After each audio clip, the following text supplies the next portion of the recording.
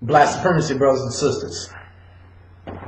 I would like to take this time to glory the great gods and goddesses of this divine lecture, in confidence that you, my brothers and sisters, will find this moment not a joking matter, nor a Ponzi scheme, but one of the greatest black conscious movements yet.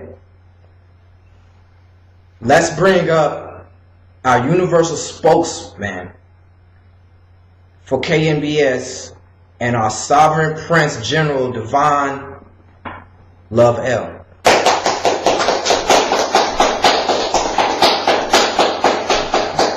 Let's give another round of applause to that brother. Black supremacy. In the name of Allah, the most gracious, most merciful, master of the day of requital in which we now live, thee alone do we worship, thee alone do we serve. I can thank the Creator enough for sending us our prophets and messengers of old. But I would be remiss to not thank Him enough for bringing one amongst us and intervening in our affairs in the person of our great divine Mahdi leader, King Noble Divine, who's in power today, who has transformed the ethers of your mind.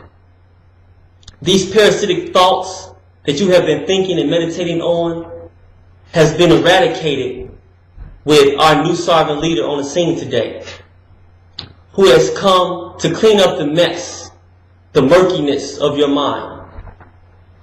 These white supremacy thoughts that has fed into your mind through tail lies to your vision, we call it television. He wants to give you a new vision today. He wants to demonstrate a new reality.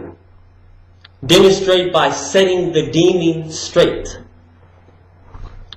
And demonstrating and setting the demon straight with a new way of thinking. A supreme way of thinking based off black love and black divinity.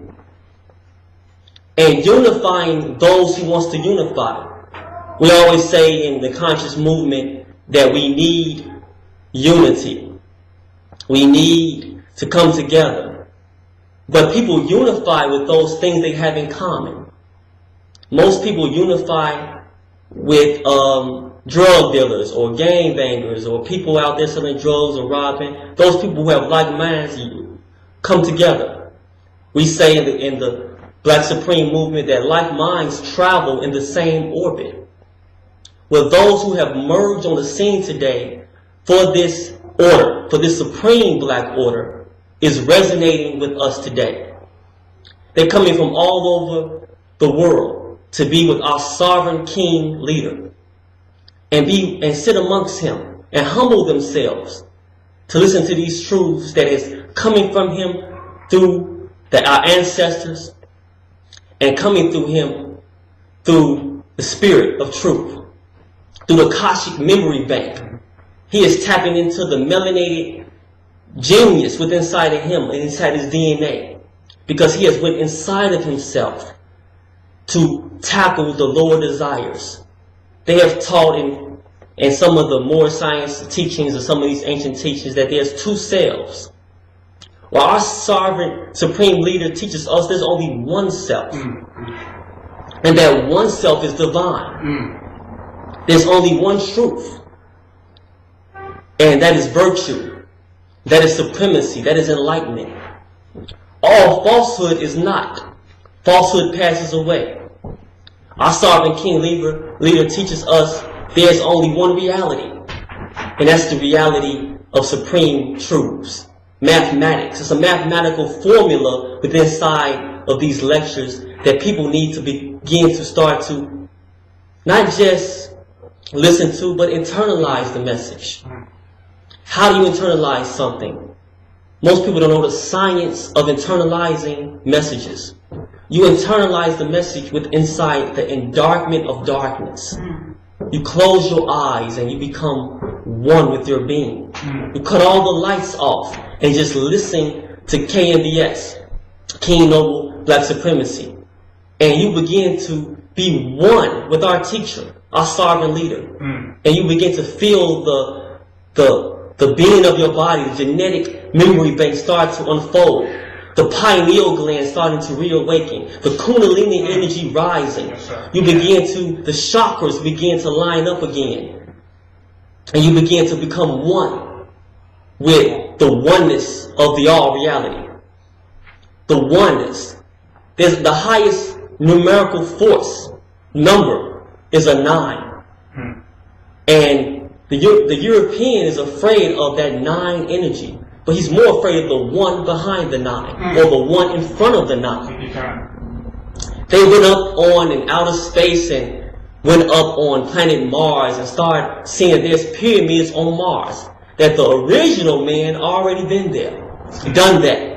But when they started getting into the mathematical formulas of the precisions of the pyramids on Mars, they began to see that there's a mathematical formula based off 19. When there was 19 hijackers that went into the World Trade Center to tackle and destroy the financial makeup of this matrix. We call it Babylon. Some call it Mystery Babylon. But the mystery is no more. The mystery has been uncovered. It has been unveiled. Because our sovereign leader has shown the hypocrisy in these demonic forces.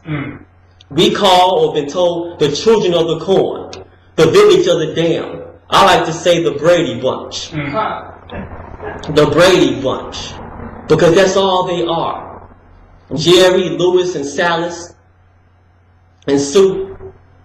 They really don't have a purpose in life. They have one life to live. They even made a sitcom about it called One Life to Live, a soap opera drama. They know they have one life to live. They know that they have one life to live. But we have many lives. You know what I'm saying? I was studying a metaphysical teacher that said the European is the encompasses of the snake, and that the original people are the encompasses of the cat. Well, they teach us to be afraid of the black cat. Well, the black cat is on the scene today, and he got many lives. He got 9 lives. 9 lives of redeeming forces that keep on redeeming. Now, why do I say that? Because 9 is a redeemable force that keep on penetrating. Because in my studies, anything times 9 equals itself. 9 times 2 is 18. 8 plus 1 is 9. 9 times 3 is 27. 2 plus 7 is 9. 9 times 9 is 8 and 1. 8 and 1 is 9. Anything times 9 equals itself. 11 times 9 is 99. 9 plus 9 is 18. 8 plus 1 is 9. So the universe, our hair spirals in the form of a 9. That's why we begin to wake up. We want to twist our hair with the circular energy of the universe and resonate with that circular motion that begins to make us one with the one universal all and be one with that all. The European hair curls up like a 6, and he thinks on a 6 vibrational level. And he's afraid of us knowing this arcane knowledge. But our sovereign leader is teaching these truths today. And he's internalizing it in his message, and you beginning to see the wisdom behind it. People begin to not to fight. They begin to stop the fight, stop battling with our leader. They begin becoming afraid to challenge him because they see there is no challenge. Their arms are too short to box with God. So, without further ado, let's bring on our imperial champion, our Mujeda. We call him King Noble Divine, our supreme leader. Let's bring him on without further ado. Our leader, our teacher, and our guide, King Noble Divine.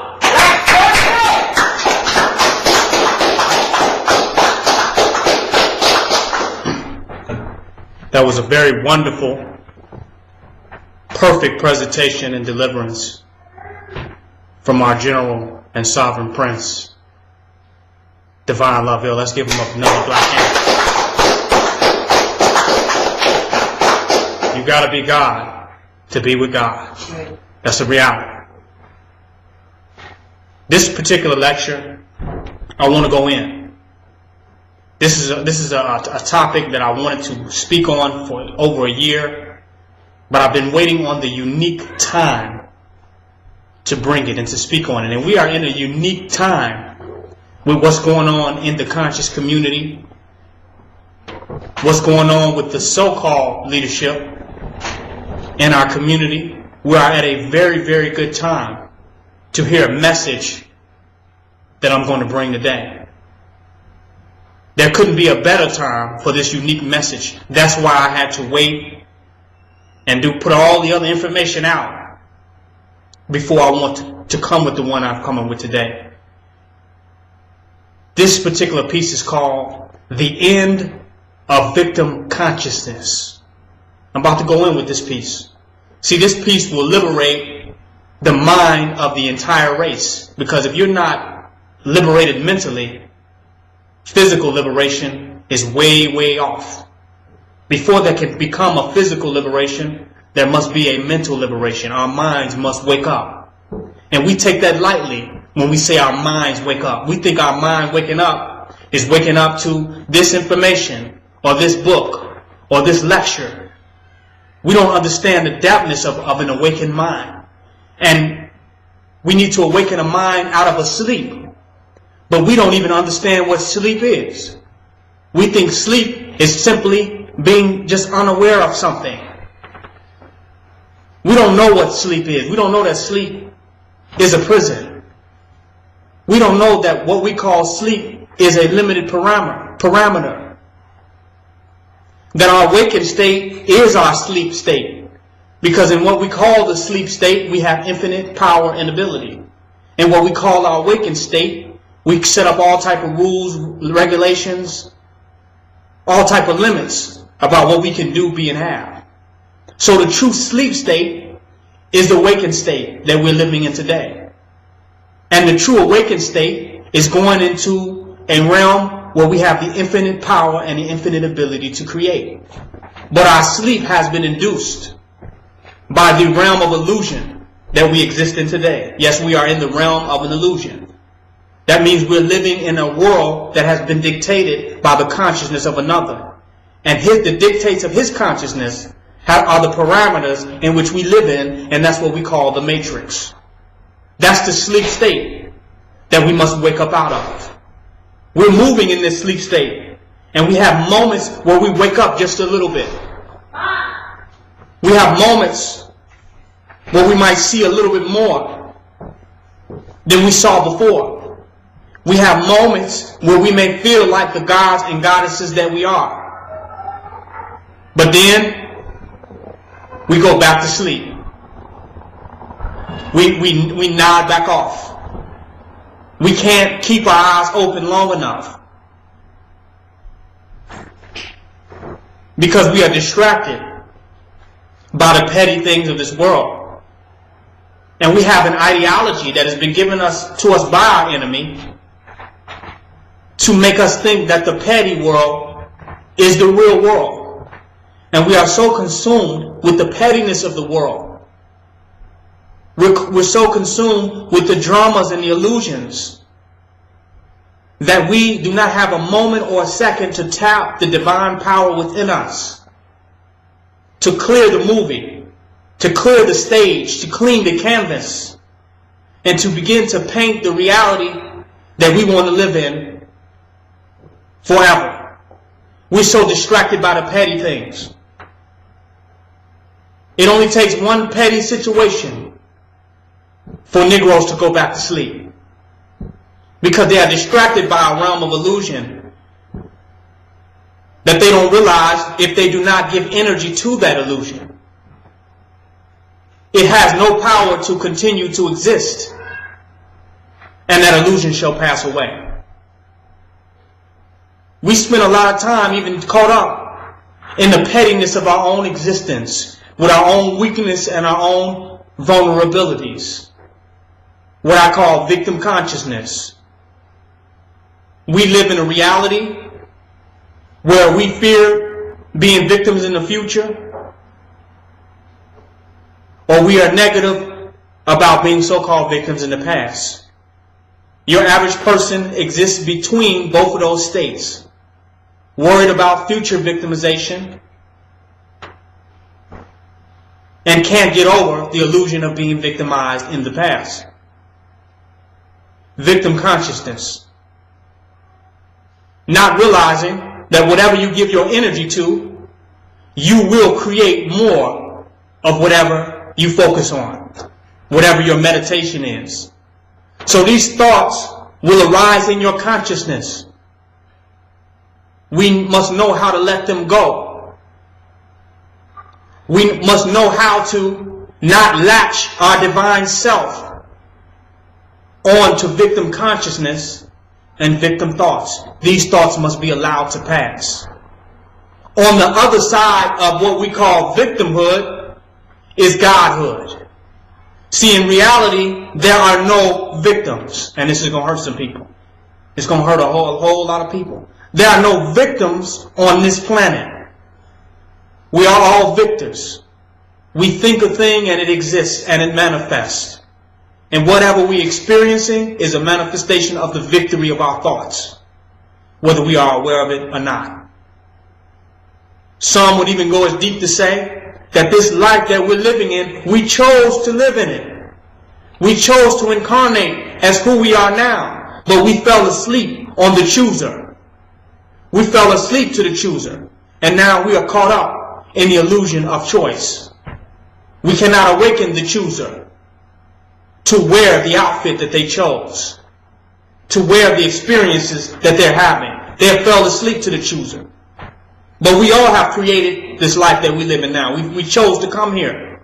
But our enemy has defined it. So we are locked down in the mental reality of his definition. Thus, why we came here and what we can do here has been covered up for us.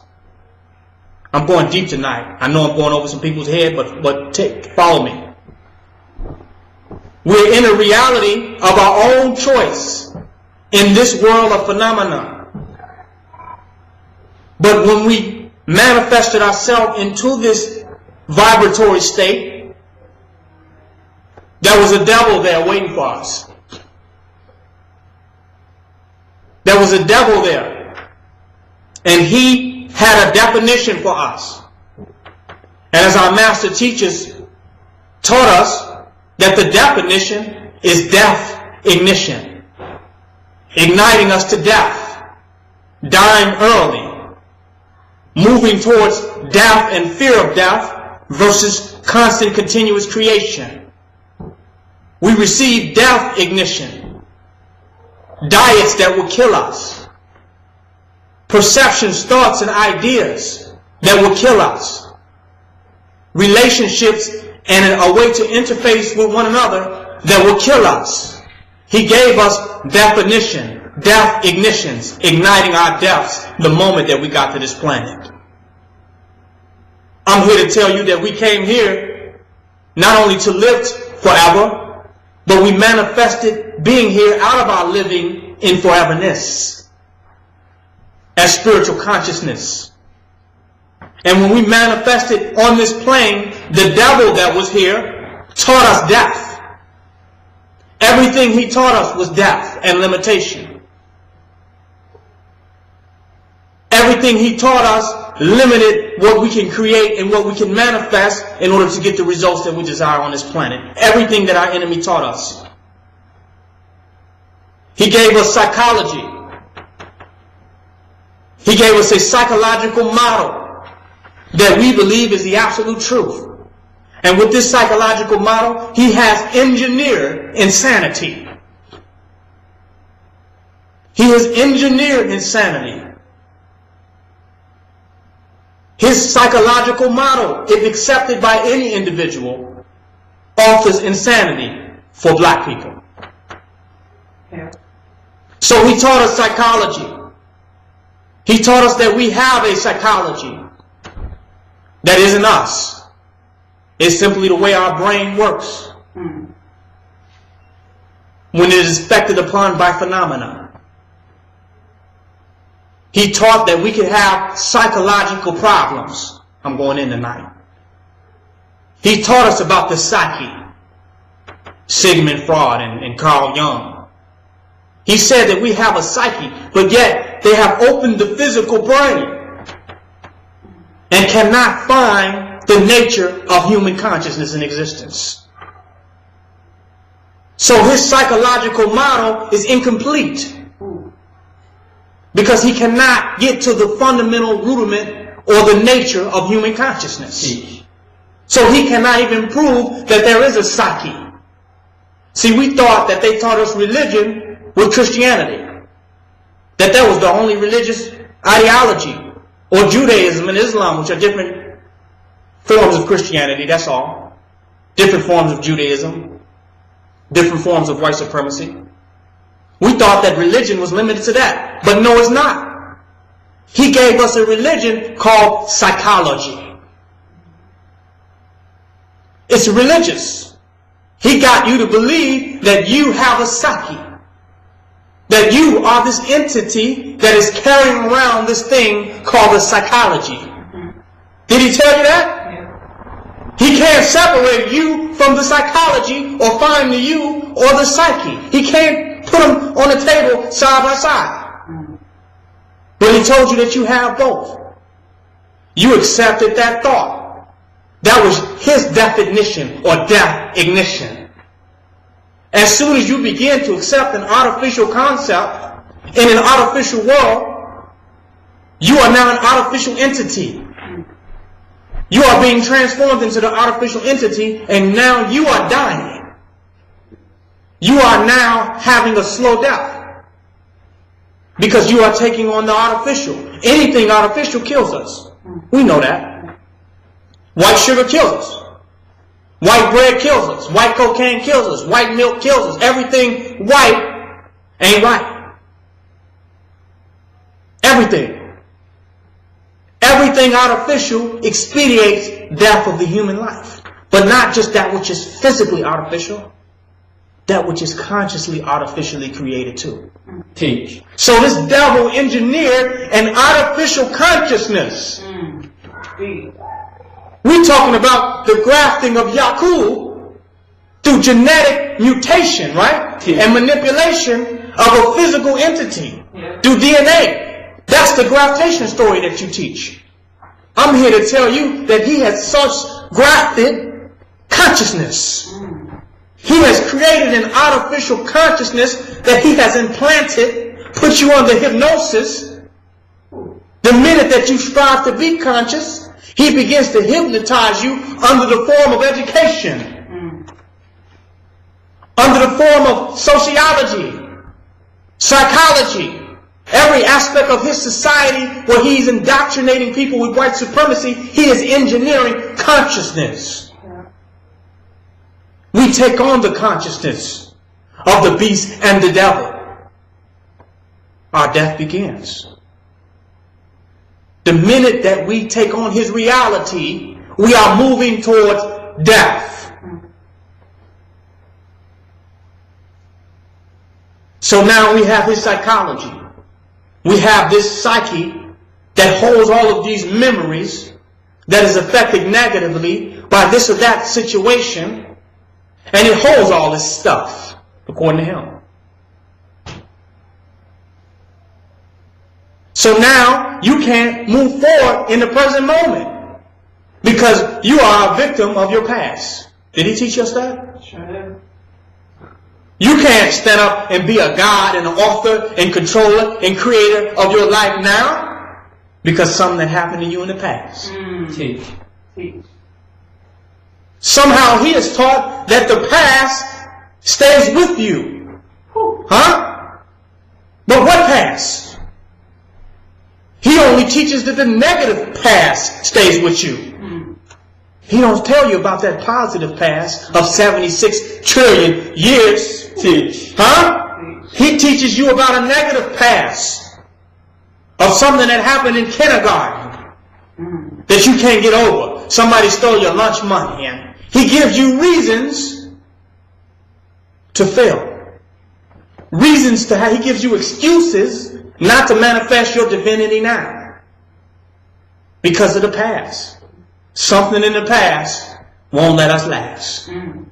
His psychological model has given us a disease. It's a mental poison.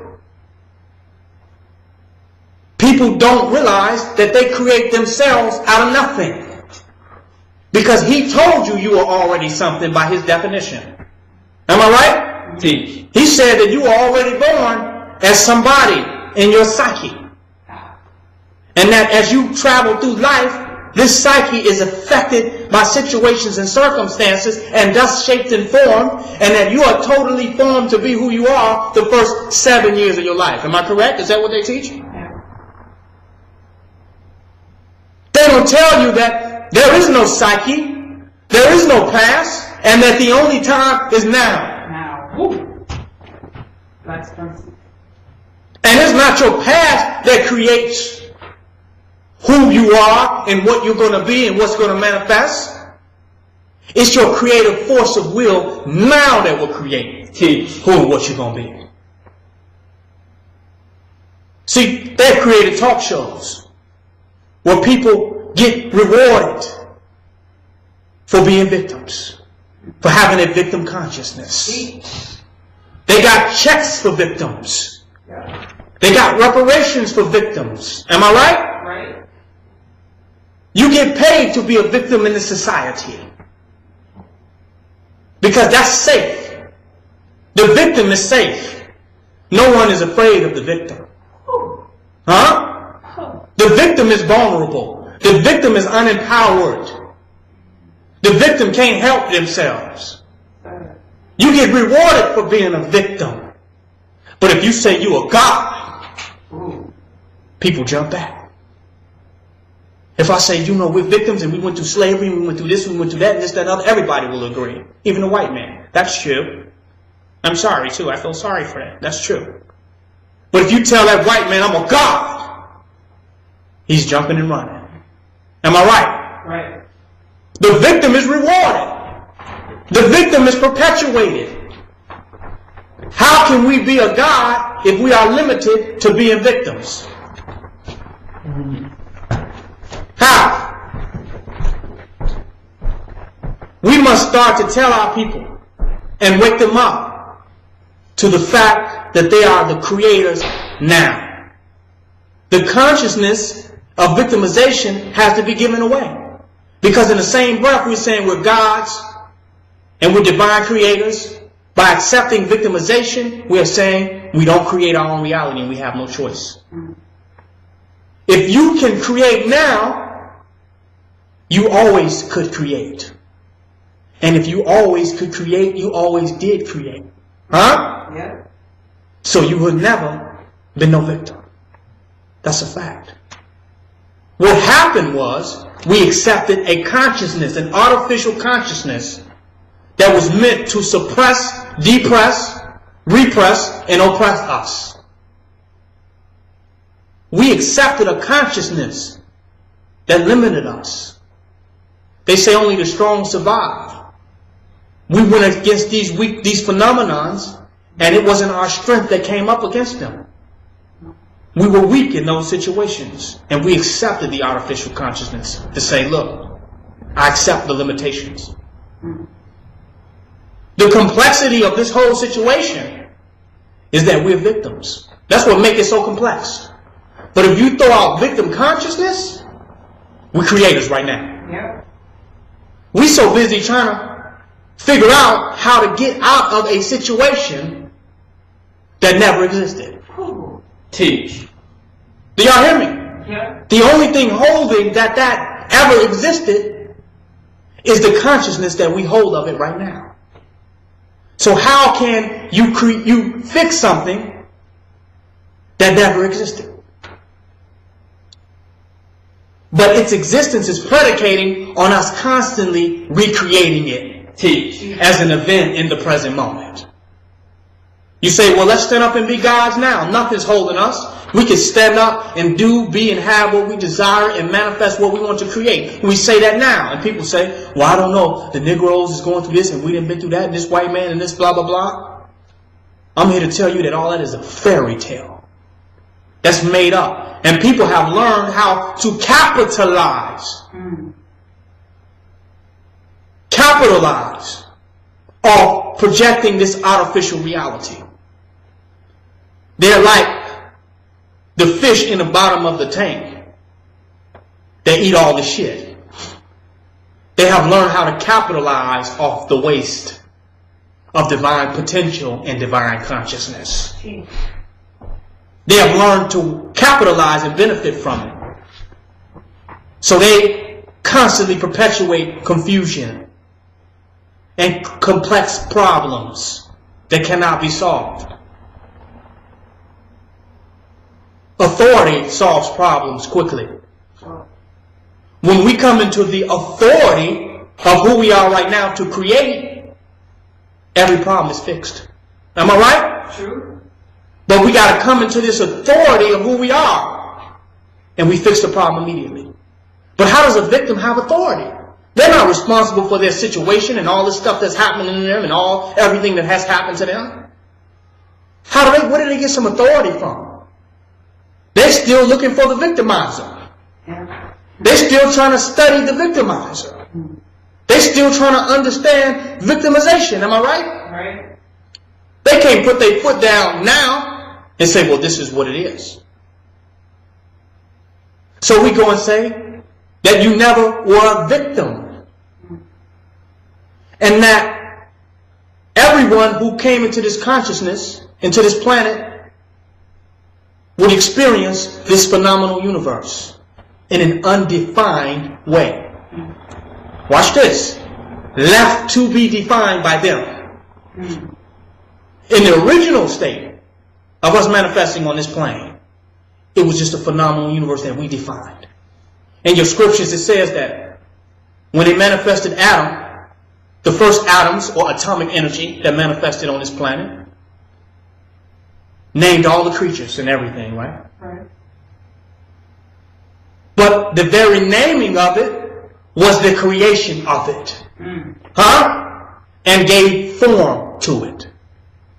This is when they say the Word became flesh and dwelt among us. But yet Adam named everything, thus was the Word that became flesh that dwelt among us as the animal life. Adam was God. Hey, black supremacy. Adam was God. He named everything, thus created everything, thus spoke everything into existence.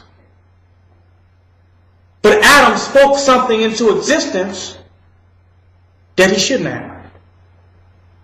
That devil. That snake. Do you hear me? That's one of the things that he manifested that came back as technology and told Adam, I'm going to make you be as a god. Well, Adam was already God. Right? He spoke everything into existence and was made in the likeness and image of God. Snake comes along and say, I'm going to make you be like you already are. Don't that sound like corporate America? Yeah. I'm going to make you beautiful. I got a perm for you, wig for you. I got makeup for you. I got clothes for you. I got you for you. I'll put you on a mannequin. And you can buy yourself back. Don't that sound like the white man? Yeah. I'll take you and put you on television. I'll take you and run you around the court. I'll have you fascinated with yourself. I will educate the world on who they are, on who you are to yourself. Am I right? Right. Should be true. You're not you. You are a consumer of your own existence through him. He said, I'm going to make you like a god. Am I right? Right. Teach. I'm going to give you all these material things I have to offer you. These clothes don't fit you perfectly. Everything is going to be perfect for you. I'm going to make you like a god. Here it is. You are already a god. You named everything in existence. You in the likeness and the image of. So he created that snake. Then he went to sleep in the realm of illusion. He's asleep now. Now he's naked. Now he got to put on clothes. Right? Right. But before the snake, he was naked. The snake sold him a tuxedo. Now he had to cover himself in fig leaves and things like that, right? But he was already divine. She was already what? Divine. So the first step from their divinity was putting on the clothes of white supremacy. The snake told somebody that was liberated and free in a garden that you're going to be like God if you eat from this apple, if you eat from this tree. The tree of deception, of lies, of trickery, of technology. McDonald's. If you eat from this tree, you'll be like a god. He eats from this tree, now they got to work what? From sun up to sundown, right? For the rest of their life, work to death. Here we are free in the garden, everything belonged to us. Now we got to work from 9 to 5 under white supremacy. Is this the story? Is this what happened? Teach. That was one of the curses. Being under this devil for not realizing who we are. See, black supremacy wants to return black people back to their Edenic state. Teach. Huh? I know I'm hurting some people by saying this. The black supremacist movement is restoring black people back to their Edenic state. Black supremacy. Back to their original consciousness. Black supremacy. That was the creative force that named everything into existence. I'm teaching. That's the purpose of black supremacy. But how do you do that when you have accepted the world of the snake?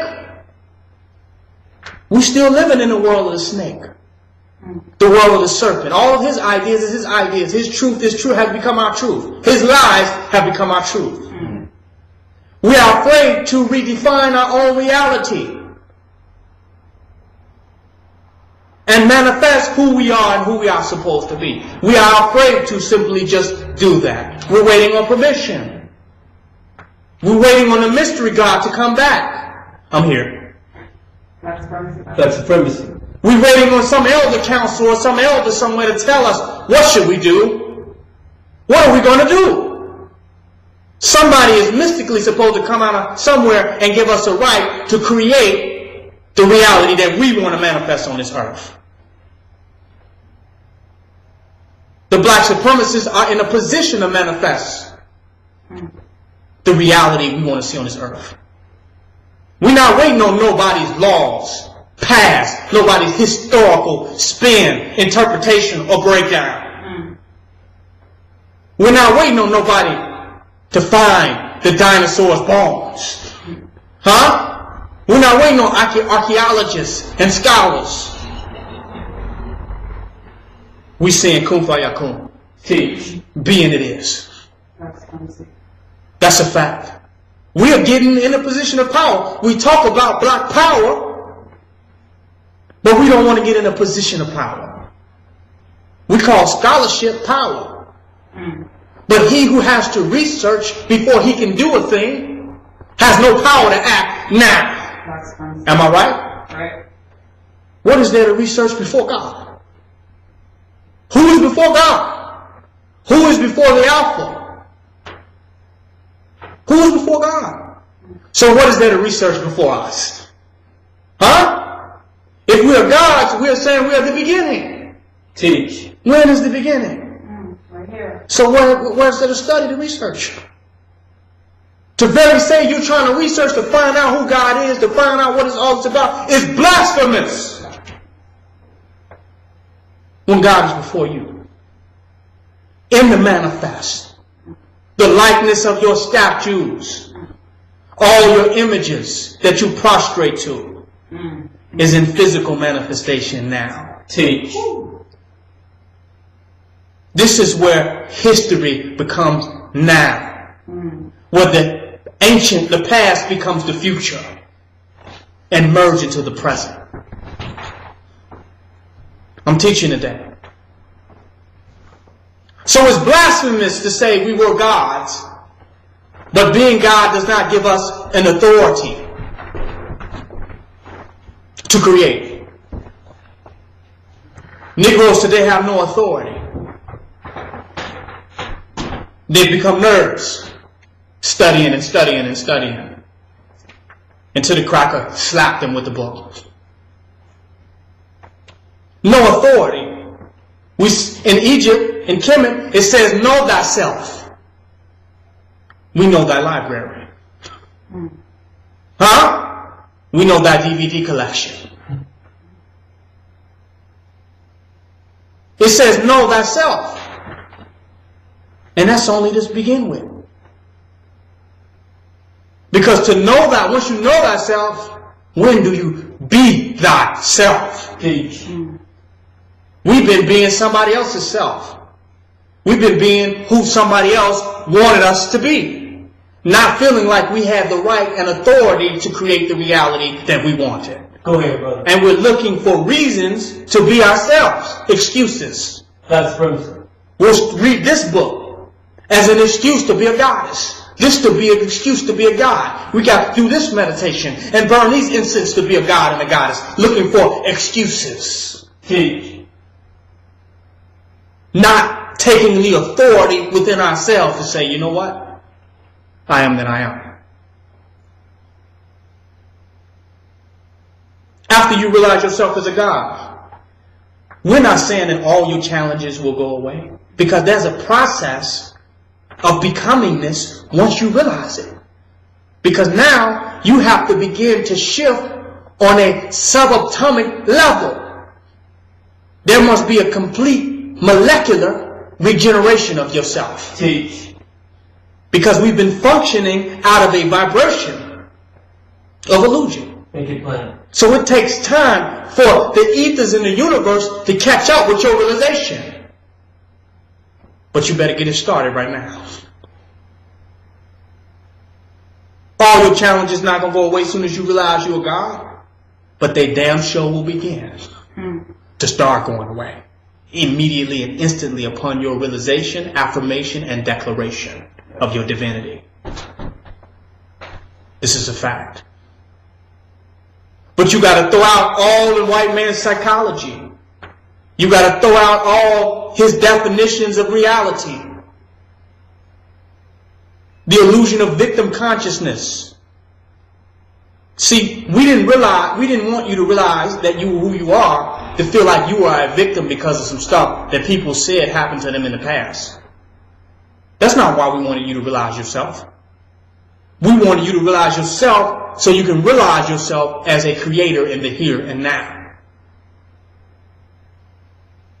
That you are the divinity of all now. And that the power is invested in you. That's like a prince that comes into kingship. And before he becomes the king, he said, well, the king before me was slain. Huh? They slain him. Okay. I'm going to read all the books about when he was slain. Teach. Huh? The prince, say his name was Prince Akhenaten. Let's just give him that name. And he changes his name through the information that he's reading from Prince Akhenaten to slain Akhenaten Jr. Huh? Teach. He doesn't become a king.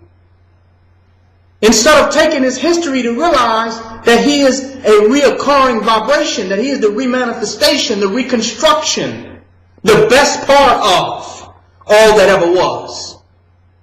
He begins to identify himself with the negatives. This is what happened to us. That's why the reality of reincarnation is so damn powerful. Because if you reincarnated, you don't have to feel sorry for who was here before you. Teach. Huh? Because you are then returning in full perfect manifestation. Teach. Am I right? So whatever happened to them, in a way it don't matter. Because we're still here. So reincarnation there's no reason to feel sorry for who you were when you have returned as the divine manifestation of them. Nature evolves. Spirituality evolves. Consciousness evolves. Am I right? Everything is set towards evolution. Even spiritual evolution. In Buddhism, they teach that through your karma, it gets perfected and better life after life. that we work off more karma. So in this life, we are even better than those that were before us. Not only are we better, we're the best part of those that were before us. Yes. Black supremacy. Black supremacy. Am I right? We look at the animals, and we got a squirrel. Then you got flying squirrels. Am I right? You got alligators that came up out the water. They were just some type of tadpole or some type of fish. They learned how to live out the water. Seals. This is evolution. They're the best in the fish, now up on the land, walking. I'm here to tell you we the best of all of our ancestors. Black supremacy. Manifested in the present moment. Black supremacy. Some people say, I want to give the ancestors credence. And I got shrines to worship my ancestors. But how many of you are going to thank the ancestors for coming back better? We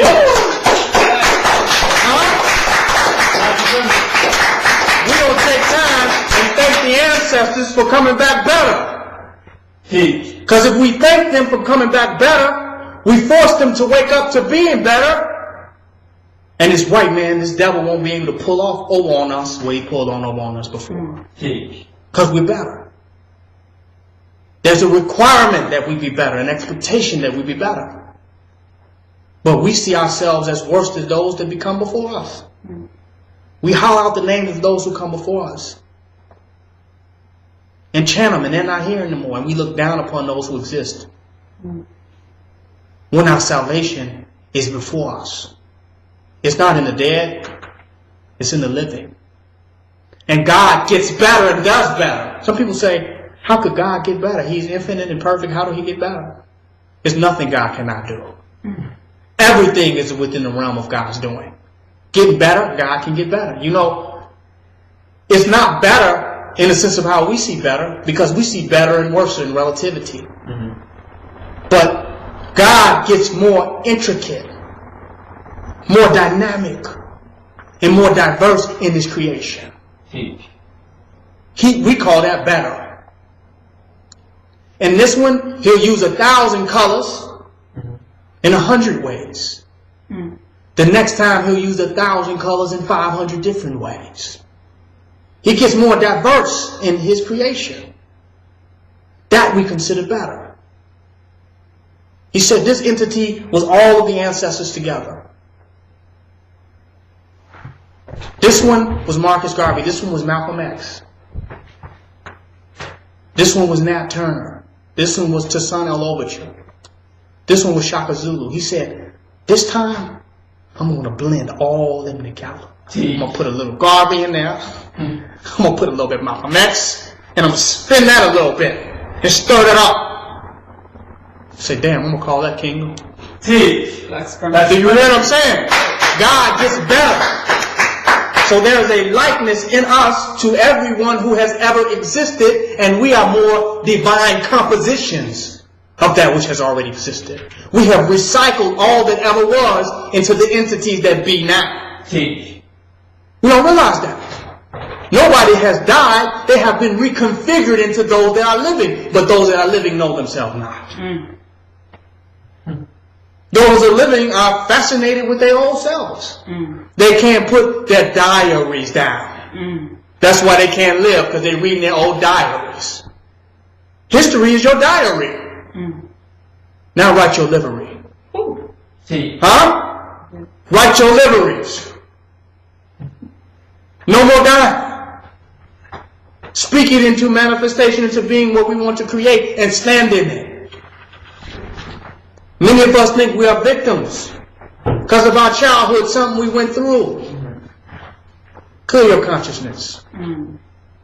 Somebody has defined what reality is for you. That's the only problem that you suffer from. When you start defining your own reality, you will write yourself as the winner no matter what happened. Do you hear me? You will write a winning story. But if you let somebody define your reality, you'll always be the loser. Let's talk about slavery. Why did slavery happen? so that we can rule this motherfucker right now. Before slavery, we made a live like the Native Americans with the white man, huh? And he might have wiped us out like the Native Americans. But he put us through slavery so we can see how wicked that he is. So we know definitively that we must rule the planet. What other people know that definitively other than a black man that he must rule? Other people got it twisted. Black people know we better rule this boy because we see what the white man is going to do. Everybody just wants some land. The Native Americans, just give me a reservation. Just give me, I want my land. He's even in asking the white man for something, he still believes in the white man. Interfacing with that white man is what got us in trouble in the first place. Now y'all still asking him for something? Quit asking the white man for anything and step up and rule. That scares people. Rulership? Victims don't rule. We're under these laws and the white man's laws and the white man's this. Who said that? That's your death ignition. You believe that. That's not a reality unless you go to sleep and dream that. We're not dreaming that here as black supremacists. So when I say we're in a position to create a reality that works for us, because everybody's creating a reality. Whatever they're talking about is the reality that they are creating. And they're writing themselves as losers in this reality. Am I right? The stories that they tell you, it's almost impossible. We'll be like, I can't see how we're going to wake up black people. I can't see how we're going to get out of this condition with the way they're telling the story. They're writing themselves as losers in their story. And they can keep writing themselves as losers. But the white man ain't the only one they're going to have to lose to. They're going to have to lose to the black supremacists too. Because we even winning over the white man. Huh? So we're not going to keep begging them to see themselves as winners. We're going to leave everybody in the race behind. Like the Jamaican brother that's leaving them Negroes. Huh? Leaving them. He haven't accepted nobody's death ignition about how fast you can move. So he's leaving them. So how he's leaving them in the race physically, we must leave them in consciousness. Some people talk about repatriation, going back to Africa.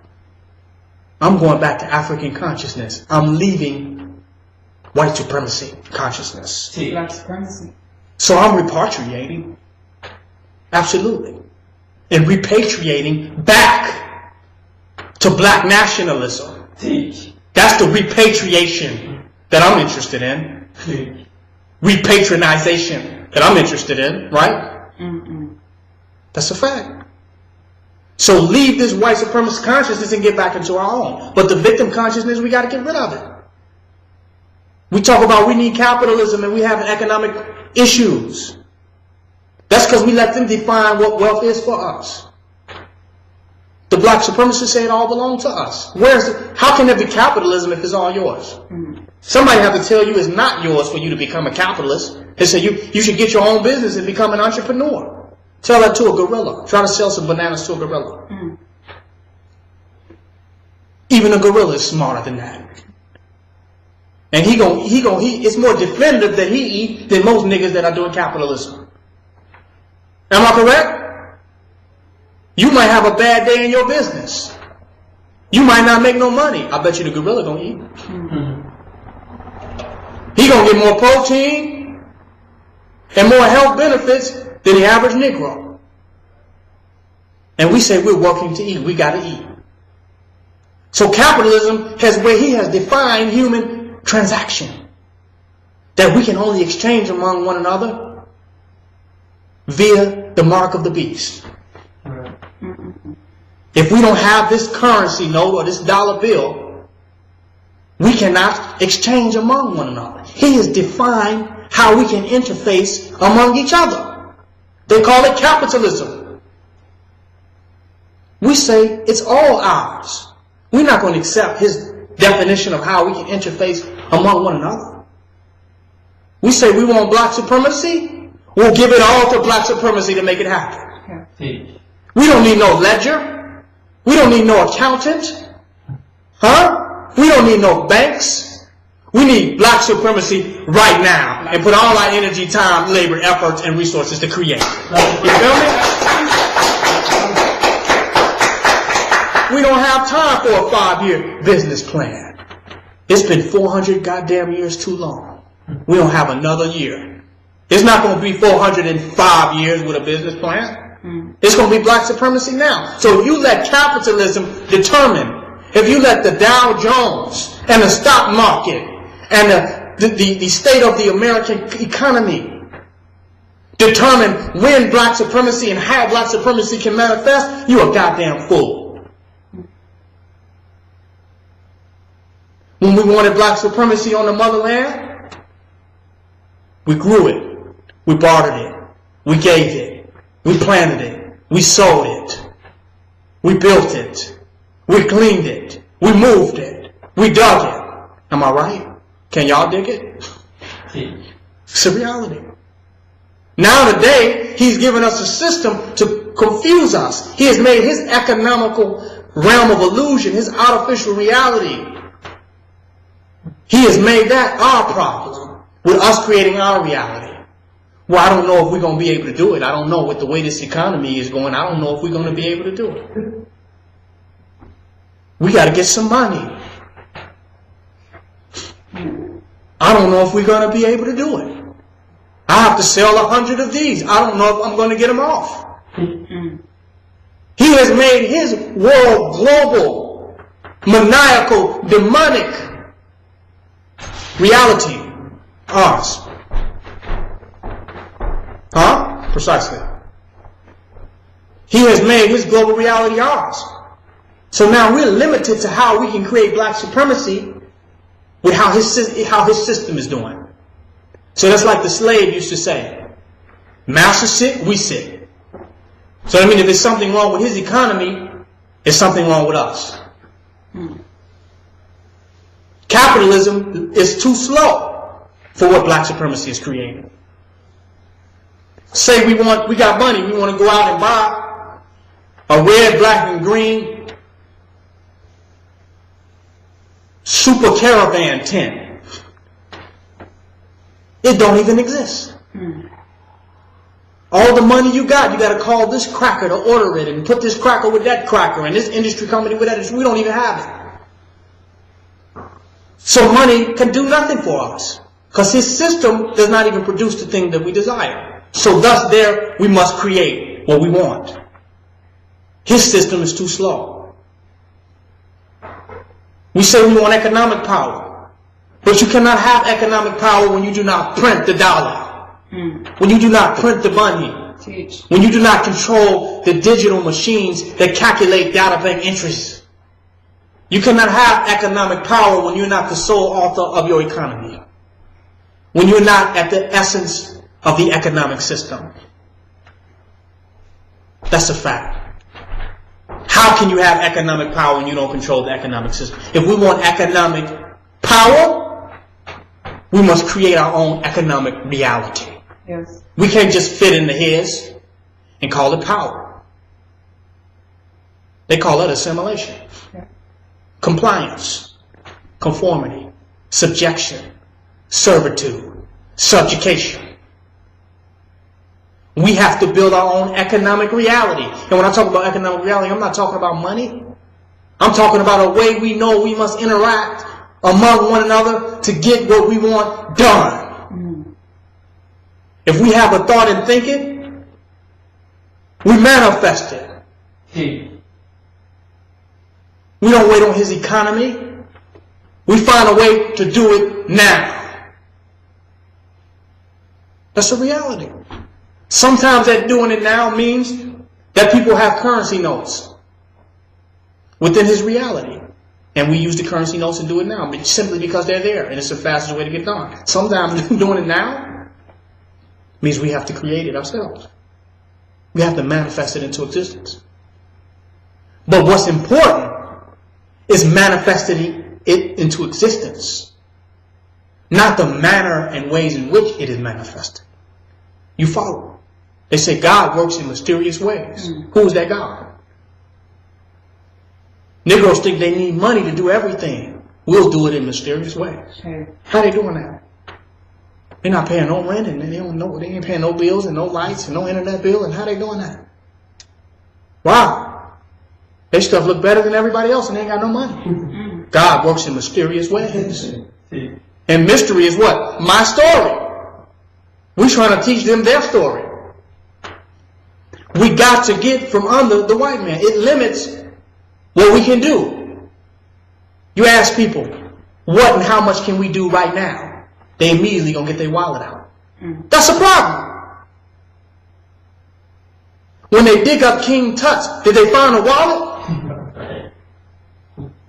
Huh? Did he have credit cards in there?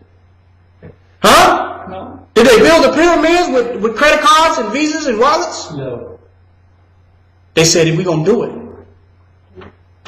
And they did it. That's how we have to think today. Money slows us down. People, when they look at how much money they got, they're already depressed about the idea that they had. Am I right? It was a good idea. We was going to do that. It was a good idea, but no, skip that. I don't even got the money to do it. Right. I'm here to tell you that the only idea worth doing is the one that you can do without money. Because whatever one you can do without money, you can do without him. It's going to hurt some people. The best idea is the one you can do without money. Because you can do that one no matter when, no matter how, no matter what. You always will have that ability if you tap that. But with the white man's system, the way it's going, you don't know how his money going. He got funny money. 1 minute the money, 1 minute money is circulating, and the next minute we don't know what the hell is going on. We fit the largest unemployment that there is. 70% of black males unemployed in America. But they can't step up and be creators of the reality they want. They need money to justify them doing anything. You know why? Because they feel like they have to pay for their existence. They're in lack and they have to compensate for their lack. So for them to do anything, they feel like they have to pay for it. Say, we want a house. Let's take out a mortgage. They don't say, let's just go fix up a house and there's our house. Because the Negro already believes he's in debt because he has accepted his debt ignitions, and he's only 3/5 of the man, so he get the other percentages by paying his way. Huh? Since he's only 3/5 human, he get the other parts by working himself to death to prove that he is a man, not realizing he is a God. We still fighting for human rights, not realizing that we've been had the right to be a God. Huh? We fighting for civil rights, not realizing that we have the right to be uncivil to get what we desire. Huh? What about the uncivil right? Huh? You got a right to be civil. It's called following the law. Right? Following the white man's law. That's being civil. You have a right to be. You have a right to remain silent and shut the fuck up and be civil. But I'm here to tell you got a right to be uncivil to get what you want. Uncivilized. Because what's happening to the Negro, you could not even do to a beast. They wouldn't even go for it. As educated and as many books as we have read, we are dumber than the beast in the field. You could not fool a monkey into this shit that we into. Huh? You could not make a monkey out of a monkey. You know how long it would take a monkey to give him $1 and get him to get to pay for the banana? Huh? You know how much time, that many times that monkey would slap you? And we supposed to be intelligent and higher beings. But I've never heard them open up a store to feed monkeys. Have they? They get their bananas while we've gone bananas. This is fact. We have a right to be uncivilized for what we want. That hurts some people, because now you're talking about warfare. The world that people live in is civil, and it maintains the civics department, the Department of Justice. It maintains his society, how we are so civilized under his civil lies. Huh? We have to be uncivilized to get what we want. That's what Negroes don't represent. Because the civilized person obeys. Look at the movie Amistad when they took that boat over. Was that civilized? Huh? Was that civil? How he took the spear and jugged it through that crackers? How civil was that? Why didn't he just talk to him about that and say, give us our free. We don't want to be on the boat, sir. He didn't say that.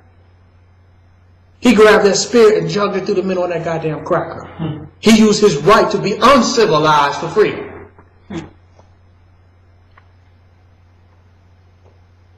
We still trying to get human rights and civil rights when we need the right to exercise the right to be uncivil. Because the way he got this society set up, according to his definition,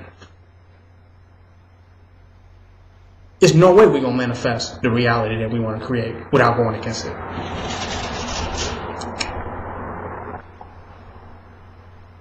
And I'm here to tell y'all something tonight. It's not going to be neat while we going up against this cracker. Some people want a neat world now. And it's neat left alone. It's already neat. Go to school, walk this line. Everything's already neat the way society is set up. Am I right? But to set up the society that we want and the way we want to create reality, it ain't going to be no little neat, little pretty-ass world. These black people that call themselves consciousness are living in a delusionary realm. They want a Christian, pure society where little babies with wings and everybody's smiling and everybody's all neat looking and, it's all okay now. While we are amongst the devil. How is it going to look like that amongst the devil? When you are among your enemy, living in his world and his reality, the way your thing's set up must look like warfare. Huh? It must look like the jungle. If it look all neat, we know we're under colonialism. If the devil is in power and you got a neat ass situation, you are under colonialism. Is that correct? Right. If he's ruling and making up the laws and you in alignment with all them laws and you got a neat, nice, sweet little setup, comfortable. I do this and I know my laws and I know my rights and I know this, and if I go fill out this and fill that paperwork out and sign that and I go down here and do that, everything's neat for you. You are colonized. Huh? A colonized Negro. Our whole culture should be the opposite of neat in the society that we are in right now. It should be the opposite of conformed to his world. The opposite. If the way we're living is looking like how Sarah and Bill is living, it's because we are under the artificial paradigm of Sarah and Bill. Am I right? Right. Negroes want the same neat experience of the cracker, but claim they want freedom at the same time. But his world is so neat because he has colonized everybody else. And if you want the neatness of his world, then you must accept colonization. Am I right? You must accept it. But if you reject and rebel against the colonized reality, against his illusion, against white supremacy, it ain't neat no more. Because now we scrabbling it all up now. They say, what is African culture? The ability to create our own culture. Do y'all hear me? Some people studying Yoruba and trying to go back and find this priest and find this cultural religion and the Dogons and these different ancient people back in Africa. Some people are looking at them to find out what our true culture is. And when they get back and find out what it is, when they travel all the way over to Africa and find these priests, they find out that they're under white supremacy. As soon as you get off the plane, white supremacy. Even though you're in Africa. Mm-hmm. So what they're doing doesn't reflect our true culture. Our true culture is the ability to create our own culture. Do you hear me? Yeah. Because if you take all of our cultures that we had in Africa and find the one common denominator that they all have, a nigga created them. Am I right? The only difference between us in Africa and us in America or in the West is that in Africa we created our own culture and over here we have accepted his. The only difference of us in the past before white supremacy and colonialization, we created our own culture, and the only difference now we have accepted his. So we think going back into our own culture is learning an old language, learning an African language, right? That's putting ourselves under another man's culture that is speaking African language today. I'm not under the Nigerian, the Yoruba, the Ifa. I'm not under an African. Huh? I'm not going to Africa to be under an African. I am an African. The language doesn't make me an African. That I am the God and creator of all land, language, customs, cultures, and mores makes me African. Am I right? So I don't have to get confused. Is it this language? Is it the hieroglyphs? Is this writing? Is this writing? Nigga, just write. Some think because we're speaking English that we're not African. We need to speak an African language because we're speaking English. It's about what you create with. It's about, are you creating with it? Or are you under him with it? That's the only difference. You could be speaking an African language and be under white supremacy. And you can be speaking English and be a liberated African. The only difference is, are you creating or is your reality being created? We take what we got, what we got in proximity of him, and we create with it. Or we be slaves of what he do with it. Do you follow? So being African, if you get back to the original African, before they split off into all these different tribes, what was they speaking? If we take it all the way back to the original man, what language did he speak?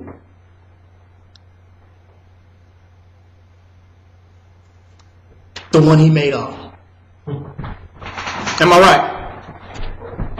He spoke the language that he created. We can create our own language now. That's what Dr. Malachi York did. Or we can create whatever we desire with this language. The question is, do we realize ourselves as the creators?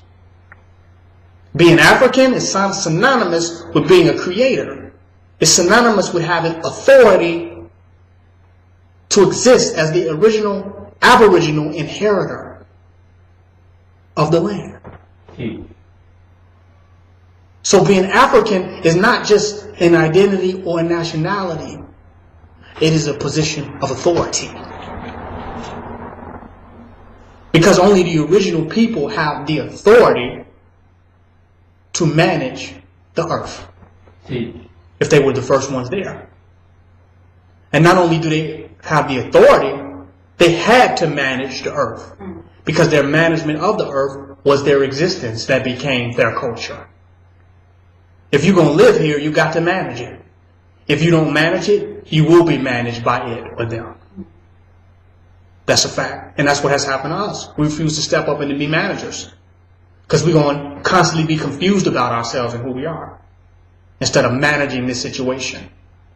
And a good manager, it doesn't matter what type of situation that he ends up in. He'll manage.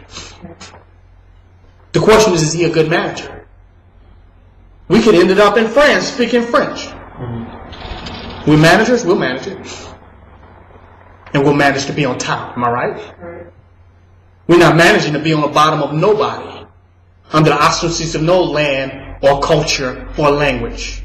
We manage to be on top. Anybody want less than that is not a black supremacist and don't realize themselves as the black supreme beings. We're not black supreme beings because we're black supreme beings and we be in cause. Huh? We're not black supremacists for a reason. We're black supremacists because we re-sun. We re-shine over and over and over again. And we're here in this time to make sure that the original black man shines in this time. And that his light is not dimmed by a bleak interpretation of his past. And that he does not get so caught up into his past that he forgets to create his present moment and his future. That's a fact. It don't matter what we did. What matters is who we are. And what we're going to do with who we are. I don't care if you was tall in your past life. If you're a midget now, you better figure this shit out. Am I right? I don't care if you was fat in your past life. It don't matter what you were. What are you going to do with who you are now? That's the question that we forget. And that we have the authority to do now. And if we don't do now, we're under somebody else's authority.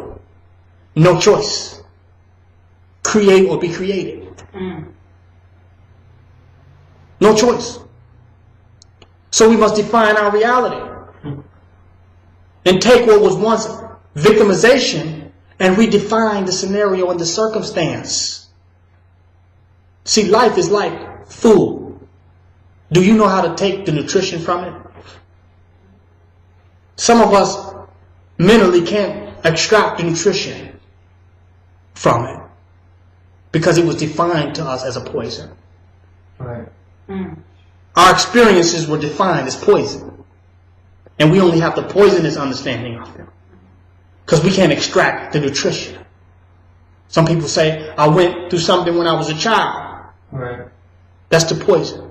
The nutrition is that's why I'm a tough motherfucker right now. Wow. Do you understand? We don't know how to get the nutrition. So we keep re-vomiting and re-swallowing the poisons. We call that being aware of our past. And in these healing circles, they say, well, you got something that you got to work through. Right. That means that you got to vomit and swallow it and re-vomit again. I'm in them circles and say, I'm already healed. They almost broke down when I said, I'm 100% healed. But you're not, that's because you're not dealing with this and you're not dealing with what you went through and you're not dealing with this and I'm correct. I'm dealing with what I'm creating. Don't let no one put you on victim consciousness. And once you start feeling sorry for other people as victims, you now are a victimizer. Because you are taken away from their ability to create their own reality now and realize that they are the creators of their reality. Whatever you went through, you alive now? Create now. That's going to hurt some people. Because it's not a pity party when I say your past does not matter. They'll say, but you ain't been through what I've been through. And I'll tell you, everybody has they been throughs. Right. But as long as they ain't been through, you feel me? Everybody looking at their life from hindsight will say, I've been through some shit. Right. And everybody in their own mind have had the worst scenario, no matter what they're dealing with.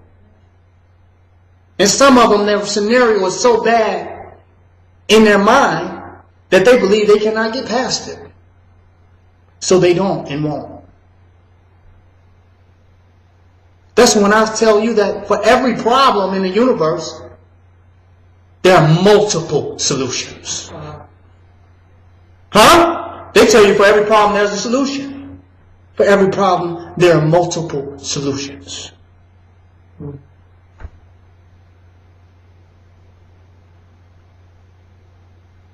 Multiple. For every problem, there are multiple answers. Multiple answers. They say 1 plus 1 is 2. I say 1 plus 1 is a greater 1. Huh? That's a fact.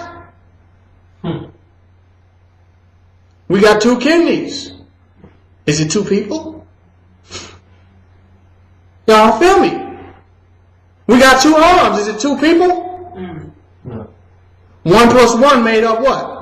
A greater 1. So 1 plus 1 ain't always 2. Huh? Sure. There are multiple answers to every problem. Right. And multiple solutions. Matter of fact, multiple ain't getting it. Infinite answers. Wow. Black supremacy. And infinite solutions.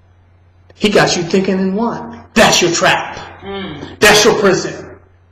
He give you only one way to look at it. You're looking for the only right way to look at it. And no matter how you're looking at it, you're only looking at it one way. So it doesn't matter how you look at it. You're only looking at it one way, period. The black supremacists look at it 10 million ways simultaneously. Huh?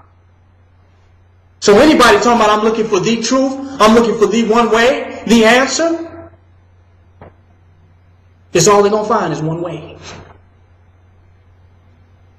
We'll find a billion ways. That's what you call expansive consciousness, expansive thinking. That's awareness. The only consciousness is not what's going on, but consciousness of the existence of infinite possibility. Am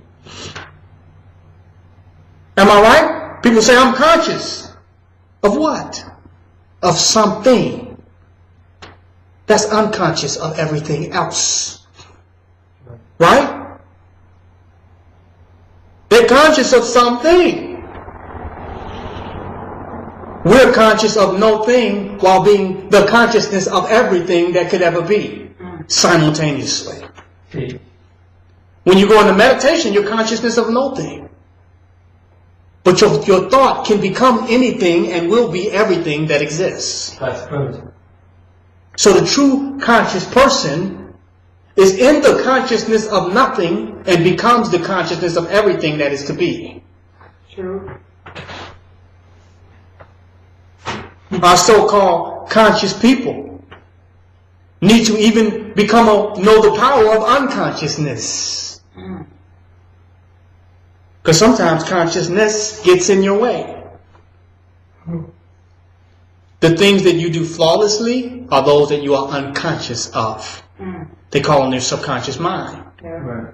To be conscious is really to be self-conscious, to have low self-esteem, to be double-minded. Huh? Jeez. So they have made them overconscious. Not realizing the power of unconsciousness. I'm going in. There's books on it. Look it up. The power of unconsciousness, subconsciousness, supraconsciousness. Huh? You don't just be conscious. Use the power of unconsciousness too. What is the power of unconsciousness? You say you're going to get something done, you're going to do it, you don't know how you do it, I'm going to use the power of unconscious to do it, but I'll get it done. Yeah.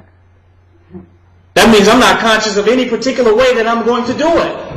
But the power of my unconsciousness is going to create it. That means that which I'm unconscious of, that which I know that I don't know I know, and that which I don't know that I know that I don't know.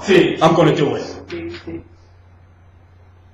That means that I'm so infinite that I'm that which I am beyond even ever becoming conscious of.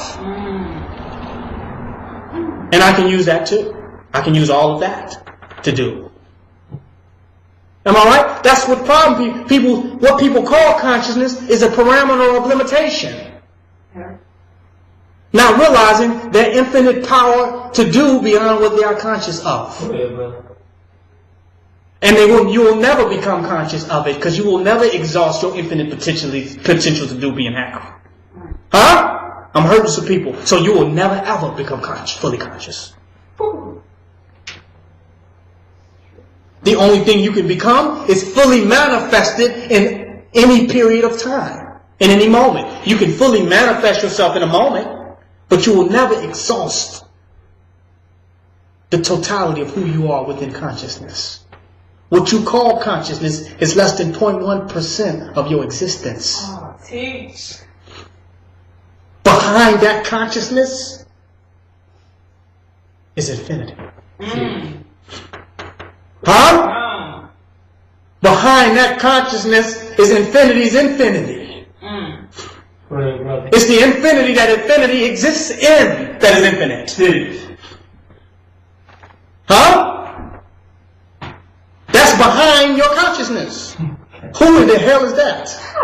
You talk about what you're conscious of. That's some shit you done read in a few books.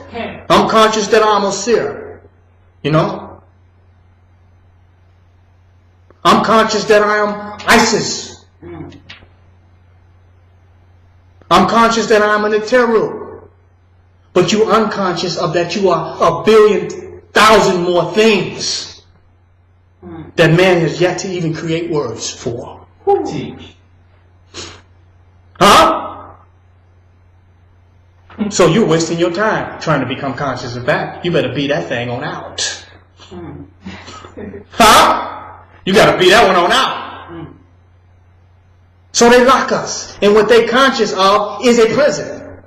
Right. And to show you that it's a prison, they can't do nothing beyond what they're conscious of.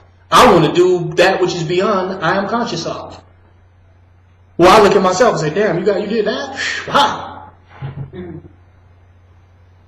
You got to be so cold that you step outside of your body and look at yourself like, damn.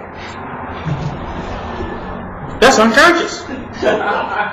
Shit. Woo. Well, you have an out-of-body experience just to get out your body and worship yourself. Huh? Now that's God. Huh?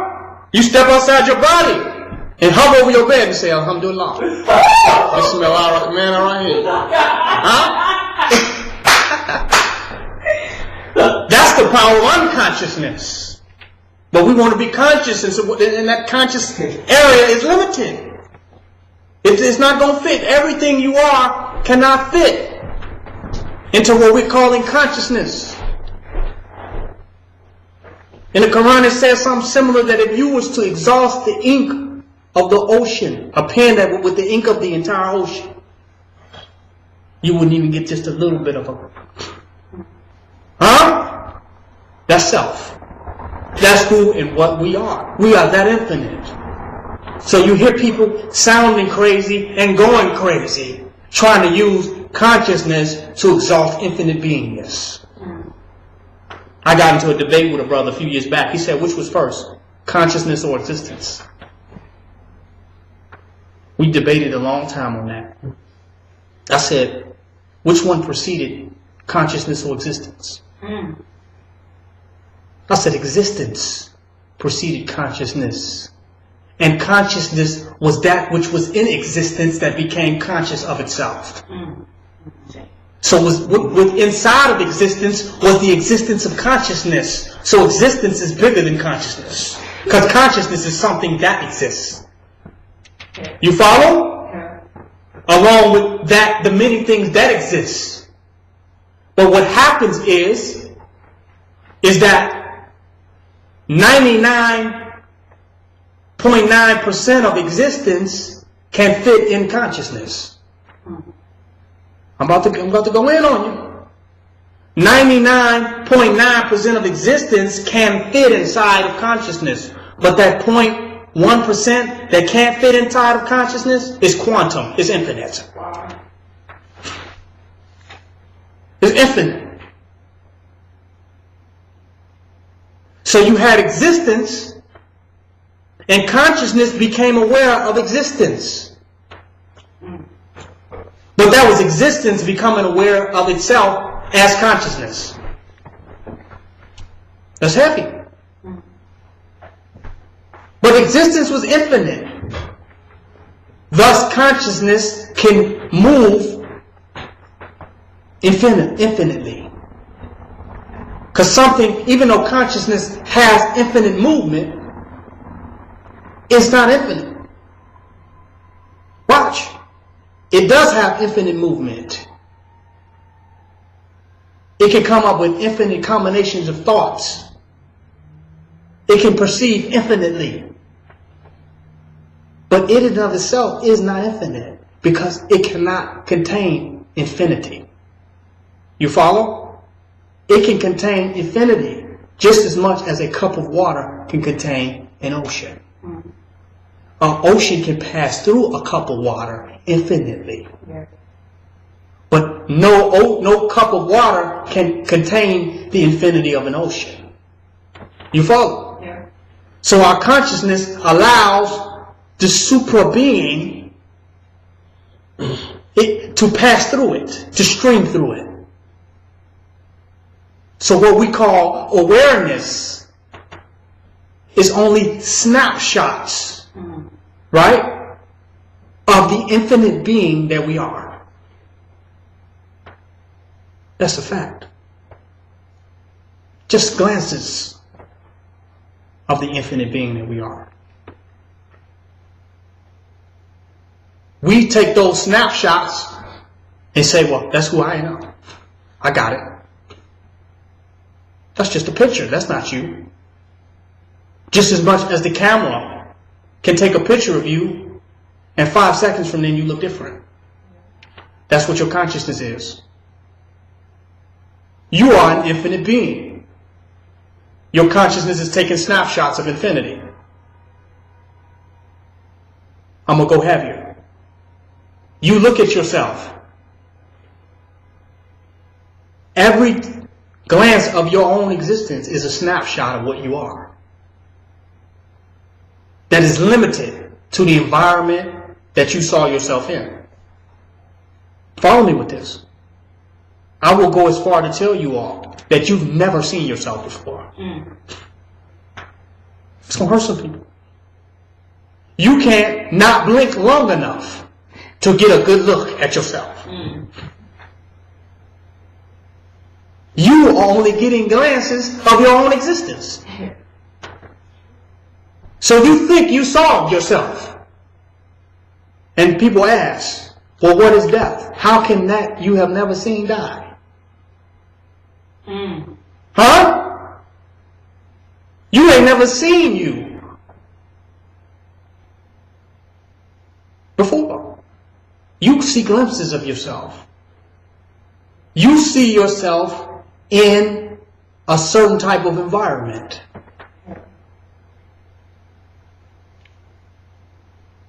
If you get in water, you stay in the bathtub long enough, you start to wrinkle up, right? Because you're seeing yourself in the environment of the water. If you're seeing yourself in the sun, you get a tan. You're seeing a glance of yourself under the sun. Am I right? Right. So what we see as what we are is is based on an environmental type of awareness, a relative perception. What we even think we are is relative. I'm going in now. Boy. It's relative. And the life of man, of the black man and woman, is God, relatively speaking. This is God's relativity that we're walking around in. Do you hear me? They say we're God's having human experiences. No, we're God experiencing ourselves relatively. So this is the relative realm of God. But while we are in the relative realm of experience, the absolute entity is very present and non-affected by the realm of relativity. Non-affected. but its more relative aspects of itself can be affected by the relative realm. Did y'all hear me? So the God in you is still untouched. The outer parameters of the God entity interfaces with the relative realm. Do you follow? Yeah. Am I going over your head? Please. So the relativity of God is affected relatively. But the absoluteness of God is unaffected. And that is the entity that intervenes in the relative world to create a new state of relativity. Do you follow? The oceans come from the waves come from the bottom of the ocean. And the waves are relative to what comes up from the bottom of the ocean. The waves are on top of the ocean, but they don't affect the bottom of the ocean at all. But when we want new waves, the bubbles come up back from the bottom of the ocean. And that will be the quality of what is on the top. Do you follow? So we must get back into the ocean of who we are, the depths, so that we can transform our relative experience. Many of us want to change relativity with relativity. That's when I mean we're being reactionary. Something happened to us, we react to what happened to us, and now we're in the movie, we can't get out the movie. We're just reacting to what's going on in this movie. We're challenging people to get back to the depths of who they are, to bring a different frequency vibration up from the essence to change the realm of relativity. There are infinite relativities that you can experience. What you call your life is one relativity. There are infinite ones. But how do you get out of one to get to the other? Go back to the source. Within self, bring up another bubble, bring up another wave. That's power. So black supremacy takes us back to the source of who we are as a creator. Many people say going back to the source, that's historical for them. When we say go back to the source, we're talking about going deeper, coming from a deeper place in consciousness. Coming from a deeper place in consciousness. Thus being conscious of something else. What people call being conscious is conscious of what's already here. They're just broadening their awareness of what is there. But if you go deep to the source of consciousness, you can become conscious of something totally different. Of something else. Totally different. This is what your geniuses are doing. This is what your inventors are doing. They're not just conscious of what is here. They're going deeper within themselves, beyond the relativity of what is here, to become conscious of something totally different. We are slaves to relativity. Everything is relative. That's why we are reactionary. It's all cause and effect. Slaves to relativity. Not realizing that we can relate differently. And if we relate differently, relativity changes. But how do we relate different? Change ourselves so that the relator is different. We want to change the world. Our perception of the world is one that is relative. And just a perception. And just a consciousness. When they're thousands of consciousnesses. Do you hear me? So when people say I am conscious, which one? Which consciousness? And most of them is the consciousness of being a slave. The consciousness of being in slavery. The consciousness of what we did in the past. The consciousness of victimization. What about the consciousness of being a God? The consciousness of being in authority. The consciousness of being in power. They don't have the consciousness of that, because if they did, how could you work for the white man? How could you have a Job and say, well, why don't you do something else? And they'll say in so many words, I'm not conscious of nothing else to do. So how the hell are you conscious? When they're completely unconscious of any other way to do it. They say, you tell them, you can't think of nothing else. And they call themselves conscious. You say, well, we come out and say something. We don't need money. The highest level of consciousness that our people have achieved in the consciousness community is the consciousness of money. Yeah. Peace. We say we don't need money. They're totally unconscious on how we don't need it. I don't see how you're going to do it. I could possibly not need money. I can't. Well, please, don't even try. Which consciousness do they have? So being conscious is not enough. That's a prison. The people in prison are unconscious of being prisoners. We're challenging people to take on the consciousness of black supremacy, to the point where they're unconscious of everything else, and black supremacy is all that exists. Matter of fact, for you to become conscious of black supremacy, it doesn't require for you to become conscious of something else. It requires you to become unconscious of everything else. Huh? In order to focus on one particular thing, you must become unconscious of every other thing that will distract you from the thing that you're focused on. To become conscious of black supremacy, you must become unconscious of white supremacy. It's going to hurt some people. Till you get to the point where your consciousness of black supremacy is all that exists. That's a deep meditation. Your consciousness of black supremacy becomes all that exists. Because your consciousness of everything else is your excuse not to be on black supremacy. So why, brother, you need to be on black supremacy. They say, well, no, I can't, we can't be on black supremacy because the white man this, and because of this, because of that, because of their consciousness of everything. That's why they can't be on black supremacy. You know why they can't be on black supremacy? Because they're conscious.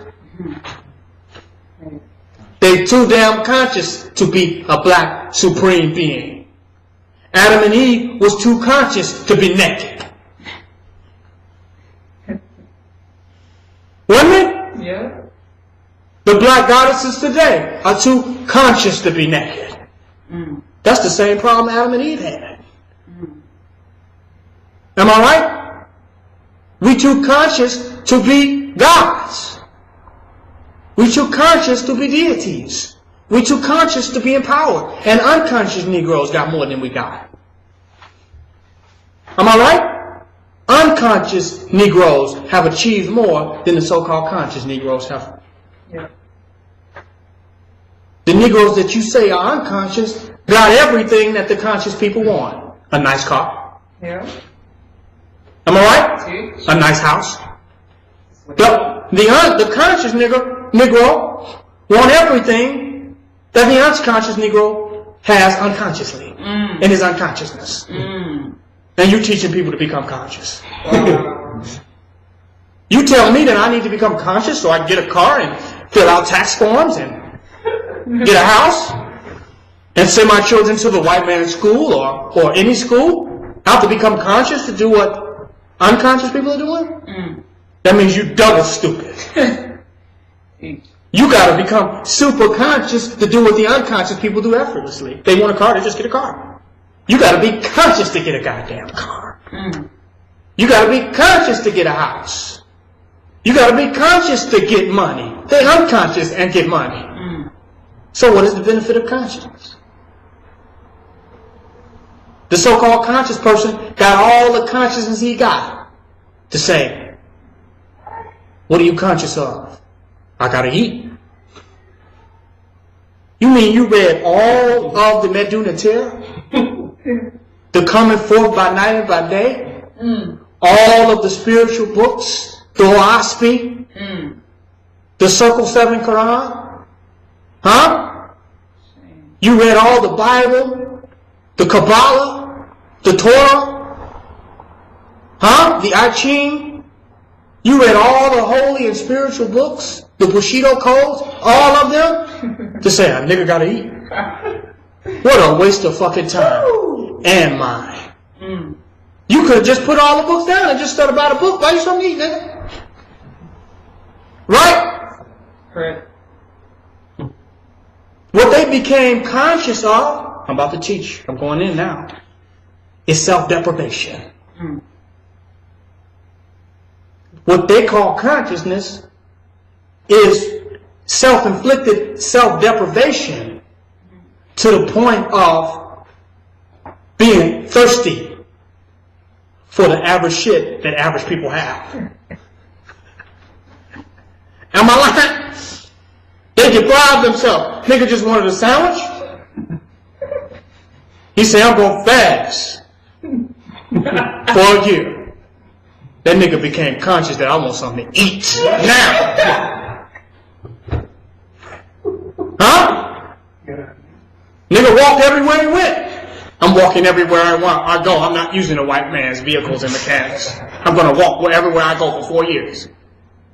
4 years later, the nigga conscious that I need a goddamn car. Nigga homeless. Living out on the streets. 4 years. I'm going to live out on the street. Fuck, I'm not doing being a white man's house. The white man build the houses, build everything. Build the language. I'm not going to talk. I'm not going to live in a house. I ain't going to do nothing. 4 years later, I need a goddamn, I'm conscious that I need a goddamn house.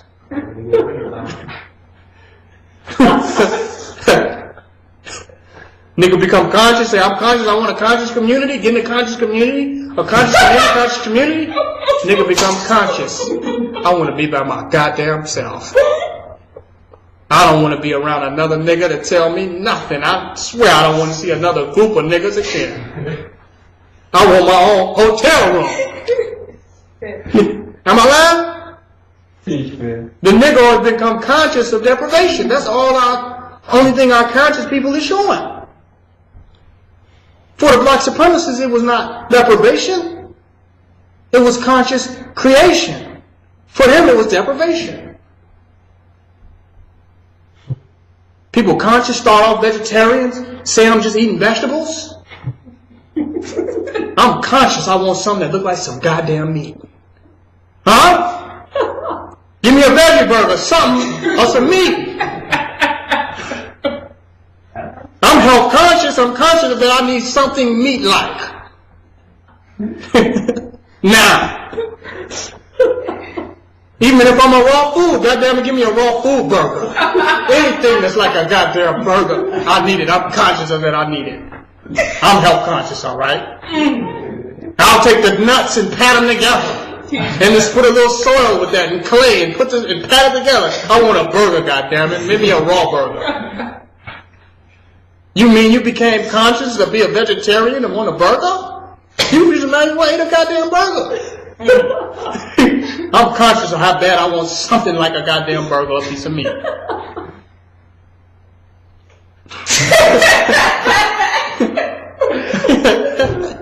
Y'all laughing?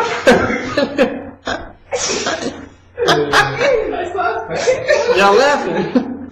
But it's real. So we see our unconscious people now, our conscious people coming out. We want money now. We've been long without it. We wasn't struggling, all the struggling. Hell no. Give me some money. So they're not conscious of infinite prosperity.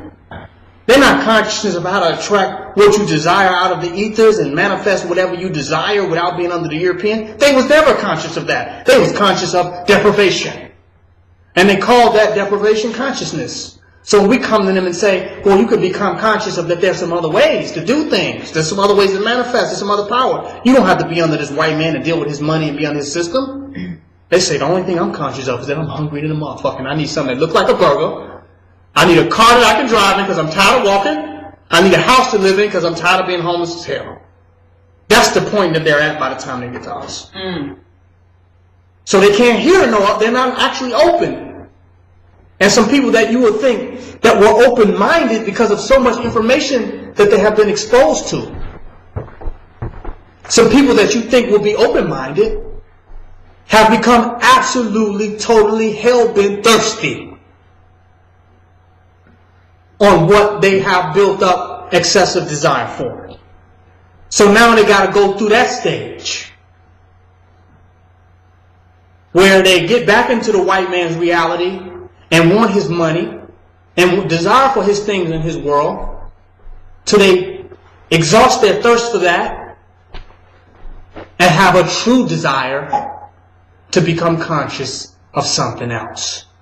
That's what black supremacy is. Black supremacy is that something else. It's not for people who have depraved themselves and all of a sudden they want money now and they want a house now and they're trying to cover up and compensate for deep deprivation.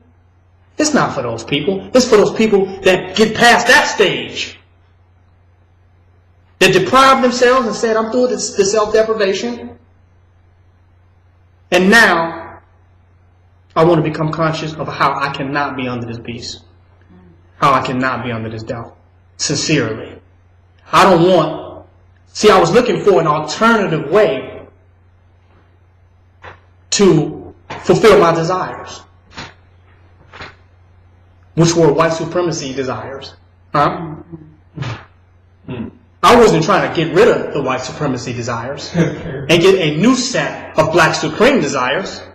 I wanted an alternative way to do it. I wanted a black way to get the white shit I want. I want an alternative way to get what I desire. You know? I still want to give the white man head. I just want to wear black gloves while I do it. Huh? Let him put on a red, black, and green condom while I get a white man head. They didn't want to change the sick, twisted desires of dealing with this cracker. Right. They wanted an alternative way to do it. I want a black way to live for getting currency notes with his face on it. Huh? Because if a black person exchanges it among themselves, it becomes a black dollar. All of a sudden, same cracker on there, the cracker don't change, but it's now a black dollar because black people exchanged it. I want a black way to interface in the world of white supremacy. I don't want to forsake his world because I'm addicted to that. I love that. But I want some swag with it. Right? I don't want to look like just a straight cooned out Sambo Negro.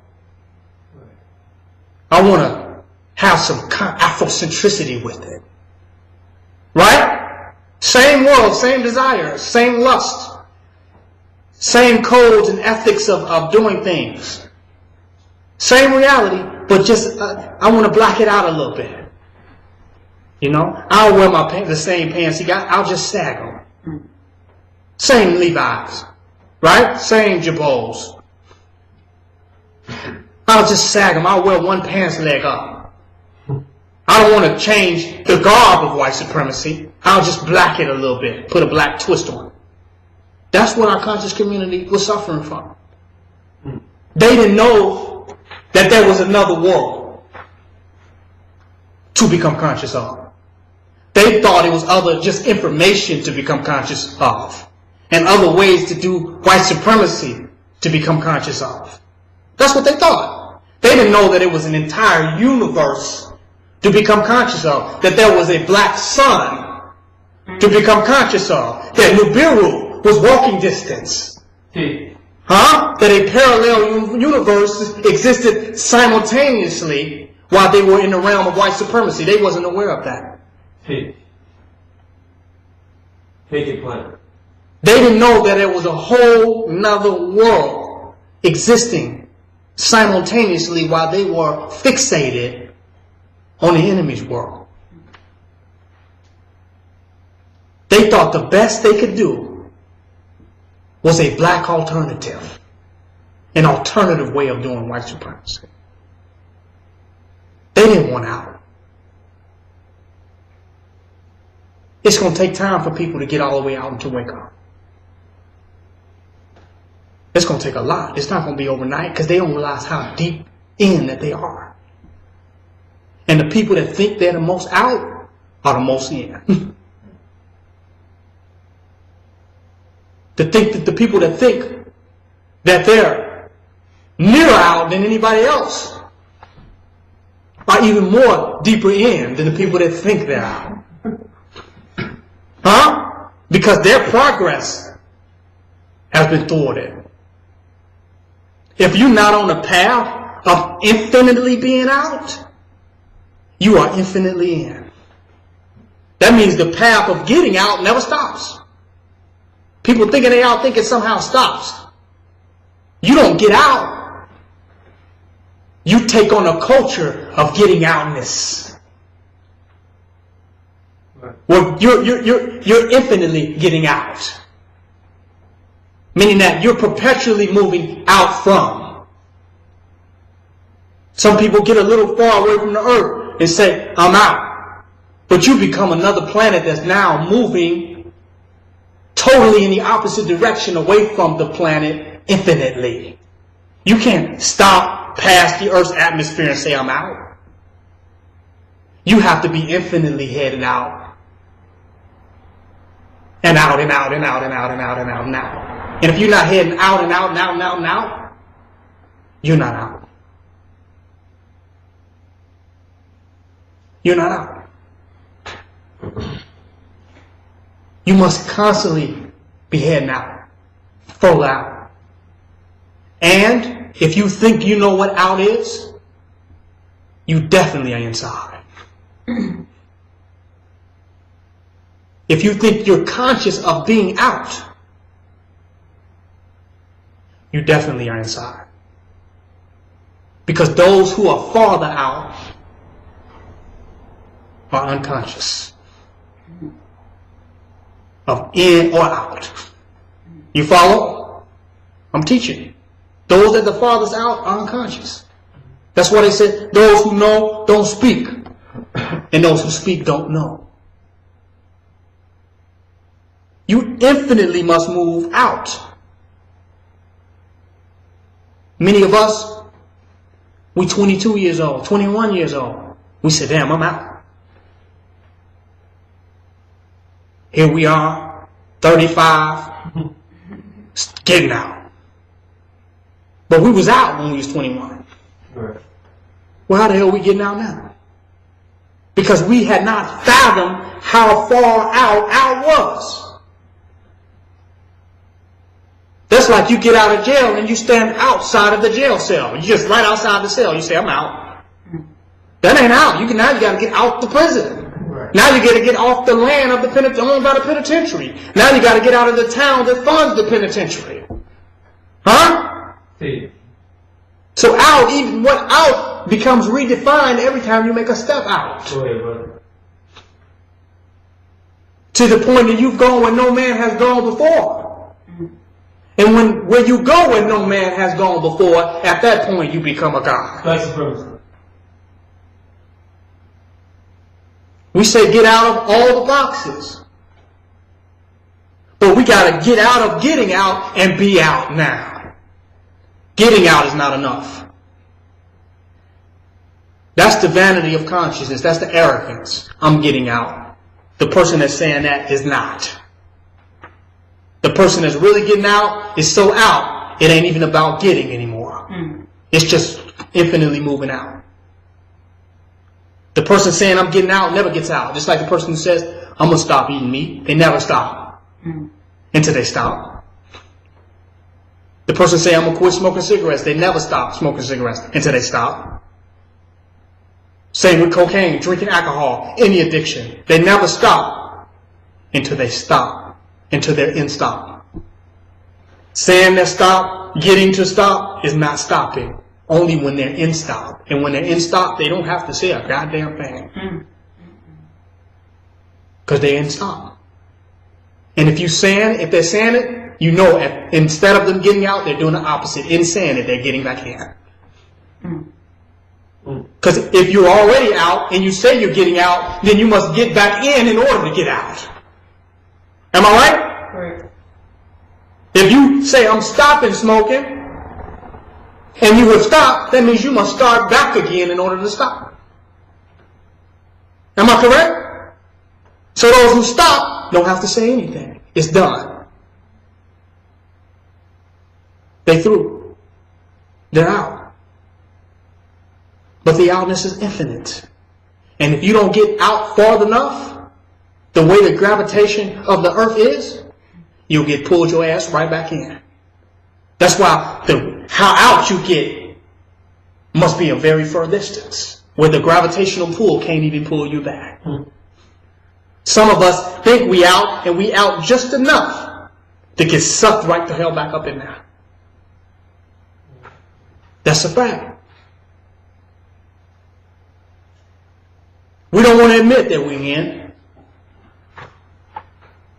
We want to be out so bad that we ain't getting out. Some of us got that t-shirt, I'm out. Still wearing it inside.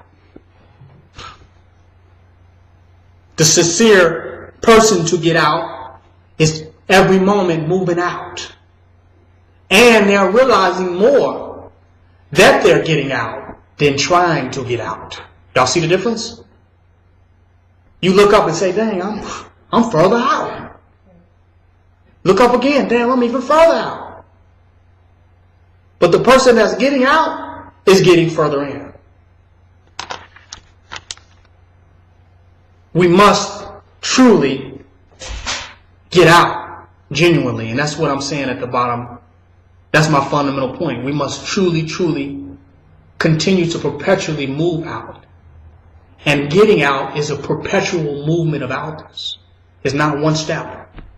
That one step is only the journey of 1,000 miles, but it's still 1,000 miles out.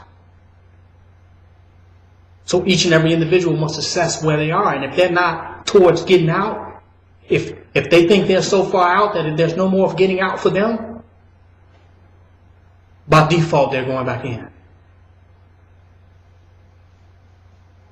And it's so crazy that if you get up high to the point where you don't reach a different atmosphere, where you can float, you'll fall back down even harder to the earth. Am I right?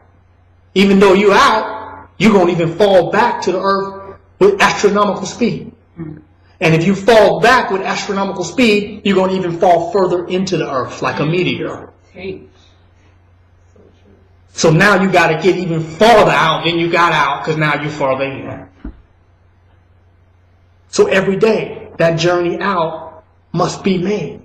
One must launch their self stepping out every day the same. You can't say, I got out yesterday. You got to launch every day when you get out to get further out. See, the mind is a habitual entity. If you don't project the consciousness that you want on it, it's going to rehash it. It's going to play tapes back to you. It'll play the tapes back of your negative mind. Fear, lack, doubt, limitation. See, we got a Negro tape going in our mind. And if God ain't talking, the Negro tape is playing. The Negro tape, don't trust anybody. The Negro tape is a victim. It's an individualist. The Negro tape got nothing but negative thoughts about everybody around them. That's the Negro tape. The God tape. Whew. So if we're not playing the God tape, the Negro tape is playing. The Negro tape is in fear, in lack, and doubt, and limitation. The Negro tape is scared of what can happen to it, the Negro tape will clam up and go into a cocoon and a shell. So we must turn on the God tape every day. In our consciousness, play the God tape. And if we can't find a God tape, let the Negro tape just play. But as soon as that tape stops, turn that goddamn God tape on. Don't even think about what the Negro tape was playing. Don't even go back and say, damn, I've been listening to that Negro tape all day. And don't spend the rest of your day thinking about that you was listening to the Negro tape. Put that God tape in quickly and act like you were never playing the Negro tape. That's a fact. That means get over negativity quickly, even your own. That's why when people come and they say, you know, they act a certain way, or they be a certain way, and they come to me and they apologize and they say,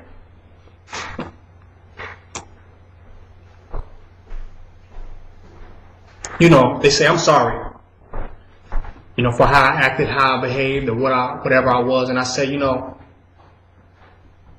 I'm past that. So you should. That means be a God, be perfect at once. Be a God now. That's all that matters. The past does not exist. We cannot point to it. It is not suspended in place. We suspend it in place when we attach ourselves to it. So the faster we can get over the past, the quicker we can manifest our divinity in the now. And our ability to accelerate past negativity and manifest our divinity will become better and better. And the negative moments will become shorter, and acceleration to our divinity will become even greater. We spend more time beating up on ourselves than the things that we did that we're beating up on ourselves about. Do you hear me?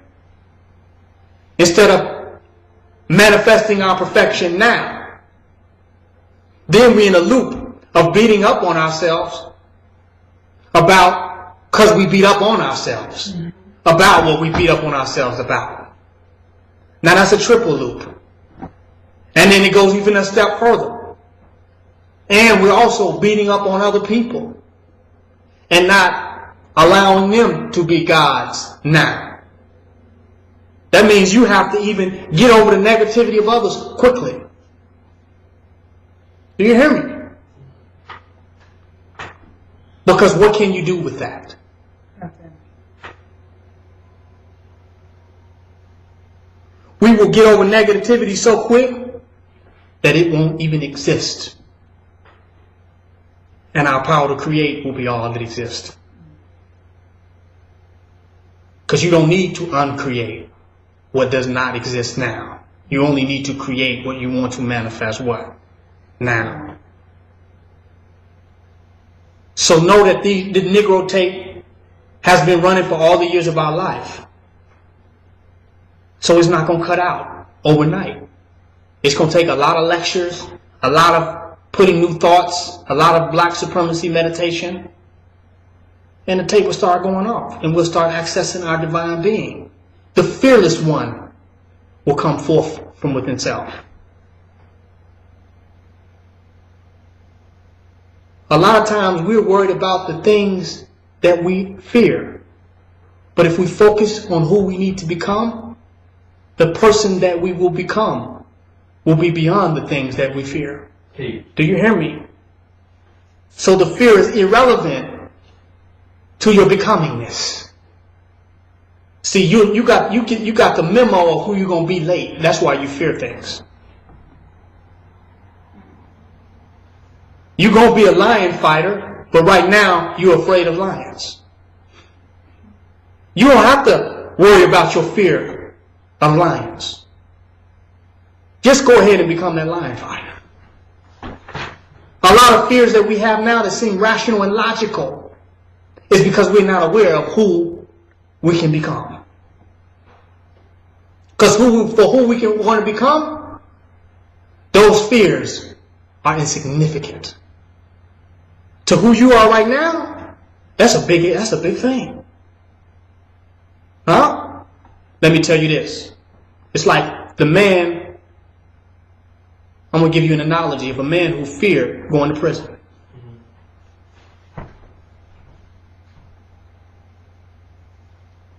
He feared it. Some prophet or somebody told him that's his fate. You're going to prison. That's your, some astrologer or something like that told him that. He feared it. He feared it.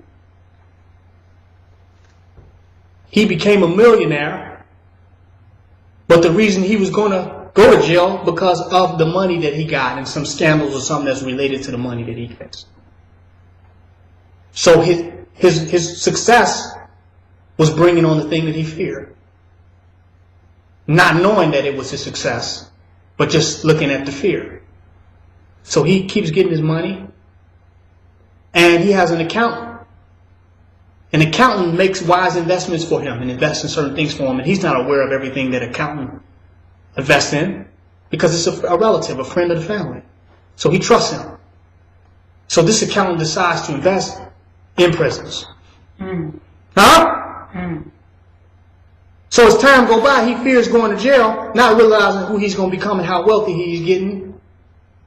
And one day, the police kick in his door.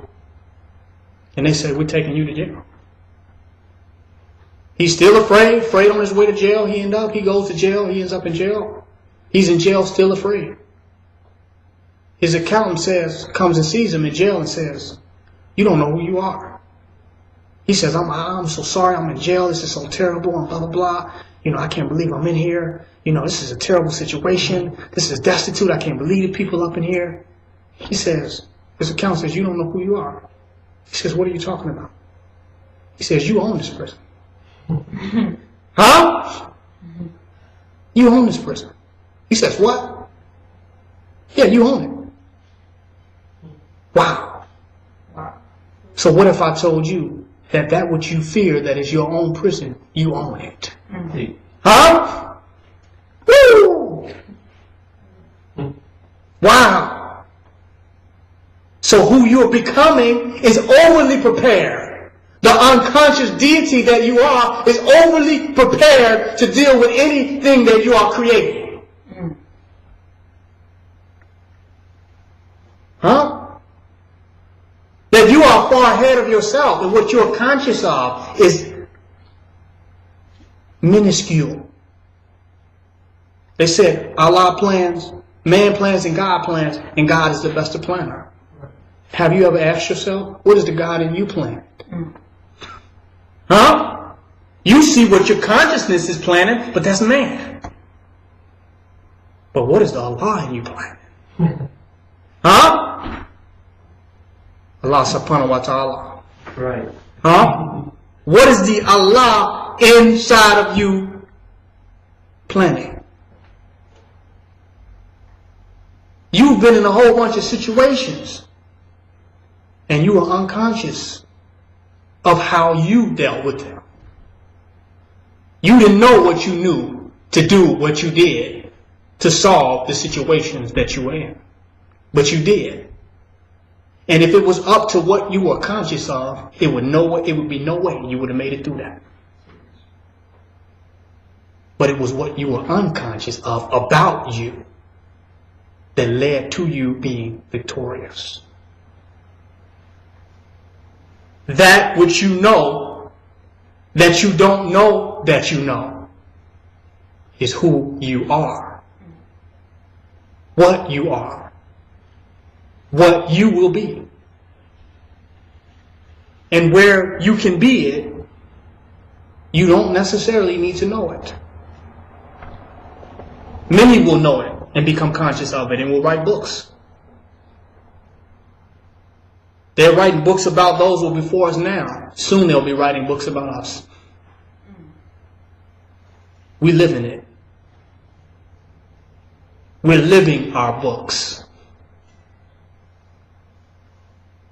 We're living our books.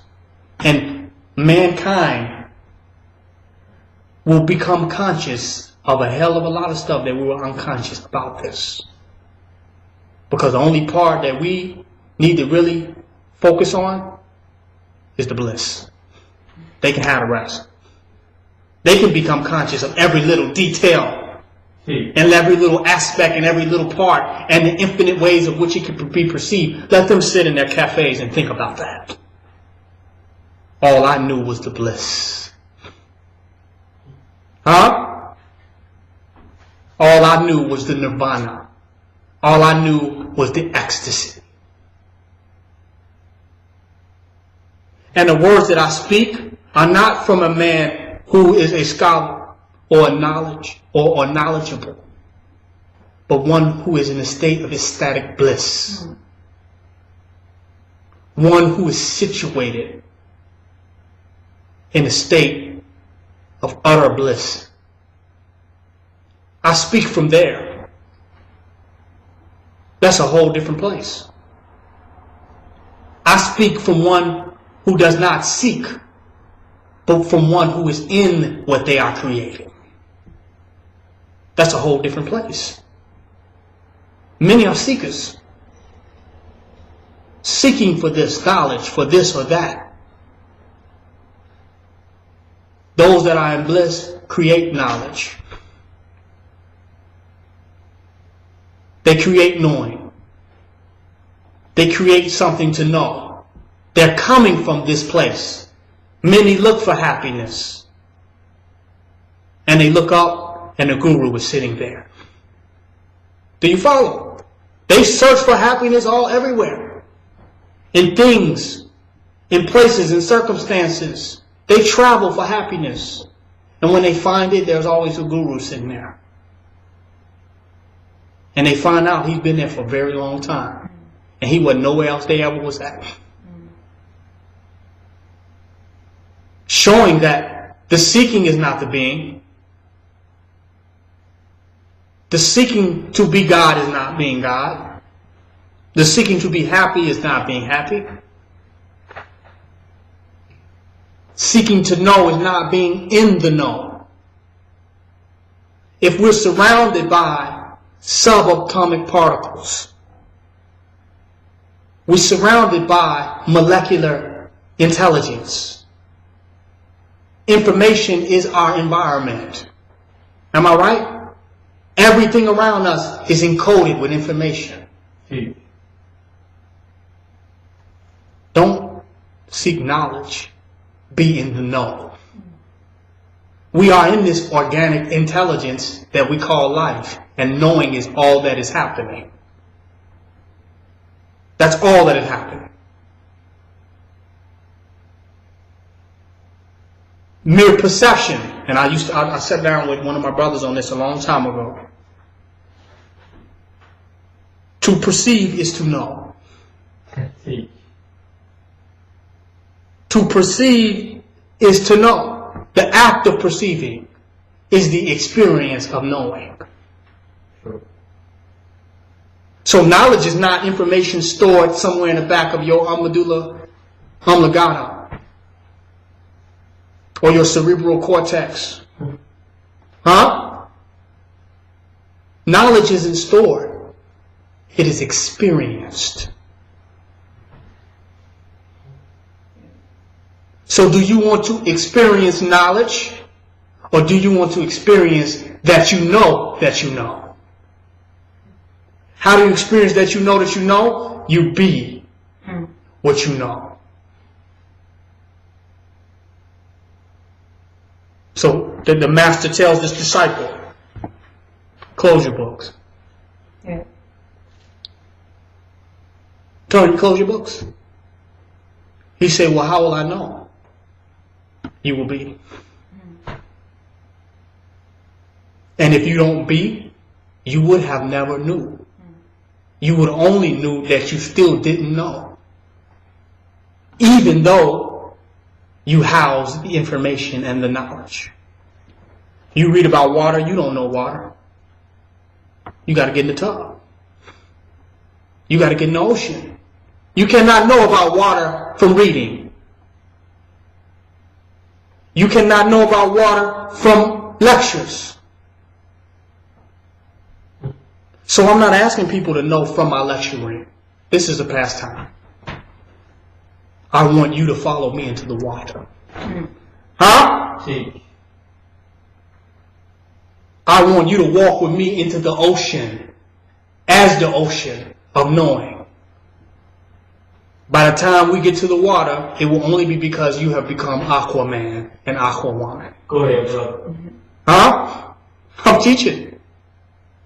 You will transform into liquid by the time I get you to the ocean, where you won't even be able to separate yourself from the water. Woo! So I'm not lecturing you to teach you. I'm lecturing to breathe the atmosphere of divinity on you. Teach. That's a fact. To share someone situated in the seventh heaven. Huh? I'm teaching. I'm bringing my situatedness in the seventh heaven with you. Letting you enter into the heavenly realm of consciousness, transforming your experience of this fourth dimensional plane. Y'all thought I was just up here talking. By the time I get to lecturing, you will be somewhere else. And it won't be where we began when I first started talking. They said, well, why your lectures are so long? I'm talking you out of something. Teach. And until I feel like you're out, I don't even shut up. I'm a hostage negotiator trying to free you from your own consciousness.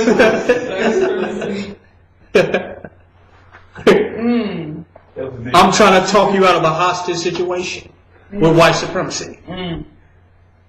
People say we're at war, but they don't know the essence of what we're at war. We are hostages of white supremacy right now. And the main one holding us hostage is ourselves. Teach. By holding on to the white supremacist world. And I'm trying to negotiate you out of it. It's a fact. What's the ransom? The thing about this is when I negotiate you out of it, there ain't no reward. You get the reward. That's heavy. Teach. The reward is yours. So we must stop looking to information. I had a book I put out. It was called The Art of Knowledge. I had a whole series of books. They were called The Art of Knowledge. How can knowledge be an art? Because what you think you know will paint the reality you live in. People got knowledge, and I debate with them, even the whole victim consciousness thing. They say, well, whatever thought it is, I know what I'm saying is true. And I say, I know that you know what you're saying is true. And it's true because you know that it is. And you're creating it. So be careful what you know and think is true. If I say no, there's no such thing as victim, no victims exist. They'll say, no, I know that there are victims. And that knowledge, which is their creation, will become their experience. And while they fight to be true, they got to ask, what are you fighting to be true about? If I come and tell a person, you're rich right now, they want to debate with you. No, I'm not. Unless you got this white man currency, blah, blah, blah. You're not rich right now, blah, blah. And I said, you're right. You're not rich right now. And while you have won the argument, you have created the very situation that you despise. Y'all gonna have to lose some arguments to get free. Back when I'm talking about the revolutionary, we think by winning the argument, we are free. We think we're winning. But since you're only arguing with yourself, sometimes when you win the argument, you lost. Because you have not gotten anywhere. You are in the same place when you started the argument as you are when you ended. The argument was an opportunity for you to get out of prison. You argued your way back in. They said, you can get out of prison. You say, no, I can't get out of prison. You win the argument. You still in prison. You sit in the cell like, damn, why am I in prison? Lose some arguments. Huh? Lose some debates. Whatever concept is creating the life that you don't want to live is because you don't want to lose the debates and the arguments that would change your experience.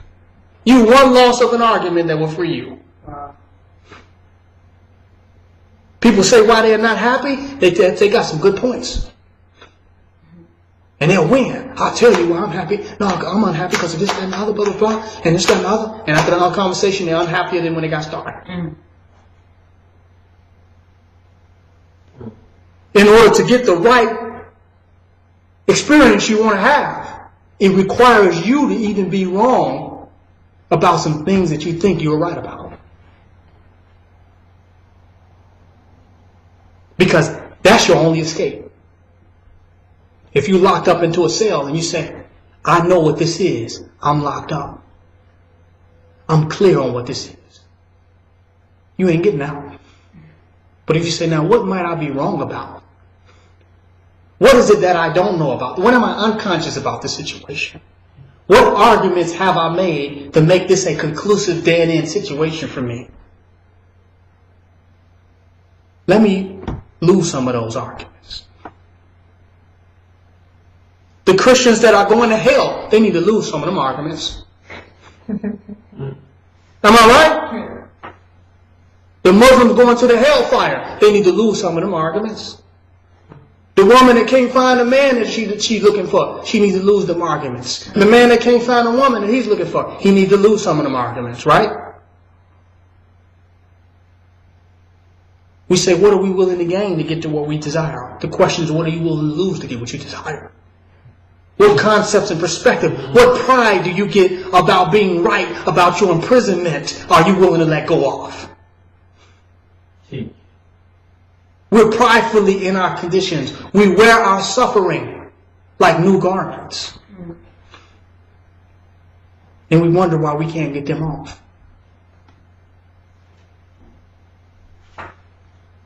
Everybody, 99% of people consciousness are going to have to become wrong about everything they're right about for this situation to change.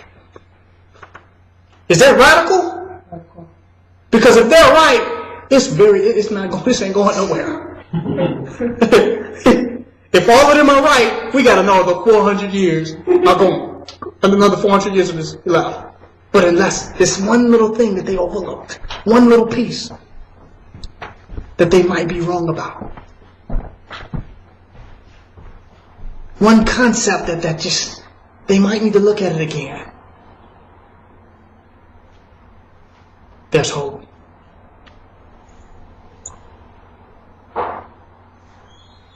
Some people do not have the room for their mind to be transformed and tweaked into the experience that they have. They don't even have the room in their consciousness for this to happen. So it can't happen. I have room in my consciousness. That's why I keep having breakthrough situations. Because I have that little space in my mind to say, I know that I can succeed. Now what am I looking at wrong right now that's telling me that I cannot succeed right now? And am I willing to let go of that thought? Or am I so proud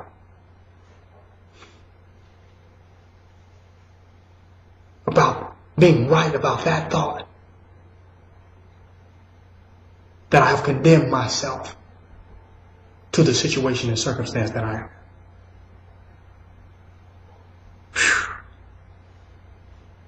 You don't become conscious by becoming more conscious. True consciousness is discovering what your own unconsciousness. Not somebody else's information, but your own unconsciousness. Because it's not what they are unconscious about that's creating your reality, it's what you are unconscious about that is creating yours. So the only unconsciousness that you need to discover is your own. We don't need to discover shape unto the ops unconsciousness.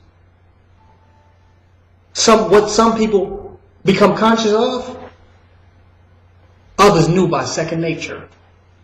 It was apparent to them. It was obvious.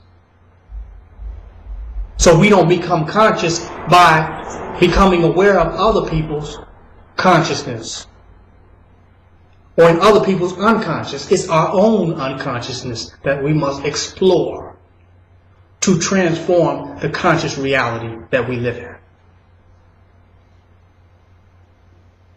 So in going beyond victim consciousness, one must be willing to define all of their experiences and all their phenomena. Every circumstance must be defined in a way that gives power to the individual. Everything that happens must be redefined quickly in a way that gives power to the individual. If it's not, it's disempowering the individual and creating an eternal victim. Every situation must be turned around, and the positive must be extracted and become the ultimate definition of what has occurred and what has happened. To the point where we've defined out victim consciousness and the power for us to create lies within us right now. We say we need to teach our children and start our own schools. What do we need to teach them? The opposite of victim consciousness. We need to totally remove that from their curriculum and put them in a position to define their reality. But in order to do that, no Europeans can be there.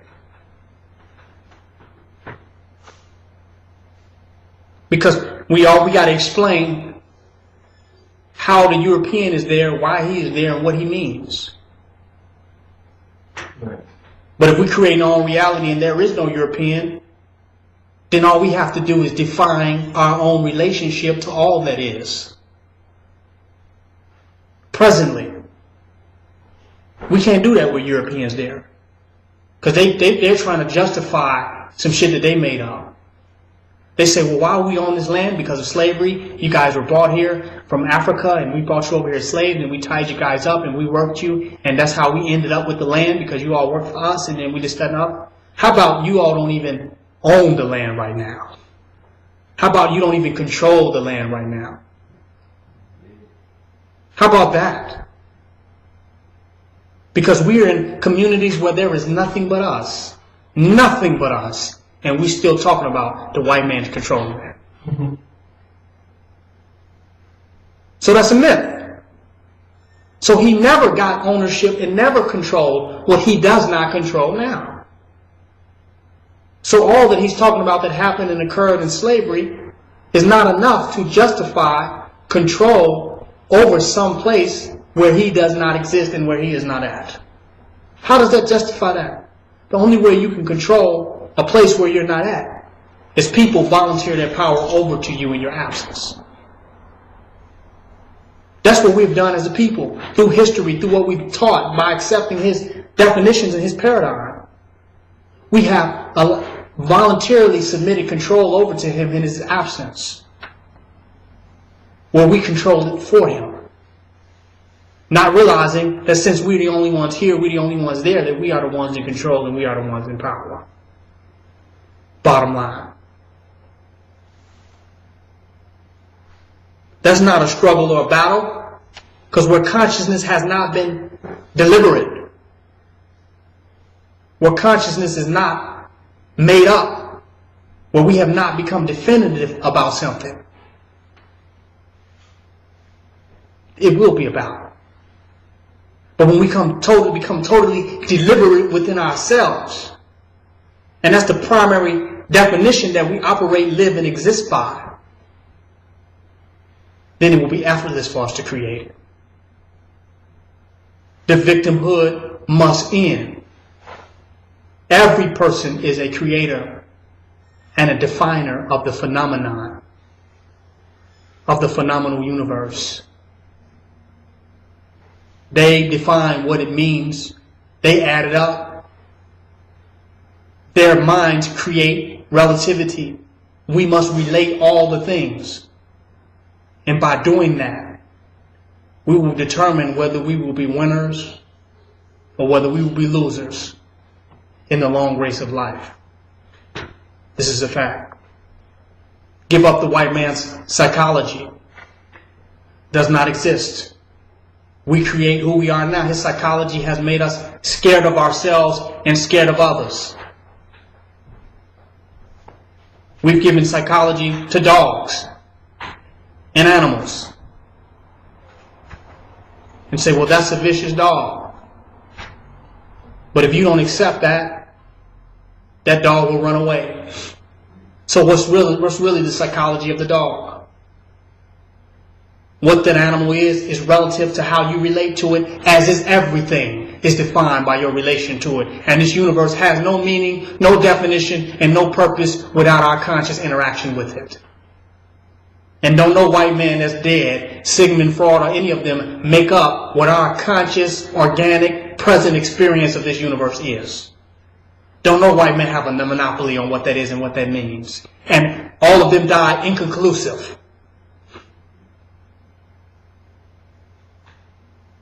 Because with all of their psychological studies, they have not come up with one diagnosis and the ability to psychiatrically treat one illness. Sedatives existed before this psychological system that we use today. The psychiatry. There's always been sedatives since the beginning of time. As long as it's been opium, there have been sedatives. But the ability to cure someone, to make them operate in a way that is considered normal, whatever the hell that is. Because how can some unique entity, born none like another, unique in themselves, how can you make it function like it is supposed to be? And you don't even know what it is. There is no human model for how human beings should be or should exist. Everybody is what? Unique and different.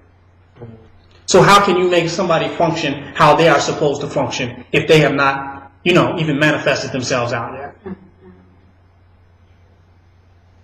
That's foolishness. In order to make something reach its optimal state, you must know it better than itself. Right? To be able to treat it and deal with it. But you can't even open it up and find out where it is. The so-called psyche. You cannot find the seat of consciousness within a human being to make it operate or function properly. So there is no model for human existence.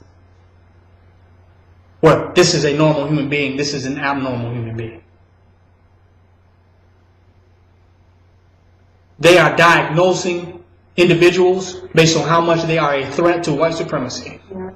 The more you are a threat to white supremacy, the more you are mentally ill.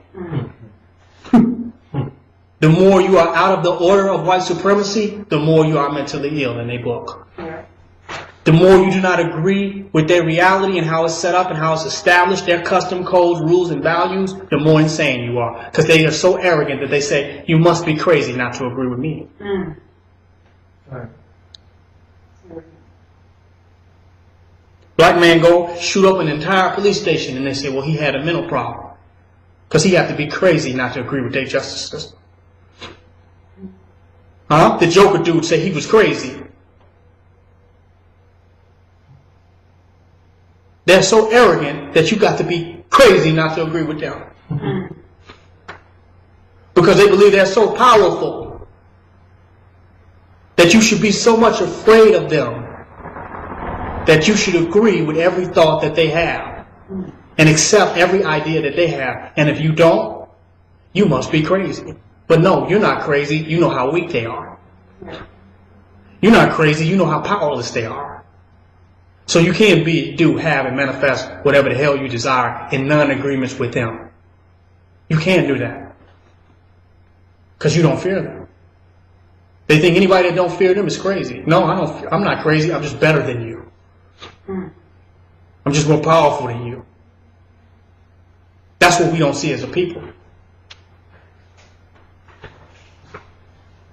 So if you are crazy in their eyes, you're doing a good job. You're doing a hell of a job. And if you're sane in their eyes, you're probably a Sambo and Uncle Tom ass Negro. That's a fact. You got crazy people that they say are crazy in our community, but they get among white people, they sane in the model. Because they're not so crazy that they're going to be insane among this white man. Because that's how much they fear the white man. Do you follow? They get sane quick when they get with next to this white dude. They japping out on everybody. They sit down with the psychologist. Well, I don't know. I'm, just having a bad day. But they japping out on everybody else, but they peaceful. Why is that? Because they're sane with the white man. So to be outside of the white man's reality, you must truly be crazy. Crazier than the craziest person. Because even the craziest person is going to be sane with the cracker.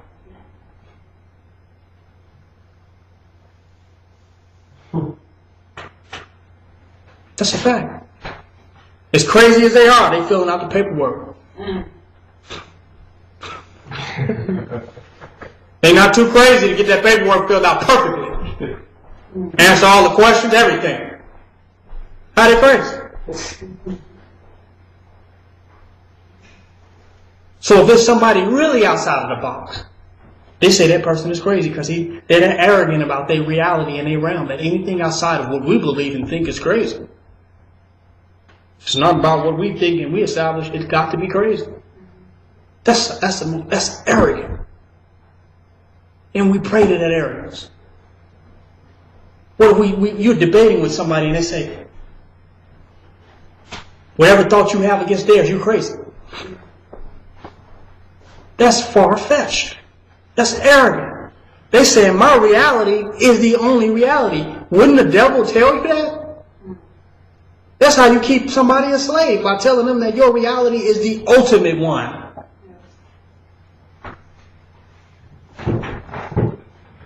It's the ultimate one. And how is it ultimate? I make the laws. I write the Bible and choose what books are going to be in it. And I transliterate it. I make reality.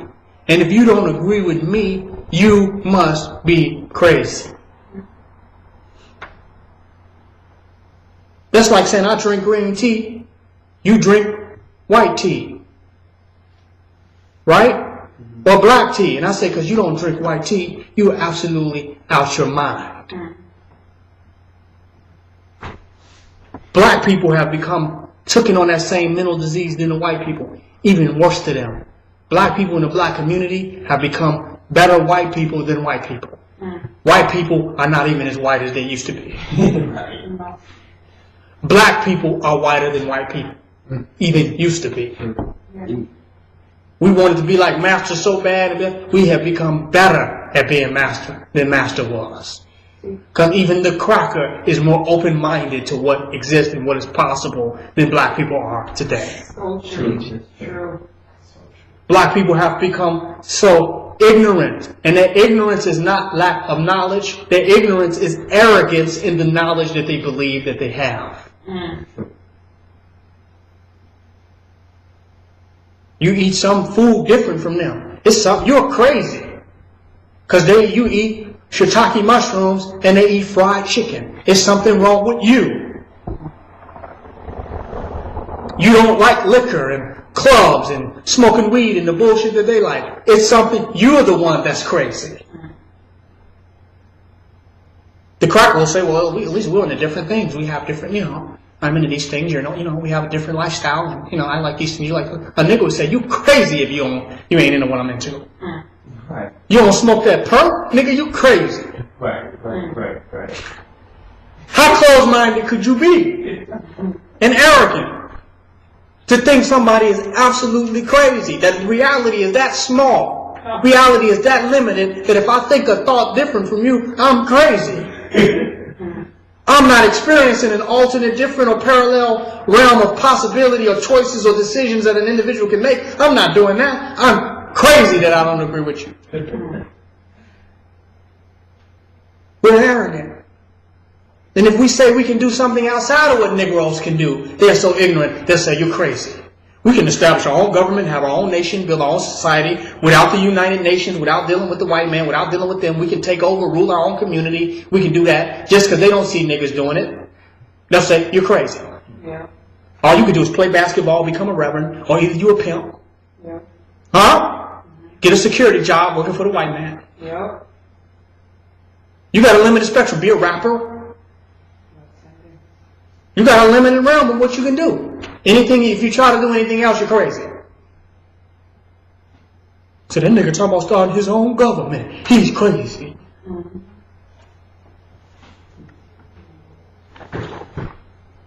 That nigga saying he's some type of god or something. He's crazy. You got a name different from a name they got. You lying. You crazy. That ain't your name. You crazy.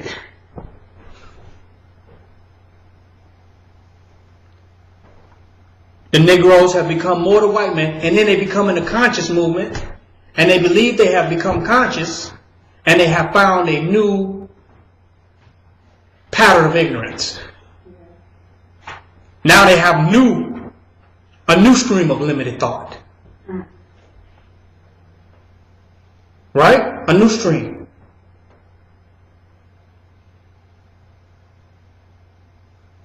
They look at a picture and they see a woman in Africa. She's showing her body. They say that's indigenous, that's tribal. They see a woman in America showing her body. They say she's a hoe. Were there any hoes in Africa? Did hoeing start in America with the Negro in America? Was the consciousness of the hoe born in America? This is the question. We've got to ask ourselves these questions. If you show your body in Africa, you're indigenous. This is cultural. If you're in America, you don't look like a Christian Protestant 1600 white woman from the 1800s. You a hoe. Huh? Yeah. They have no record of the men you've been sleeping with to make this statement. They automatically come with you're a hoe because of how you're dressed. It's ignorance. They limit the possibility of what a being, how a being can express themselves and what they can be. You either this or that. There are, what I said, multiple relativities. 1,000 things that can be. The Negro is only aware of 3 of them.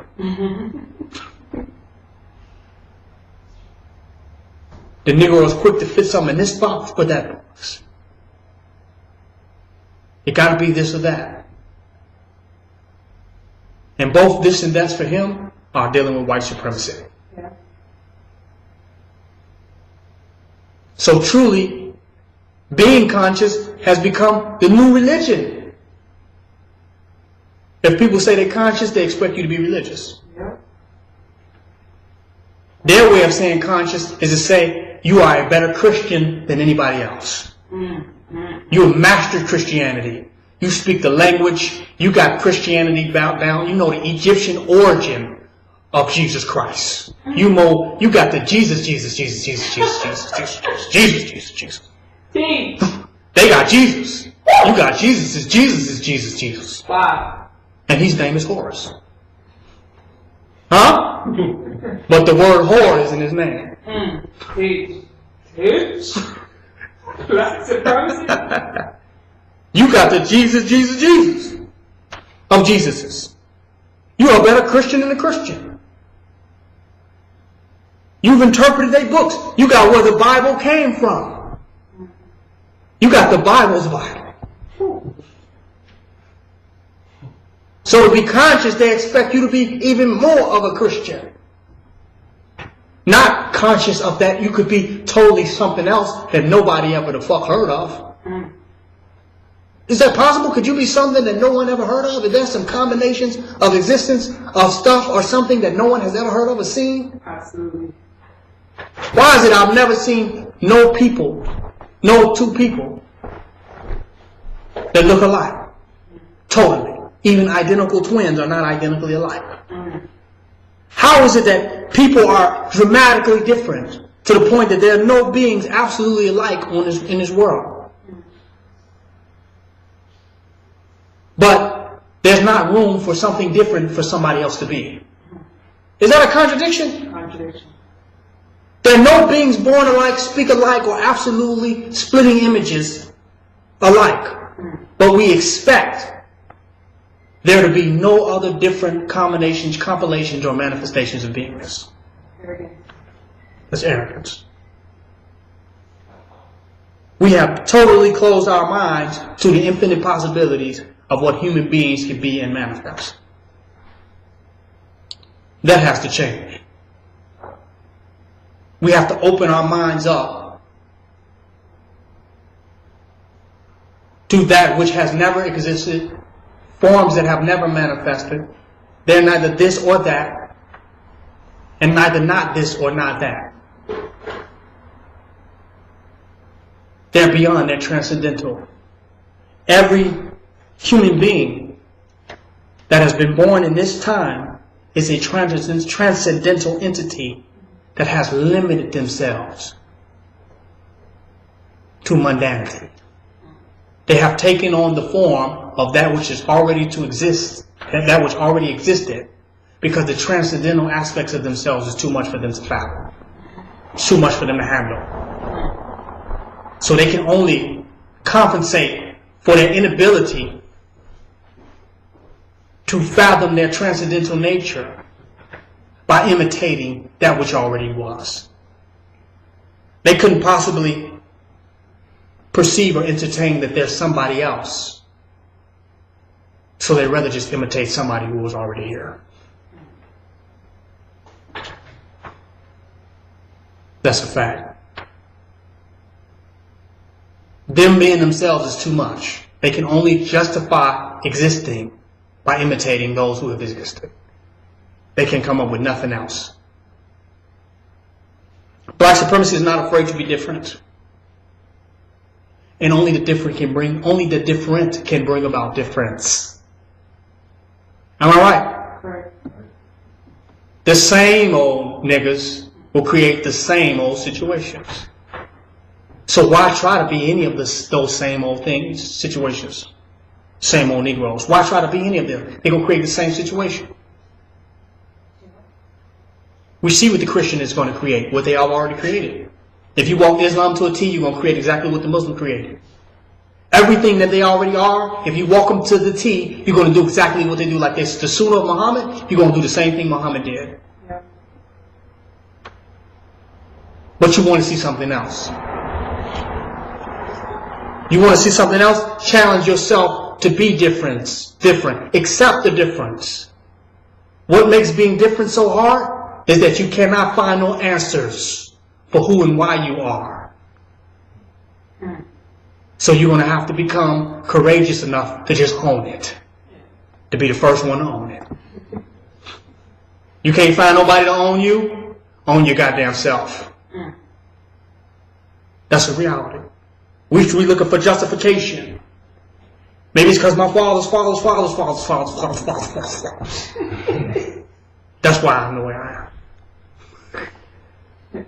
You know? My mama's mom. That's why I'm the way I am. No, nigga, you just you. Deal with it. There's no reason, no excuse, no justification. That hurts people. It almost sounds atheist. Life has no meaning. And the ultimate question that life asks the individual is, well, what do you mean? And instead of defining, you run and get the dictionary. But your very spirit, your emotions, your desires, and your inclinations will add the definition to your life, will define your existence. If you can be at one enough with yourself to accept who and what you are, that in and of itself will define it all. Thousands of books. If we memorized and read thousands of books, it would not add 0.1% of the definition to life of he or she who knows themselves. Those who know themselves define knowing itself. Those who know who they are create knowledge. That's your black Illuminati. People say the Illuminati is something evil. That's because they're so ignorant that being illuminated is the worst thing that can happen to them. They're so prideful in their ignorance that they don't want to be illuminated. They don't want the light to go on and to be enlightened.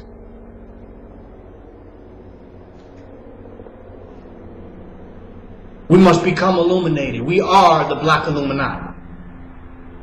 And they say, well, are you talking about Masonry? Are you talking about these other groups? And connecting yourself to what they are, what they're about. The real black Illuminati is not who these individuals that are talking about with these rappers. Who these rappers are worshiping and a part. The real Illuminati are those who are in the know. And the total accumulation of all their wisdom puts them in a state of knowing. Watch this.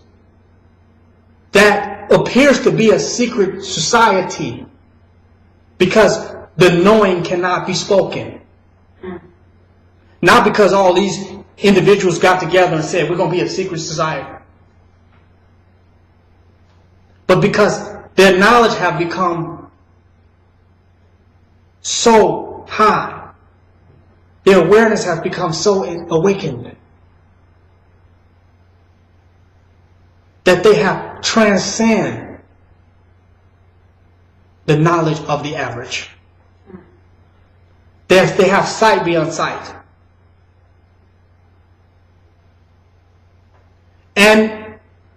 But they know those who know. I'm teaching that. They can't talk to those who don't know. It's a waste of time. Those are your ignorant, limited-minded, in a box. Don't want to hear nothing. Nothing exists outside of their reality. They can't talk to them. So they're not keeping secrets. It's just if I told you, it would still be a secret because you wouldn't get it. You wouldn't be listening to what I'm saying anyway. Huh? If we told you, you'd be crazy. You say we was crazy anyway. Huh? So they know those who know. And like attracts. So those who know that each other know and become a society. They say there are codes and symbolisms and handshakes and stuff like this. Those are the babies. They're breastfeeding. The real knowers,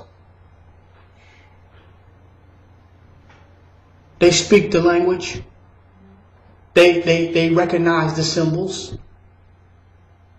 And they know that others know. And have the moments of knowing in them. They look each other in the eyes and know that each other know. And they shake with a firm grip. Huh? Out of the knowing that each other knows. Not out of going through some 33rd degree and climbing some ladder and being blindfolded and fucked in the ass. Huh? That's for the babies. Those who know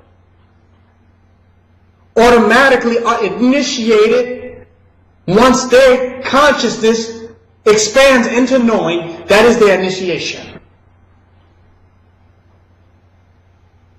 Am I right? Right.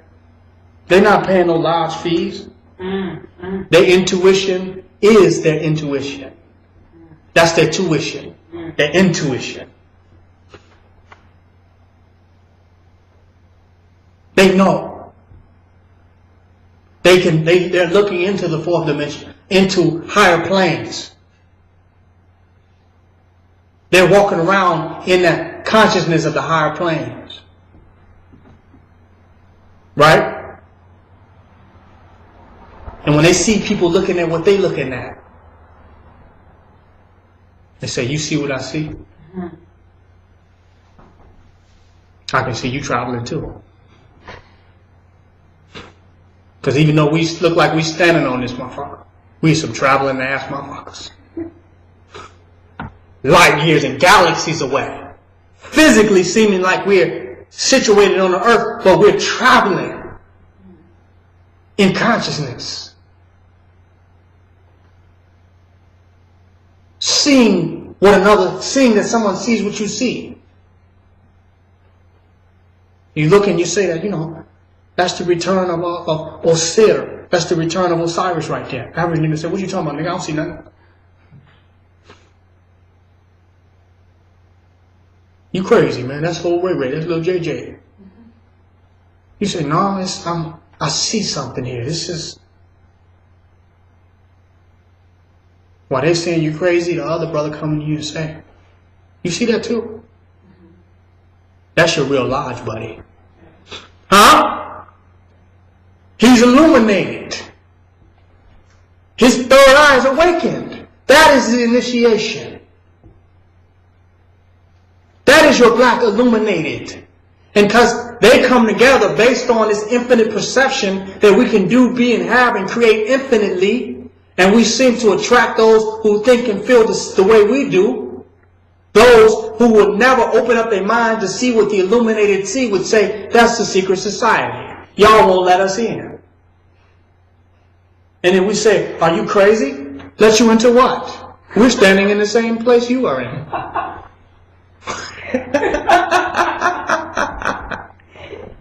Let you into what? Come on in the house.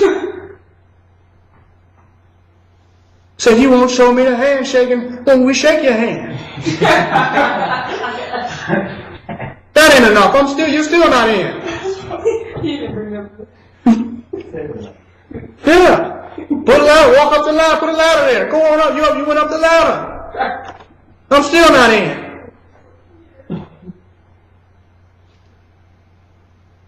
You got people that are a part of these different lodges that know they're not in. They got every degree that you can imagine, and they still don't fit. They still looking for more degrees. I'm still not in. Because they're not in. But those who are in, your daywalkers, who are really in the higher plane of consciousness, the higher perception, the mastermindedness. Those who are looking at the world as grand architects to create their own reality. Right? Functioning as carpenters to create their own destiny. Realizing what tools they have to shape out their own reality. That's your black Illuminati.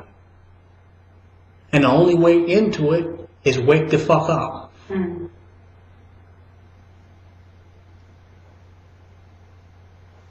So your rappers and these people that say they are Illuminati are playing. If somebody even came to them and said they are the Illuminati, they're playing with them. They just like fucking people in the ass. It has nothing to do with illumination. It has nothing to do with being illuminated. Because you cannot be illuminated, right? You cannot be illuminated and be under somebody else's record company. How can you have this illuminated knowledge and be a neophyte and be under what somebody else is? Illuminated people do as illuminated people.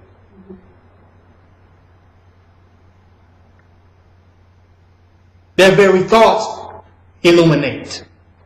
If you ain't doing that, you're not illuminated. But they want to make the black Illuminati negative. Because they're Christians.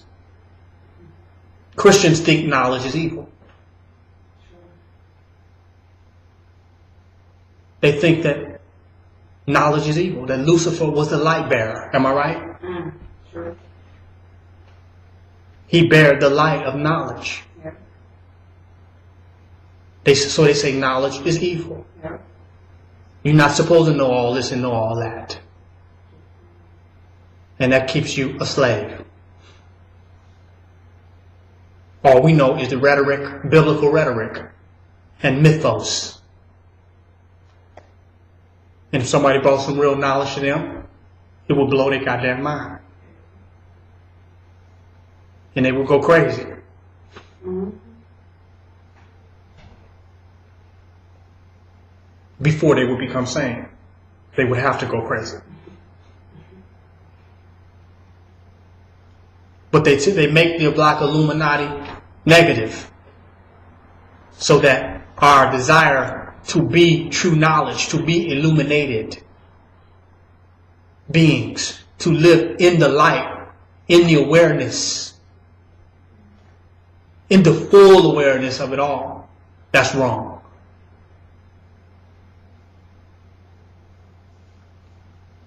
The word illuminate is not a negative word anywhere you find it.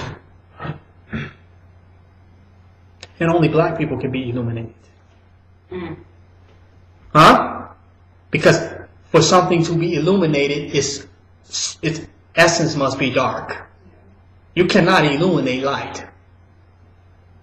Only dark things illuminate. Right? If it's already light, how do you illuminate it if it's already lit up? So Europeans cannot be illuminated. Only black people can illuminate, can glow. So there are no white Illuminati. There's some old stale ass crackers sitting around a table about to fall over.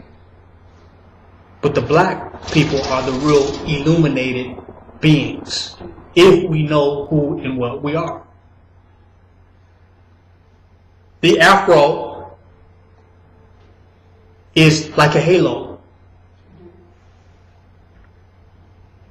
It is like a dark light. Do you follow? Like our scalp is illuminating darkness. That's heavy. We wear the halo naturally. That's the reality. We are the illuminated ones and the illuminated beings. They want to take that, make that negative, lock you up in the church. Where our knowledge is limited. The illuminated people want to rule. Will rule. The illuminated are not scared to possess power. The Christians say power is evil. Who wants power? Power is evil. They say power corrupts. This is what they say. So they're against the things that they need to change their situation. So how can a conscious Christian cause a revolution? Hell, power is evil. Then in one mind they say money is evil, but they want it. Right? All of them will tell you money is evil, is the root of all evil. They tell you sex is evil. This is a fact. Everything they want is evil. Well, the illuminated ones have embraced all of their evils. And what is evil to them is our power. Wow. Everything that is evil to them, we have mastered it. And by the time they figure out how good they want it, we mastered it. There are levels behind us. When they get tired of saying money is evil, by the time they realize, getting to think that money is not evil, we would have created an economic system. Printing our own. Because the white man's money is evil. That's a fact. Because every evil that we do in each other in the community is over the white man's what? Money. So by the time they wake up to their own desires and face what they consider to be evil, we will have mastered it. And the craziest thing is they end up becoming slaves to masters. It's not a black and white dynamic. It's a conscious creation dynamic. if we possess what you desire, you are subservient to our possessions. Not because of our desire to oppress, right? Or to be over or lord over, but because we have mastered it. That's a fact. So as masters, they don't understand what we're talking about when we say you don't need money. It's not that we are so broke. It's that we have mastered economics. We have mastered the economy of existence. They're still trying to get money, and we've mastered the economy of consciousness existence. See.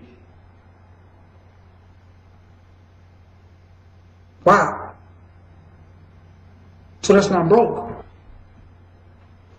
Everything that you will want with money, the spiritual equivalence of what you can get, what you think you can get with the most amount of money that you could ever accumulate, we got that.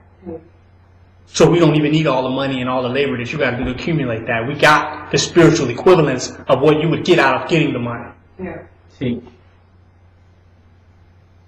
So by the time you get to the table, we satisfied, we full, we already ate that. And we coming up with new recipes. That's illuminated. But they say you against money and all that, you're a broke Negro. You don't know what you need. You all don't want no money. No, we possess in wisdom, knowledge, wisdom, and understanding everything, every desire that you would only pray that the amount of money that you would accumulate could get for you.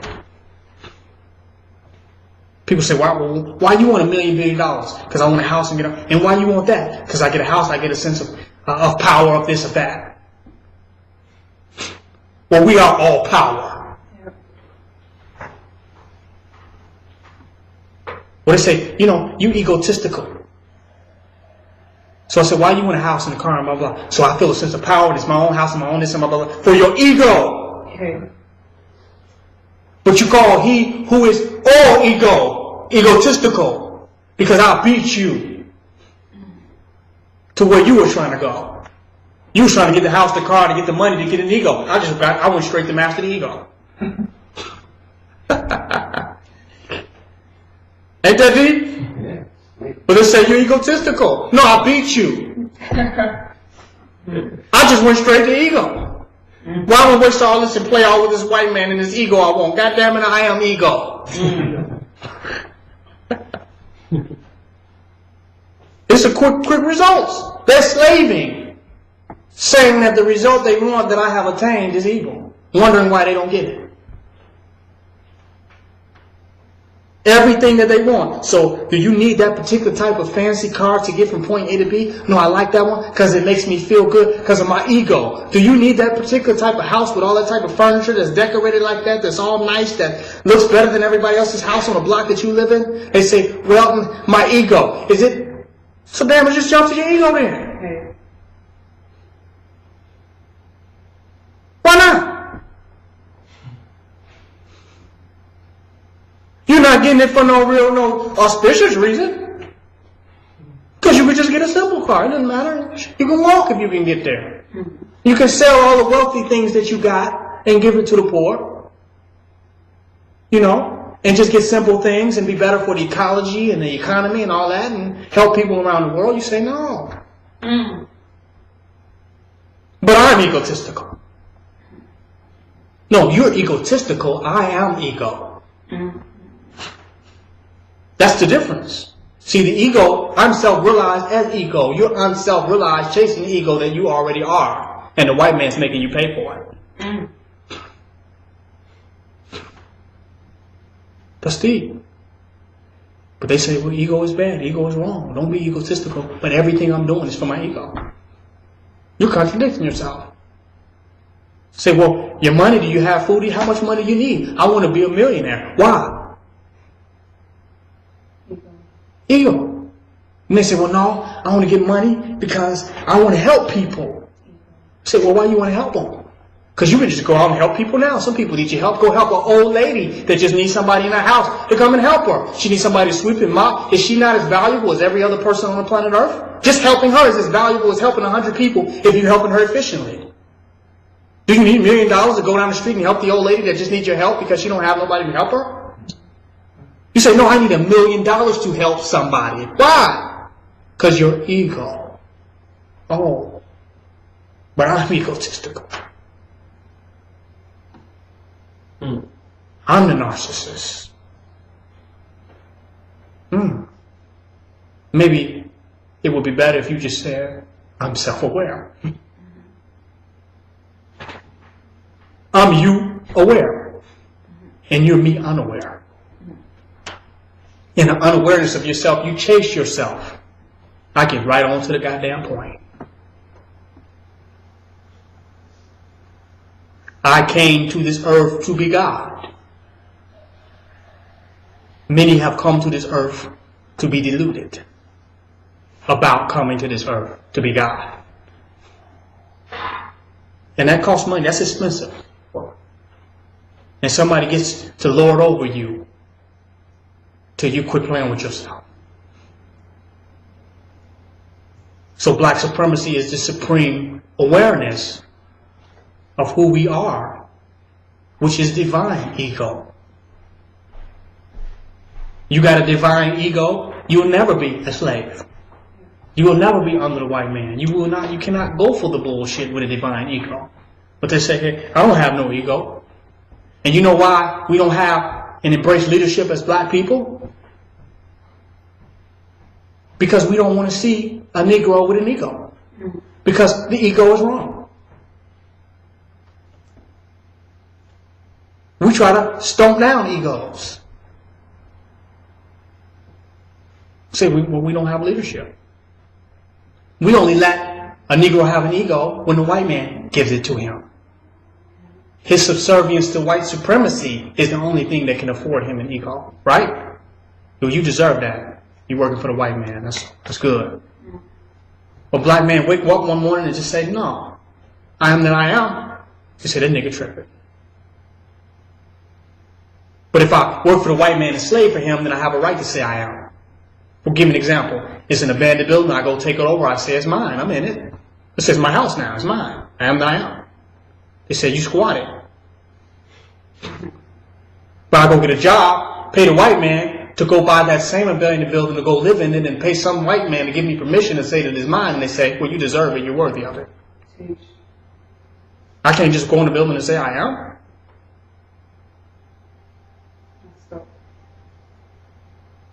But the very police department come to me, some crackers or some black people under the auspices of white supremacy, they say to you, freeze, I'm the police. No, they say freeze. I say why? They say I'm the police. I say why? They say because I am. They say we have all these laws to follow these regulations, and who authorized you to do that, and who made you to do all that shit up? And does it matter if other people agree with that and want to go along with that? They say because I am. Am I right? What if I don't agree with those laws and your president and your system and all the shit you got made up and all those laws? What if I don't agree with any of that? You know what they say? I am. I still am. But if I say I am, there's something wrong. The nigga's ego tripping. See, the white man is allowed to ego trip. He's allowed to, he don't live in our neighborhood. He just come from nowhere and he say, this is my house. We say, well, I guess it's your house. Everybody's not asking for documentation and paperwork. Is this really your house? Who gave it to your forefathers and gave it to your forefathers and forefathers? Show me the whole chain of ownership. Yeah. Show me how this house is your house from the origin. The fact that he say, I am with firmity is enough for us. In a firm way. But a nigga say firm I am, everybody gets scared. If a nigga say I am too hard, niggas dialing 911. It's a fact. So we want to have to pay for an ego that we were already born with. Because we don't have the courage and heart to stand up for ourselves and be men. Stand up for ourselves and be women and be goddesses and be gods. We want to buy a reason to say I am. And everybody is saying, I am. And with the firmness that they're saying that, holding down everything that they have. Why was Bush the president? Because they said he was, and he said he was. Everybody wanted him out of office, right? But as long as he get up there another day and say, I am the president, he is. Where are they getting all this power from? Because of some documents and some paperwork and shit is written? No. That's what justifies the paperwork. That they holding it saying, I am this. Well, when are we going to start coming into the I amness of ourselves and standing wholeheartedly in what we are? Are we looking for a reason in their paperwork? Are we looking for the way they're standing as an excuse for us to be who we are? That's what it sounds like. We're trying to write off their I am. Am I right? Well, I got this paperwork from him. That's why I am. This birth certificate I got from him. That's why I am. I filed this with him. That's why I am. I'm getting this money from him. That's why I am. I'm working for them. I am. I went to school for this many years. I am. I went to this lodge and got this degree. That's the reason I am. All of our reasons for why we are is because of him. Black supremacy is the only place a Negro has said that I am without having nothing to do with the white man. Teach. Am I teaching? It's been a long time coming. And it's time. Dr. King said, I am because I'm human. Because of the civil rights movement. And I am because of all men were created. And I am because of all these crackers. And what these crackers wrote and said. This is why I am. And the white man said, well, okay, because we said you are, and because we are, you are. Then go ahead and piss after me. Right? Go ahead and sit at the table with me. Go ahead and fuck Sally. I don't want her anyway. I'm gay. She ugly. I don't like her. You follow? As long as you say you are because I am, it's okay. You're the president of the United States of America. Right? As long as you say I am because I am, that's fine. I'll give you that. We said all men are created equal, and let these truths be self-evident, right? That all men were created equal. Because we said it. We came together as the founding fathers, and we said this. And the I am of our collective justifies why we have a right to be human. What if I said, fuck all them crackers that was at that table? You follow? Who cares what they said? Whether they said or did say it. I am. Where's that at? That spirit at? Because we were before the founding fathers wrote a document. Before some bald-headed crackers with some curly white wigs sat down on stolen native land and wrote that document, we were. But now the reason we should be treated fairly or justice or get some of what we want or some prosperity or some liberty or some posterity or whatever, right? It's because of them. That's the reason. And they say, okay, that's fine. We can go with that. As long as your I am is because of us, that's fine. But if you make up your own badge out of metal and carve it out and go out there and just say you some shit and you ain't internalized it in the seat of your soul, you ain't talking about nothing. I'm here to tell every black person in the universe that you have a right to your I am, whatever that is that you choose to be. Void of the white man, having nothing to do with no relationship to him. You can do it. And if you embrace that in your mind hard enough, he will accept it Teach.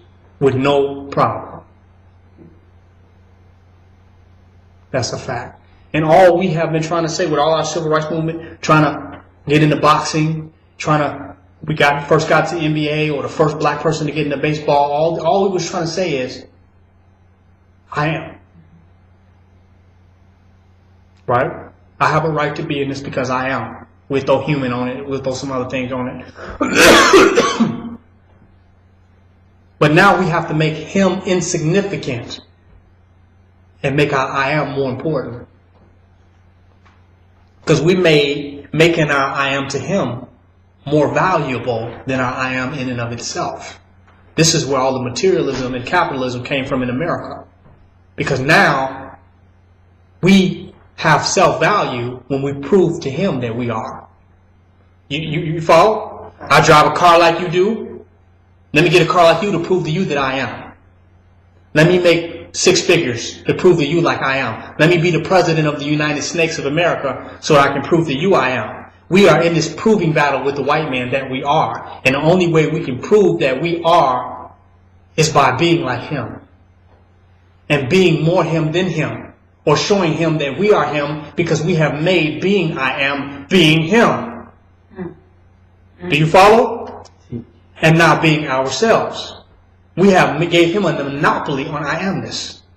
And if we don't go through him and prove to him and go through his ways of being, in our own minds, we are not insignificant of no value. That's why if we're doing some work and no money is being handed out with his face on it, the work is considered valueless.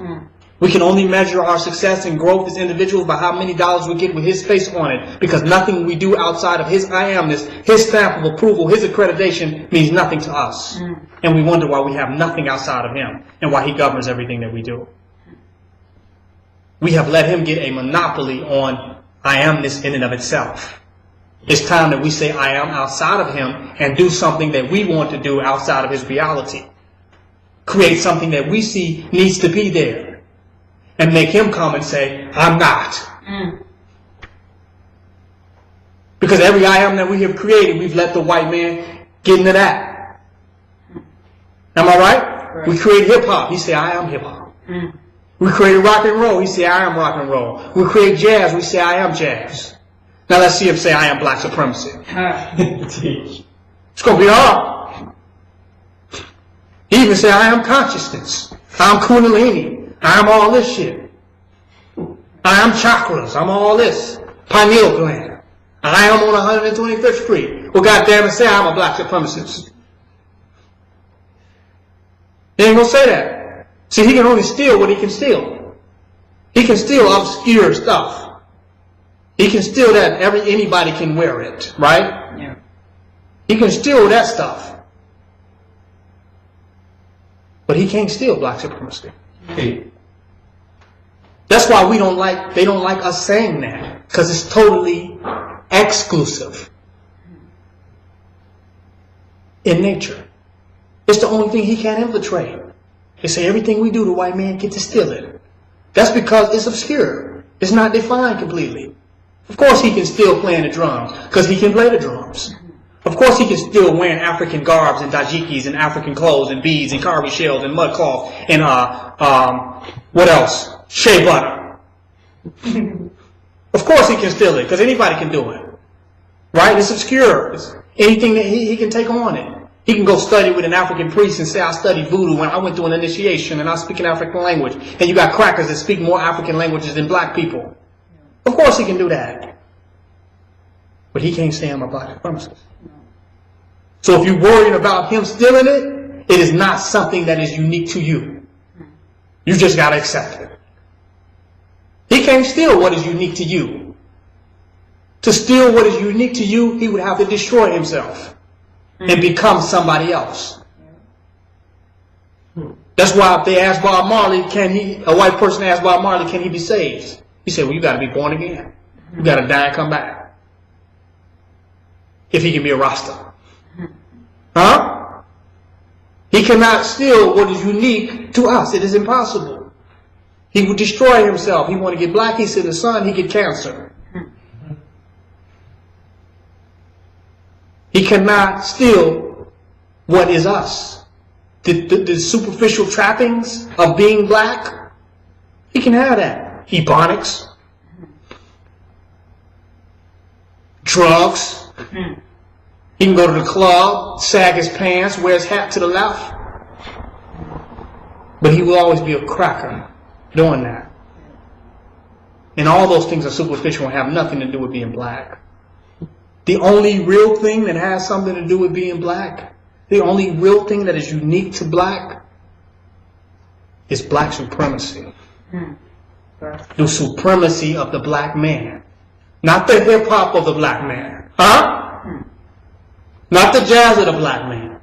Not the African drums and culture of the black man. The supremacy of the black man. He cannot have that. Say, well, I can sleep with a white woman. You don't have the supremacy of the black man. You just hit the supremacy of the black pussy. Am I right? You cannot have the supremacy of the black man. And vice versa. A white woman cannot sleep with a black man and get the supremacy of a black man. Can't get it. It's impossible. So it made sense for us to choose the one thing. If we say we want to be unique, we want to find ourselves. Self must be that which is different and set apart from everybody else. It must be the main distinguishing factor that nobody else can pretend or imitate or act like they're a part of. It must be something unique to us. What is it? It's black supremacy. It ain't been nothing else. It ain't been Islam. They're white Muslims. It ain't been Christianity. They're white Christians. It ain't been Hebrew Israelites. They're white Hebrew Israelites that say they're white. Yeah. Am I right? Correct.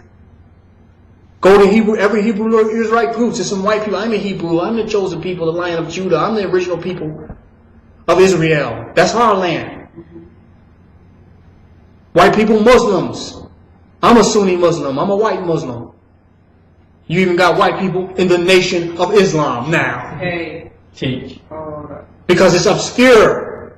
But how many white, black supremacists have you ever seen? None.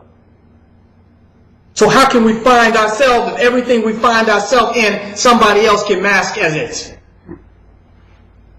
Am I right? Somebody else can mask as it. Black supremacy is the only thing that white people cannot mask as. If a white person say he is a black supremacist, he is saying that I am a servant. I am subject. Exactly. I believe that the black man is supreme, not me. If I say I'm a Muslim, he say I'm a Muslim. I took my shahada. You're my Islamic brother. You're my brother by faith. Lord Shita. Black supremacy is the only thing that separates us totally from the European. He cannot be it. He cannot fit in. Black people hate it because it's some Negro coons hate it because it's not something they can be and be with Bob. They can't say, well, Bob, I'm a black supremacist. Just call it something else. Say you guys are just black cultural or black, something, black pride or something. Because I can't go around Bob and Sarah and say I'm a black supremacist. You can go to work and say, well, I'm a Muslim. I'm a Christian. I'm a Jehovah's Witness. I'm a Latter-day Saint. You can go to work and say that, right? Go to work and tell them you're a black supremacist and see how quick you get a memo on your desk.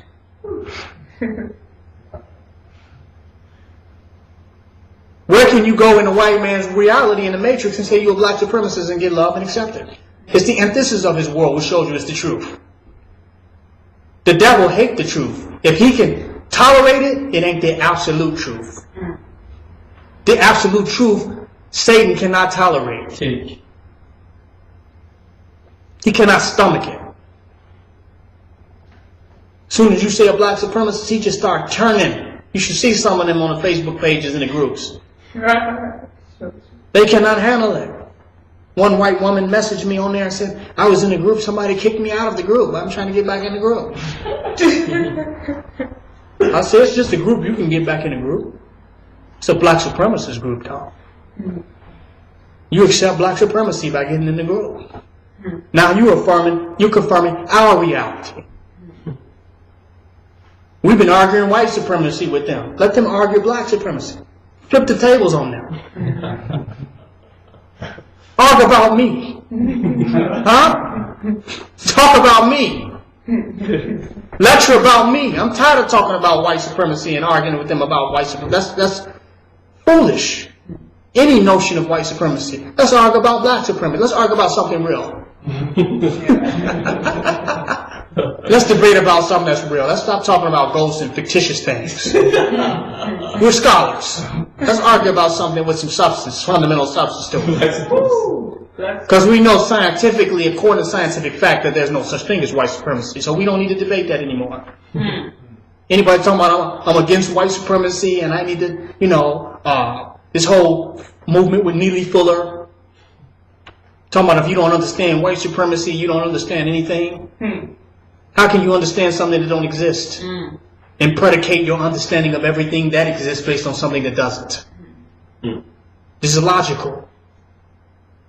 Understanding the non-existence will not help you get a better understanding of that which exists. White supremacy does not exist. And it's till you understand that it don't exist, can you understand every other thing. Huh? That's a fact. You cannot base your reality on non-existence.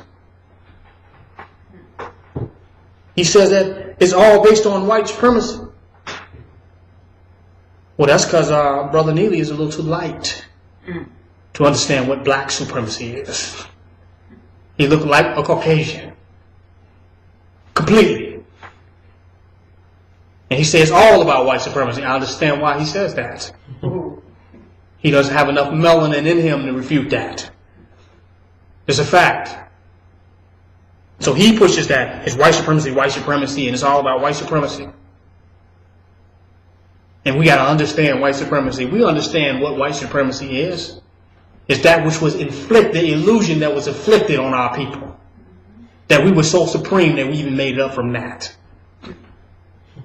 Am I right? That black supremacy was so supreme that even the illusion of white supremacy could not crush us in our spirits. We survived the worst that it could dish out. Chitlins, getting whipped, getting beat down, getting hung. We survived the worst of that. We understand it fully. Now we need to understand and open the book up of black supremacy. We need to activate that in its totality.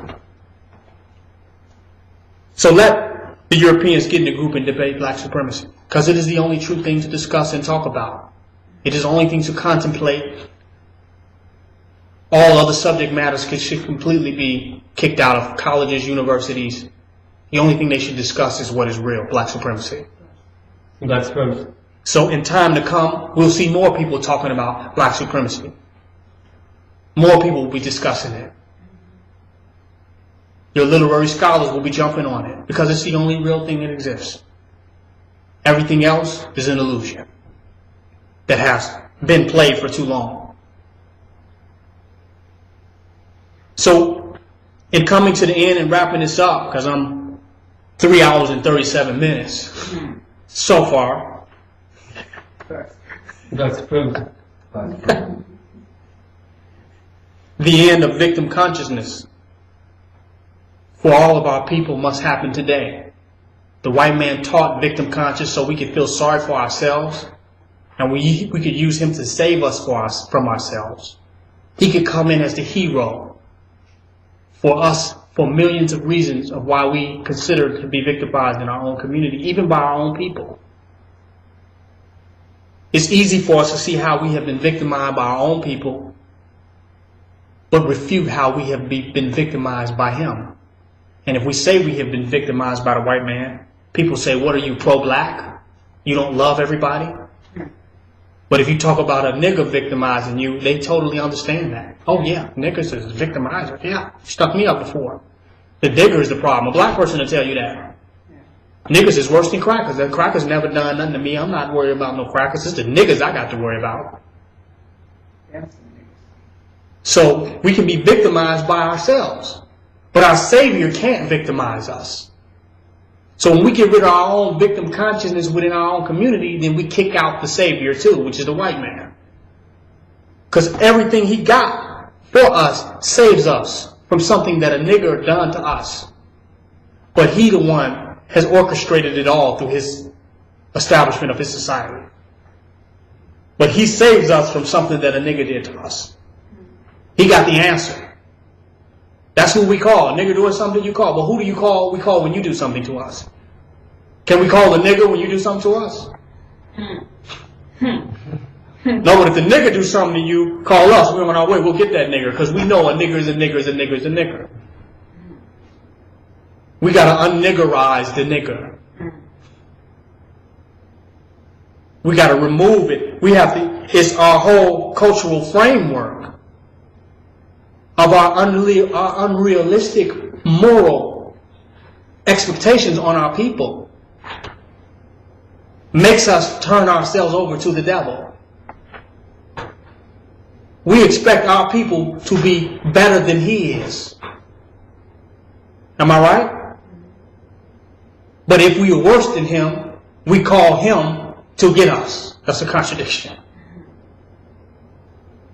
But we say, why don't we get him for what he's doing? Well, because we are supposed to be better than him.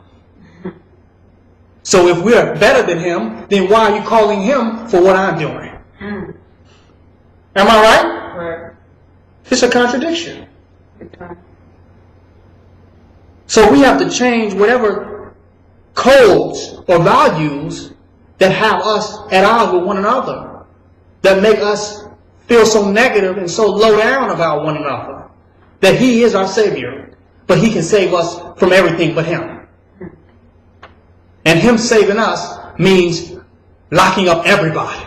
Yeah. That's the way he saves the black woman from the black man. Lock him up from everybody. This is his manner of saving. You know, he keeps our community safe from the drug dealers and the gangbangers by locking up every black man he sees. So then every gangsterous, goon black man that he locked up would so happen to have been the same black man that would have protected us from him. What a coincidence. So that when you shoot at us and kill us, we have no defense. Because you locked up every big bad wolf in our neighborhood, right? Is that black guy scaring you? Because he's scaring me. Is he scaring you? Okay, I'll get him. Out of there. Now I'm scare you. I'm diabolical. I'm gonna scare you now. Am I scaring you? Literally. Call me if you see a nigga that's scary and he's scaring you. You scared of the nigga? Call me. I got you. And who will protect your sons? Right? Who will protect you from me? Nobody. So I guess if I get the scary Negro that you're scared of, that I'm really scared of, and I'm scared of you not scared of him, because what do? When I get him out of there, who will protect you from me? So then you got to do what I want to do. Send your children to school, right? No homeschool. Because I got a lot of goons. I got a lot of white devils with me that if you just don't do what I want you to do, black woman, and you know it in your heart, I'm going to run my rubber boot up your goddamn neck. And a black woman knows that subconsciously, which is why she obeys everything that he asks. Am I right? The majority of black women, I send my children to school every day on time. They be ready to beat the child to death to go to school.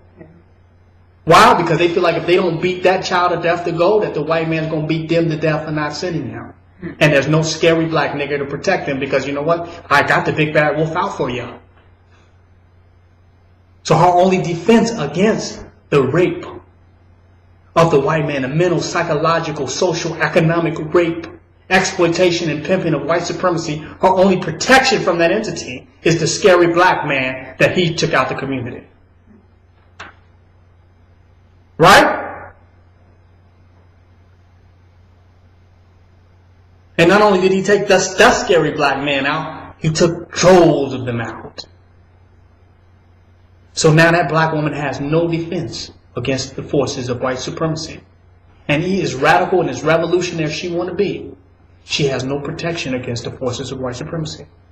Only that scary, badass black man is willing to stand up against that white devil to put his ass in his place so even the black woman can have the type of liberty and freedom of her situation to raise her children to be the gods and goddesses that they need to be, not under colonialism, not Trayvon Martin's, not under white supremacy, not getting shot in the head at 11 years, at 11 years old by white cracker police. that bad black man is the one that protects the black woman and the community so that it is a free environment and free society, so that more gods, goddesses, rebels, warriors, and warriorettes can be born in that community. But if this black guy isn't made the bad guy, the father, the black male, if there's not a psychological construct and matrix to demonize him,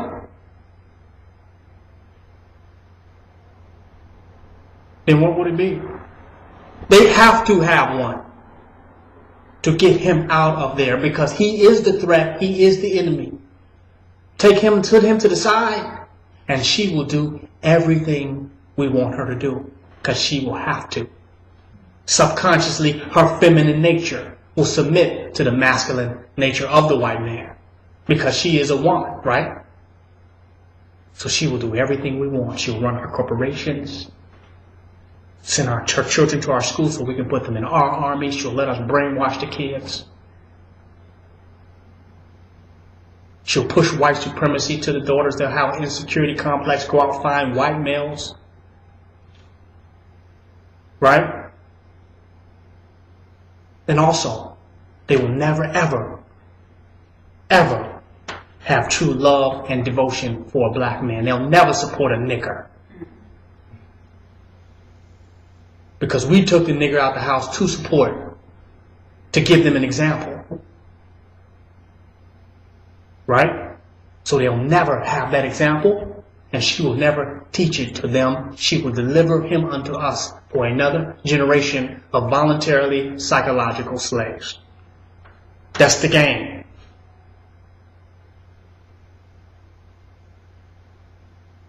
So we must change our entire value systems, period, to stop criminalizing and demonizing ourselves. Last piece I want to touch on. Child support. Very interesting subject. Gonna piss some people off with it.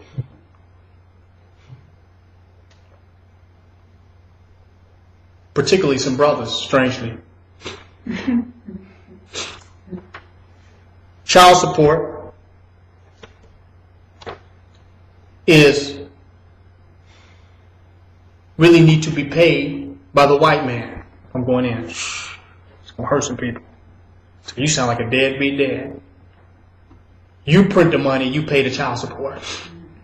You own the Federal Reserve Bank, you pay the child support. If it's something with paying and you're printing the money, damn it, you should pay, right?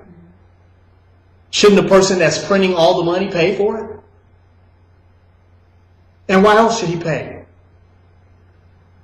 His whole reality of the 400 years of slavery. We say we want reparations. He should just pay child support. Just as reparation, he should cover everybody's child support. Why? Because he created an environment, a Willie Lynch environment, to turn the black man and the black woman against one another. He has made the black woman, giving her the economic positions in society, making her want to be independent and against the male and thinking she don't need a man, right? He has created this. And we have to deal in households with women like this because of him. And we say, we ain't going to be under no goddamn woman. You know what he says? Pay her. Why? Because if you're under her, you're under me. And if you're not under her, you're not under me. Am I right? Because she's under me. She's doing everything. She's sending the child to school of white supremacy. She's going to school with the society, right? She makes her link appointments and interviews and all that. She's with the system. Women are not filling up the prisons. Men are. She's obeying the laws. So if you obey her, you obey me. Right? And if you support her, you're supporting me. Pay for her to send your child to my schools. Pay for her for your child to engage in my consumerism. I want you to pay for that. I want you to fund her white supremacy trip. Am I right? You pay for that, nigger. And if you don't want to pay, you be under her. You do what she say do. You see your child when she say see it. When she tell you to shut up, nigga, shut up. Or she gonna call me. And I'll shut your ass up. Do you hear me? You won't run your household, boy. Huh? The black woman has more respect in our society than we do. You don't run your household. But white males run the police force. You mean to tell me you as a white male run my community, but I don't run my household? Do you hear me? Because if it's about feminism, then let the white woman run the police station then. Since this is male running things, right?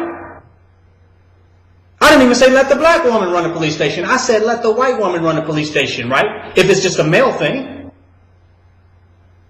She has equal rights in the society, and hell, you don't tell no woman what to do. What, you don't even raise your voice at a woman, right? Nigger, get in the police car. So they push it like it's a what? A chauvinistic issue, right? You're bigger than her and she's a woman and you blah, blah, blah. But every white cornbread, hog-eating cracker in the police station is bigger than her, right? The white male ran police station is bigger than the white woman and every black male in the goddamn community too, right? That's a male ran institution of crackers. And they come to your house and say, your house ain't a male ran institution. And you know what's to prove it's not a male ran institution? Us, our male ran institution. Because the issue, it ain't that it's not a male ran institution. The issue that it's not a white male ran institution. Because even she has to follow our laws. But if you so much about feminism and a woman being free and being empowered, then why is she under the crack? Why is the black woman under the crackers' laws?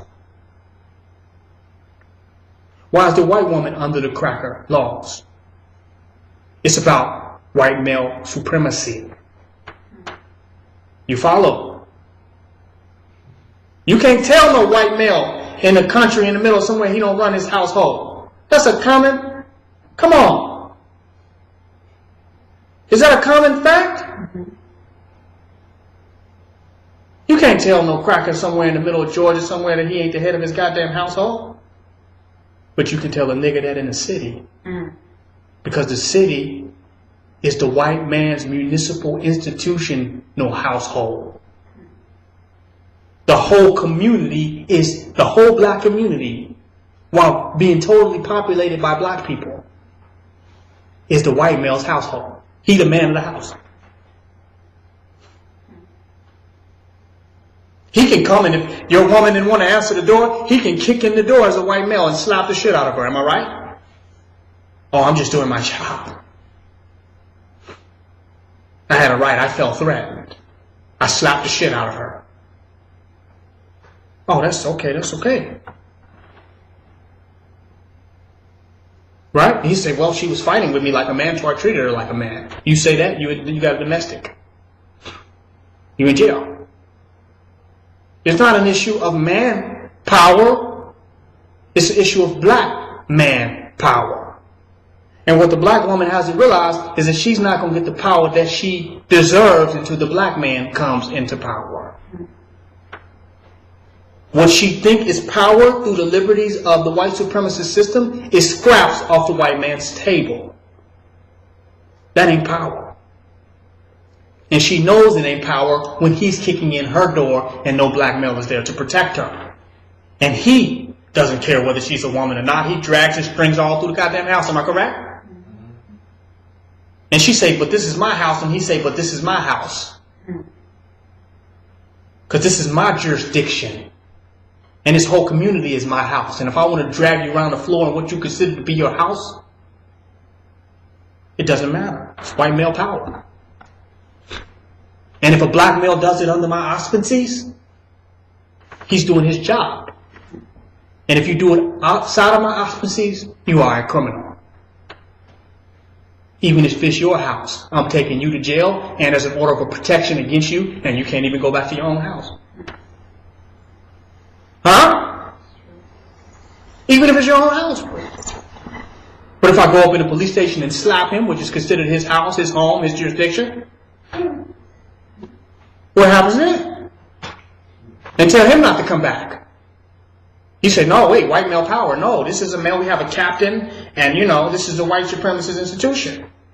We do what we want to do. This is, we run this thing. And anybody who have a problem with thinking how we run it, we slap them. But if I run my household like that, I'm a criminal. Do you see the difference? But they get away with it with a whole bunch of legal terminology and illegal talk.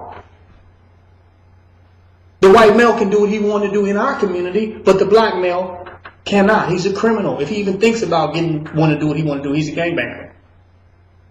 4 black dudes drive around in the car, seeing what they can come up on. They thugs. 5 white males do it, they're police officers. See, the police, the white people in institutionalized white supremacy look at the KKK like they're crazy. They're like, why would you be the KKK when you can actually get paid for shooting down niggers? I don't know why you do that. Wow. We get checks and money, and we get niggers to help us shoot down niggers. We get uniforms and whatever type of gun we want. I don't understand. Why would you guys be out in the middle of nowhere in the country doing push-ups, talking about how you hate niggers, and we get paid to kill niggers? And they accept it. We're not going to jail. We're not going to do no federal time as the heads of the KKK or anything. We're not going to go to jail or anything. So why would you guys join the KKK? Just join the police department. But your KKK don't want covert white supremacy tactics. They want overt, all-out, notorious, I hate niggers, we want to rule. Your crackers in the system just want to say, look, as long as we got the power, we don't care what you guys think. You guys can even think it's equal and fair and that we love everybody. We don't care as long as we have the power at the end of the day. Your KKK I want you to know right up front, I hate niggers. They want to reduce it back to the old time slavery.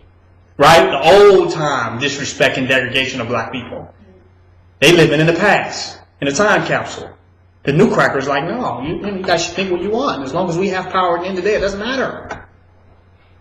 I don't have to come out and say KKK and white supremacy and I hate niggers and all. I just treat you like that.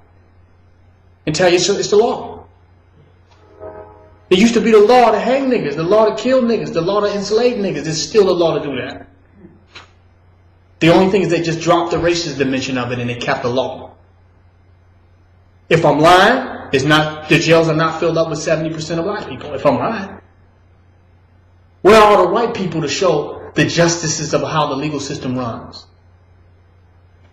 If it's so just and so legal, then it should be equality. If it's equal, it should be equal white people in jail, equal black people in jail. They say we only 12% of the population and we make up 70% of the prisons. Shouldn't the prisons be ultimately filled with the predominance of what the population is, which is white people? If they're the majority, then the prisons should be majority now. Right? We the minority and the prisons are majority us. If that don't tell you something, I'm not saying all that to say victim. I'm saying all that to say what we have allowed, what paradigm we have accepted. It's about the paradigm that we have accepted to justify these things to go on. Our paradigm makes room for this. Well, how we're thinking, being, and perceiving reality and carrying ourselves, behaviors, our characteristics, our mentality, our stature, the way we think, move, act, feel, relate to one another, justifies a paradigm where white people can do this. Until we change that, it will be the same. So with the child support thing, they don't care about the imbalance that they have created in the household through the way they have socially engineered and manufactured that entity we have in our household called the black woman in most households. Because she's not even a black woman anymore. She's an artificially created entity by white supremacist institutions. She just has the melanin. You follow? So we have to deal with that entity, which is hell on earth. You feel me? In most cases. We have to deal with that entity. And they don't even care about that. She is the enforcer of our servitude.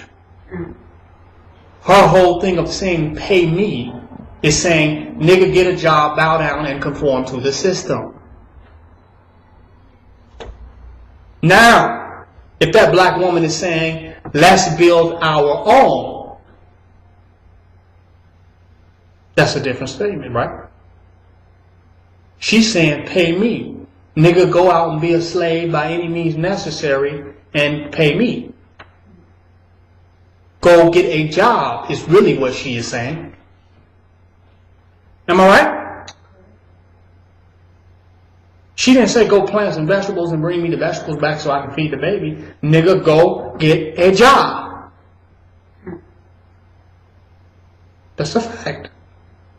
Go be under white supremacy. So the circumstance going on in our households, they cover that up and say, okay, you're just not paying child support. You just don't want to be with that woman. You just don't want to take care of those children. How about you made that woman crazy as fuck and you need to pay for that? Am I right? Correct. They don't say that. Who's responsible for how crazy that woman is? Me? I'm paying double. Every black man by nature wants to be with his child and wants to be with the mother of his child by nature. But when you create an unnatural entity that does not love herself, that wants to be something that she is not, that's not secure in herself, how can the nature of a black man be satisfied in an unnatural environment? See, the black man is more natural. He naturally don't want to work for the white man. He naturally dropping out of school. He's naturally a criminal because he don't want to bow down to the system, right? He's more naturally rebellious and he hasn't lost his natural resistance and rebellion against the system. The gang, in the essence of what it was rebellion against the system, right? That's what a gang was. It was rebellion against the system that was composed of men. Men generally are against the system. Woman go to church Sunday morning, her husband never want to go with her. I don't want to go. I don't believe that shit. Am I lying? The man is naturally against the system in most cases where you find him. He's still rebelling in some way. Women are not sagging their pants, men are sagging their pants. They don't want to wear their clothes right. They just don't want to be a part of it. They don't even want to hear it. Even the conscious stuff that some of us talk sound like eventually you trying to get me to get a job. I don't want to hear that shit, nigga. Because that's what most conscious people is going to boil up to. Get you a job. They got rebellious. They don't even want to hear it. They don't want to hear what Farrakhan have to say. They don't want to put on no suit and tie. They don't want to hear nothing that's about being a part of the system. You know, I want to be out here, stand out here, sell my drugs, do my own thing. I don't want to be a part of none of that. Get my little money, tip off, try to floss and look like a king like I did back in the day, and that's the end of that. Am I right? So the black man is still rebelling. The black woman assimilated totally.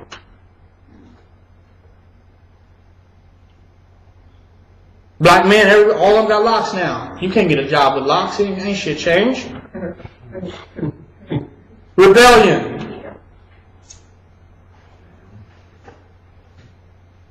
Women permed out. How many black men are trying to get their hair like white males?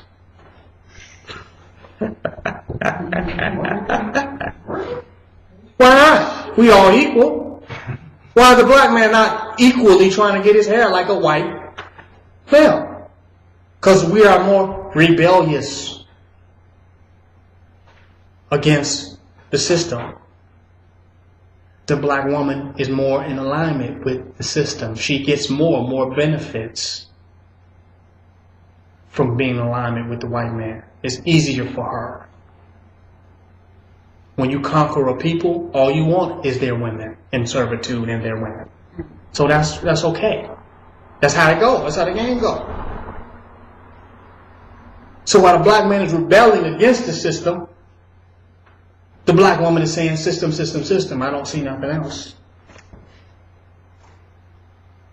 To the average black woman out there, the black man represents a dollar sign. He don't represent security for the household. He represents money. Nigga, you either got it or you don't. Am I right? Right. Back in ancient Africa, women went and gardened, picked the foods, and if there was a market, women managed the market. Today, niggas are bitches. Niggas is at the market. Huh? Right. It's a reality. That was a feminine thing to gather the food. Men was a hunter and a protector from enemies. Today, niggas is standing in the grocery store. Niggas is getting pretty to go out and get money. That same 7-foot, 400-pound nigga that's getting pretty to get money was hunting and taking off crackers' heads in an ancient tribal setting. Today, he got on a pink suit with a tie so he can pay child support. Do you understand what I'm saying? So the black man saying, look, I'm going against the system and I'm not protecting and working for this white man is not really out of his nature. He's a hunter. The white man knows he's a hunter. That's why they're hunting the hunters before they get hunted. Am I right? They know that if these niggas is going to come and get us, because they ain't going to work, so what they going to come? Take their shit back. The black woman is saying, don't take your shit back. Just get a job, honey, and pay me a little money and blah, blah, blah. Don't take nothing back. We don't want nobody to take nothing.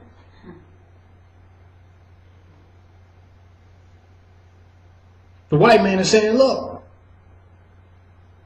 listen to that woman, boy, if you was right. Get back in the system, pay your child support.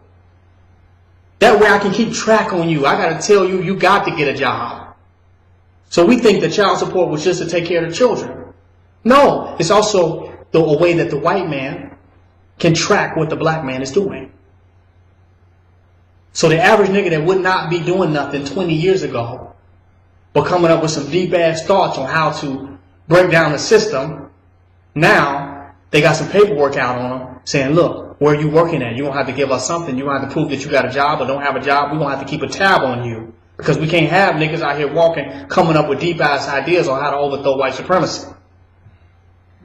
So I need you to check in with me to see if you got a job yet and if you're paying me so you can get money and I know that you're a part of our system. So I can keep track on you to make sure you're working in the system, that you got a job, that you've conformed to white supremacy. That's a tracking mechanism. They don't care nothing about our children getting taken care of. Mm-mm. Hell no. Not with the low quality foods they serving in our community.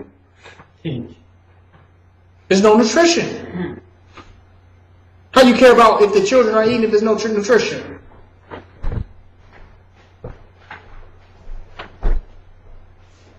So it's a tracking mechanism to keep up with the black male to make sure that he's interfacing with the white supremacist economic system, and he could be called in at any moment, and to make sure that he's not a revolutionary or a radical or doing something radical against society. It's a tracking system.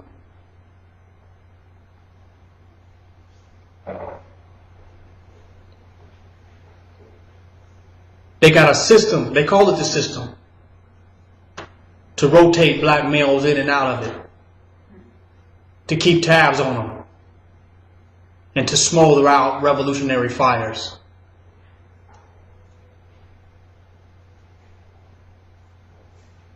The conclusive part of this child support piece is that ultimately if people are getting money in the system and you're working with white supremacy and you're about getting money, you should give some monetary assistance to the children that you bring into the world. There's no question about, no doubt about that. If you're working to get money, goddamn it, give some money to the children that you brought into the world and to your family, if that's what you're living for.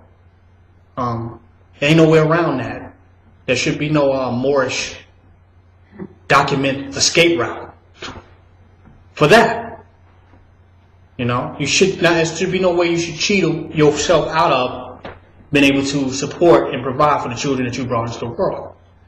I mean, there's no question about that. But if you're not against the system, you're going to have to stand against the system. This is a fact. If you're against the system and capitalism, honestly, and not just trying to be slick and find a way of getting money, right? And not having to share it. Because there's a lot of Negroes out there. They just that stingy and that goddamn selfish that their ultimate goal is to get money and not share it with nobody. Not even their own family, not even their own children. So there's Negroes out there like that pretend to be conscious. They pretend like they're conscious. But they're not conscious. They're just some selfish, stingy ass Negroes that just really don't want to share with no goddamn body.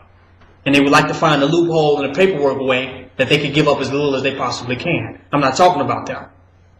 That's a problem in the conscious community. If you're making money, you get money, you got a money scheme, you're getting any type of money, you should do something to provide and take care of the children that you brought in the world. But if you are truly against capitalism and truly devoting your life to black nationalism, black power, and black revolution, and you're not a part of the system, then you're going to have to stand against this institution of child support.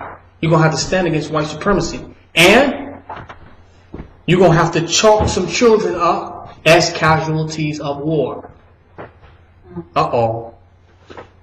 Hit some people with that. That's going to hurt.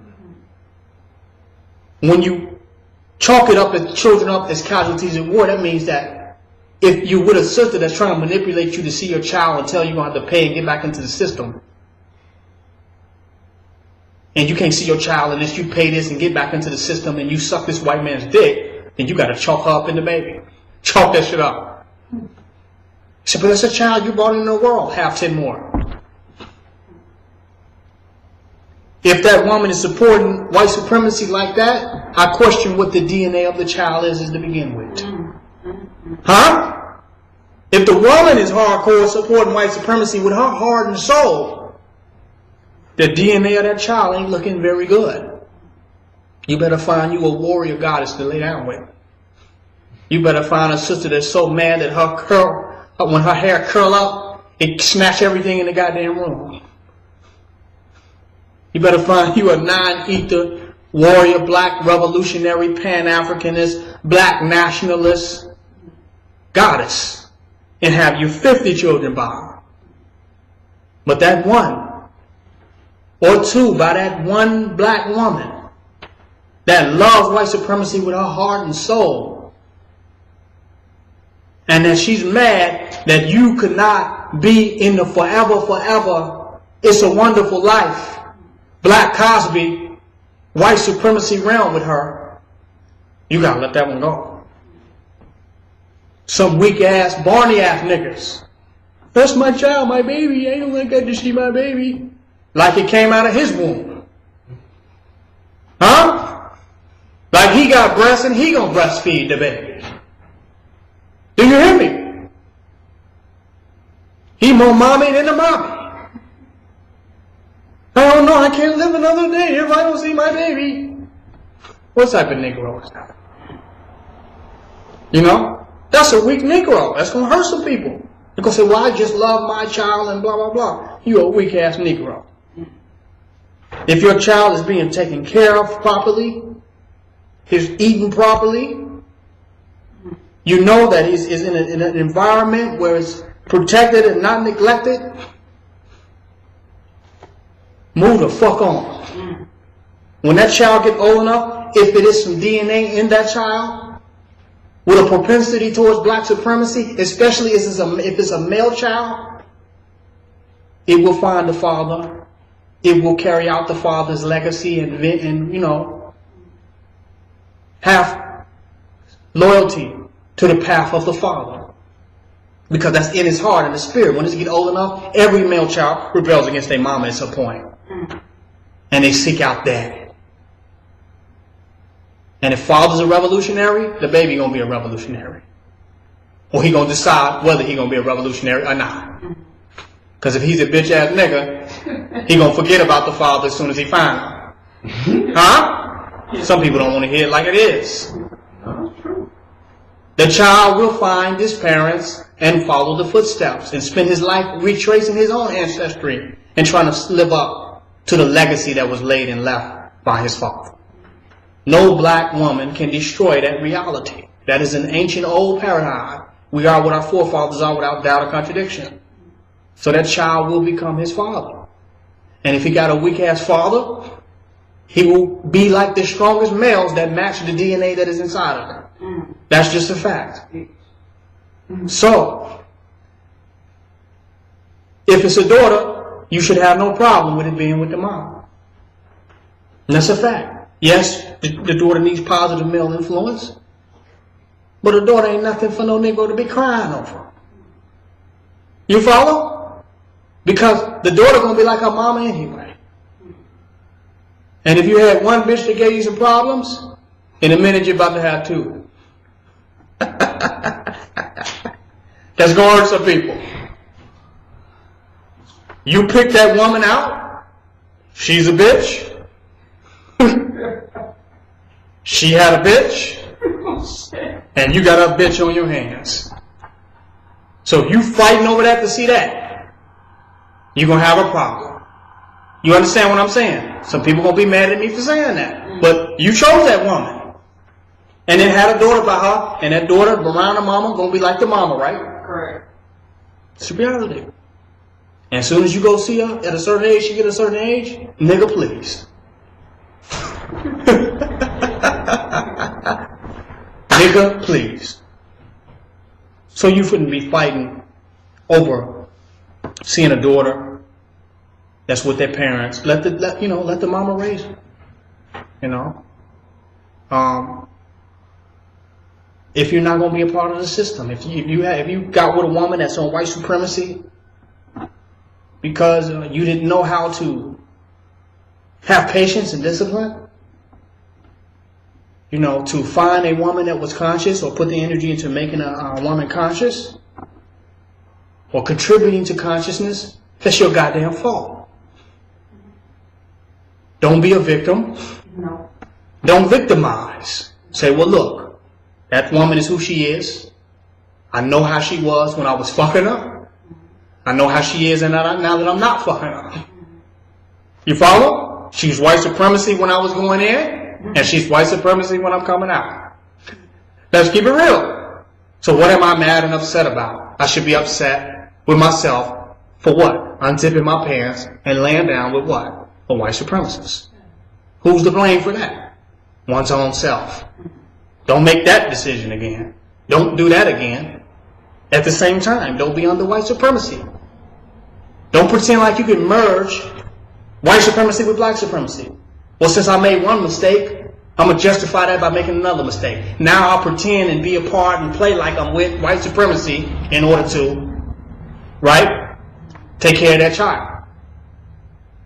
I can't be no nationalist. Let me go up here to McDonald's and fill out me an application. I'll try to do both. No, you're making a mistake with another mistake. Chalk up the white supremacy. Say, look, sister, you're going to be on white supremacy. That's your decision. But I'm not going to be on it and under it. You can call as many white people as you want to. And just like white is white, right is right. And just know that if they want to come under the auspices of any type of white supremacy, that they're going to go under the auspices of white supremacy too. And not just go out my house, but go off this goddamn planet. So if you love the white man, I wouldn't do that to him. If you love white supremacy, I would not do that to him. So the point that I'm making is, stand your ground. Don't just let some white person, white institution bully you over some child support laws. Because he made up some shit to enforce something. That's bullshit. Prove it. Because come get me. You feel me? I'm coming to get you. How much do you love your job? How much do you want it? Because I'm going to give it to you. That's the type of people we got to be. White, right is right. So black supremacy is right. We standing on black supremacy. Stand on black supremacy against white supremacy. Stand on it. Well, you speaking against the system and blah, blah, blah, and blah, blah, blah. Yes, I am. I'm speaking about what is right for black people. I'm speaking about what is right. We can't allow ourselves to be bullied by these goddamn devils because they write some shit on some paper and make some shit up. We have to make better relationship decisions. Start building with sisters that are conscious and that are aware. Women start dealing with brothers that are conscious, that are not just conscious but affirmative in where they stand with this white man and what their position is. I mean affirmative. They have to be against white supremacy. They have to be for black supremacy. Not, oh, I know a little bit, I have a good diet, blah, blah, blah. No, do you hate this fucking beast? Yes or no? Not you. Next. They have to be absolutely clear in what their position is and where they stand with this white man. Or don't lay down with them. Because you have a confused child. They say the only way they say you want to have a confused child, have a mulatto. I said mulattoes can be some of the most conscious individuals on the planet because they want to prove how black they are. You want to have an unconscious child, sleep with an unconscious woman. You want to have a confused child, sleep with an unconscious woman. That's a confused child. Child don't know what he want to eat, tofurkey or turkey.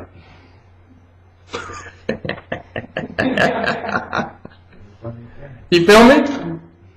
He don't know whether he want ribs or tofu tidbits. How you jump from one day you eat ribs and the next day you eating tofu ribs? You eating both. He mixed the almond milk with the dairy milk to make it taste better. He put them both together. You want confusion? Sleep with an unconscious, unclear, unaffirmed woman that does not declare with absolute surety what her position is. And vice versa for the males. That's a fact. We have to make better relationship decisions. People have to be on black supremacy, except no shorts. Not they're getting there, they're trying. Leave that nigga. They're on there, they look like it. Leave that bitch. They have to be absolutely clear, positive, and affirmative that that is their position. Your whole relationship in the beginning, which should be based on that. Not based on getting in their pants. Huh? It should be based on what is their consciousness on. Not that they're conscious. What is their consciousness of? Make better relationship decisions. Be non-compromising. Quit being tolerant and trying to unify the old unified relationship. We different, but we unified. It has to be solid, and we'll solve those problems. Like the Christians say, you got to be evenly yoked. Yoke on that black supremacy. Yoke that.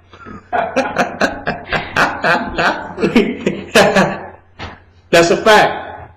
So that'll solve the first problem. But after you have already made the first problem, which most Negroes have done and are going to do, look at the situation for what it is. Don't be no weak-ass Negro. Chalk it up. You made a dumb, ignorant, compromising decision. So be non-compromising now and stand for what you stand for. And with that stance, that black woman may see how strong you are against white supremacy, and how strong black supremacy is, and you might still convert her over to what? Black supremacy. Because sometimes they only believe in white supremacy because they believe it's the most powerful thing out there. But once they see white supremacy cannot move a nigga, they say, well, this nigga must be God. Let's get back together. So there's still hope for those relationships. But you got to be a man. You got to stand for something. You know? You got to be a man and stand for something. And it's more being a man for standing for something than laying down with something. Black males have to see that. It's not what you laying down for. It's what you can stand for that makes you a man. Because what you stand for is what you are respected for. At the end of the day, every black male must realize that. What you stand for is what you're respected for. That's a fact. So that's your manhood is based upon what you stand for. We think that we're a man just because we can sleep with women. Women can sleep with women. Huh? Sleeping with women doesn't make you a man. Having children doesn't make you a man. The ability to stand wholeheartedly on a firm position makes you a man. That's a fact.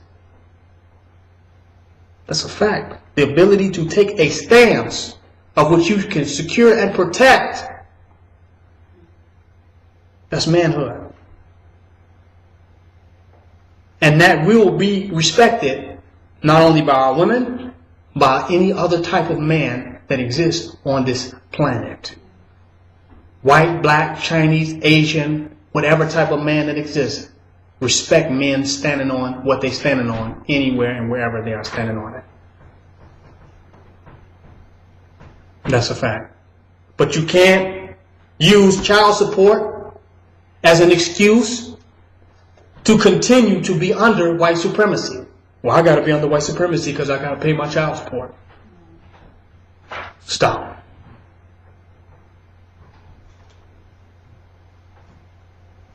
You mean to tell me you got to perpetuate the institution of white supremacy in order to pay your child support? That's your reason for staying under white supremacy and not fighting against the devil. Then the child support you must be paying better be life support then. If it ain't life support, if your child ain't hooked up to a life machine, you're bullshitting. Because for one, this white man is going to make sure that the children eat. Because he don't want them robbing his ass. So he going to make sure that link card come on every month.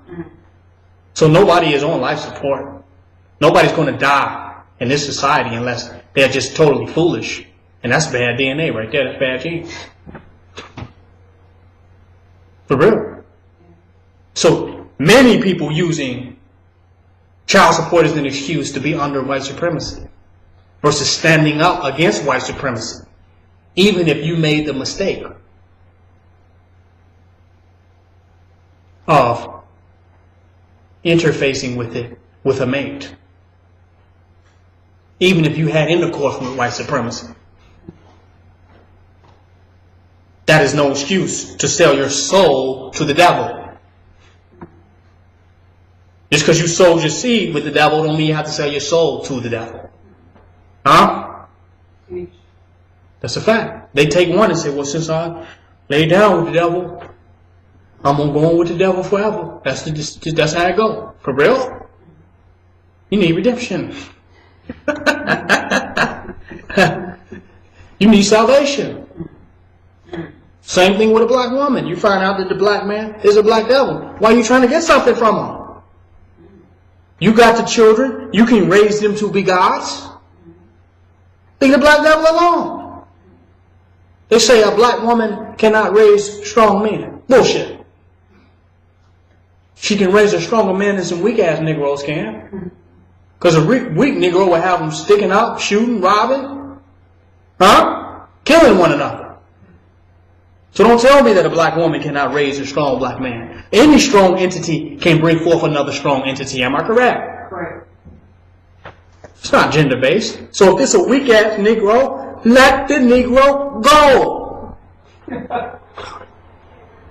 You don't want to take care of your children. You don't want to be there. You're a weak-ass Negro. Get away from me as fast as you can. I got this. Please get away before you make the children weak. That's a reality. Find you a strong black man that knows that the village, it takes a village to raise a child, and that will take your children and make them his own and take care of a family. It's enough strong Negroes out here not to be chasing weak Negroes. A weak Negro will bring you down. He is a worser. He is more negativity than a benefit. The Negro don't want to be there. Let the Negro go. That's a fact. Bad decision, bad choice. Getting it now makes some better ones. People don't realize that relationships are about making good choices. Not being stuck with motherfuckers. Do you hear me? That's going to hurt some people. Relationships are about making good choices. Make another one.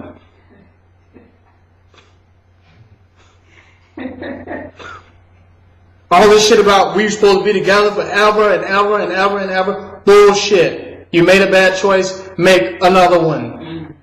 It's okay. You spilled it. Clean it up. Move on. There's some better days. There's some brighter days. That's a fact.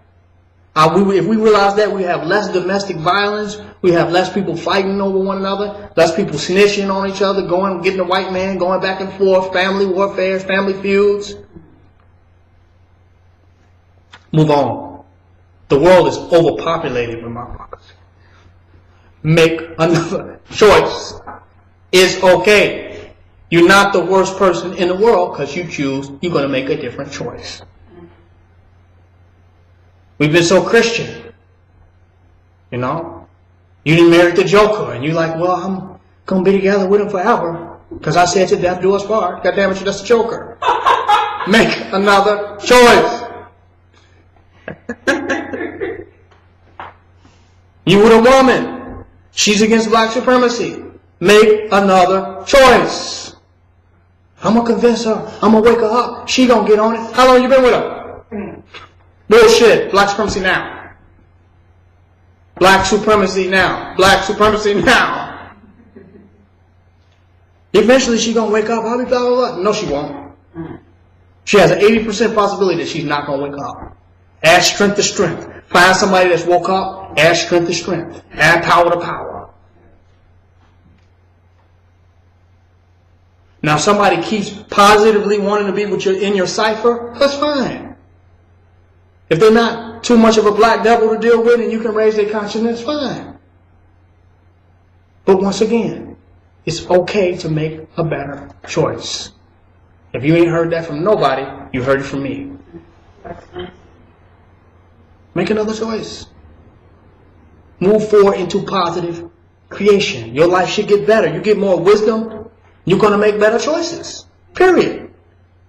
You'll be able to see a devil coming from a mile away. You'll be able to see a good man like you ain't had no water in a year and you walked up on a cactus. You know what you're looking at. So that's easy. You'll make better choices as you move forward. But if you're still trying to do patchwork on a tire with a hole in it, eventually the air is going to run all the way out that boy and you ain't going to fill it up no more. And you stuck with a tire. Double tire. We got to make more positive relationship decisions. Stop the drama. Stop because my parents was together forever. I got to find me somebody and be with them forever. Stop that. Start saying I got to be with somebody that is good forever. Not I just got to be with somebody forever. Add something into the sentence. I got to be with somebody good forever. I'm not trying to destroy you forever. I'm just trying to throw some good in there with it. Because some people, they're Christian. Just because my parents were together forever, I got to be forever. And we got to work this out. And that's a problem with me and my psychology. And I know it's me and I got to heal myself to make this relationship better. Bullshit. There's somebody you can be in total absolute bliss right now. That means if you didn't do no healing, no meditation, no sister sacred circles, no incense, no candle rituals, no voodoo, no magic. It's somebody that you can be in total happiness and bliss with right now. That's going to hurt some people. If you read no self-help books, no Dr. Phil, no talk shows, no Oprah, it's something that somebody that you can be totally happy with right now. There's nothing wrong with you. The stuff that I see online, when I'm searching on Google images, there's nothing wrong with you. It's somebody out there that's totally in alignment with you, whoever the fuck you are. They're totally happy about who you are, what you are, whatever the fuck it is. Huh? Go on Google and just type in anything. They're there. So if anybody and anywhere exists, it's probable that somebody is totally happy with your ass somewhere. Totally excited about everything you have to offer. You're bad, the worst you could be, they fucking love it. They need a dominatrix, they need whatever.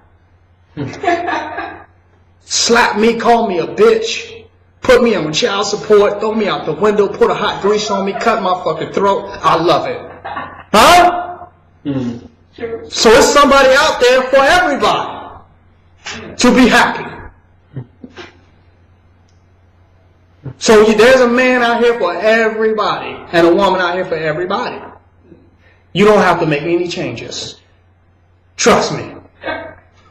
The question is, how much do you love yourself and accept who you are to accept somebody accepting who you are? Because you believe if you don't love yourself, then nobody will accept this shit. But there's some sick motherfuckers out there. They'll love you. Am I lying? No, y'all laughing, but am I telling the truth? Yeah. They'll love it. You don't cook? Damn it, I'm starving. I want to starve.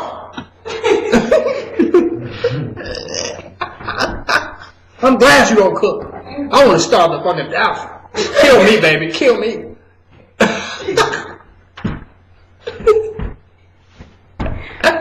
You laughing. But for everything about a person that they think is negative, that they have a problem with in one relationship, somebody out there loves it. You go out every night to the club and never home, they love it. Huh?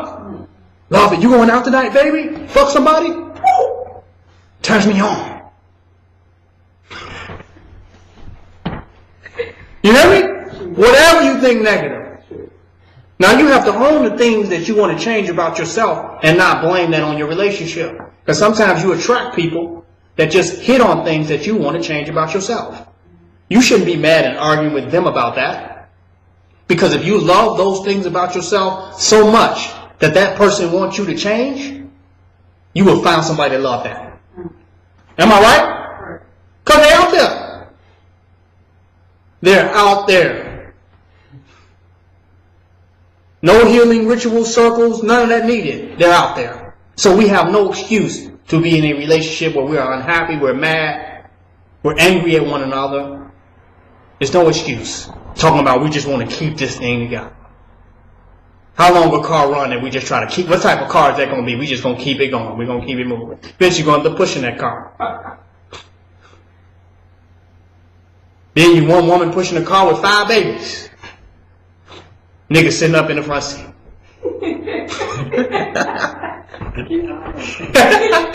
I'm keeping it together, girl. I'm the backbone of the family. I got it. I'm doing it. It's a fact. We can make better choices in life. Forget this cliche-ish reality that we live in of all these cliches, of all this. Forget it. They're good cliches, but they cause miserable lives. A family that pray together, stay together. And that same family that's praying together to stay together is praying for going upside your head every night. Please, Lord, forgive me for going upside her head yesterday. They pray together, but they stay together. What is the nigga praying though? I pray for forgiveness for going upside our head again, God. But I pray that we stay together. We pray together, we stay together. Stay together in what?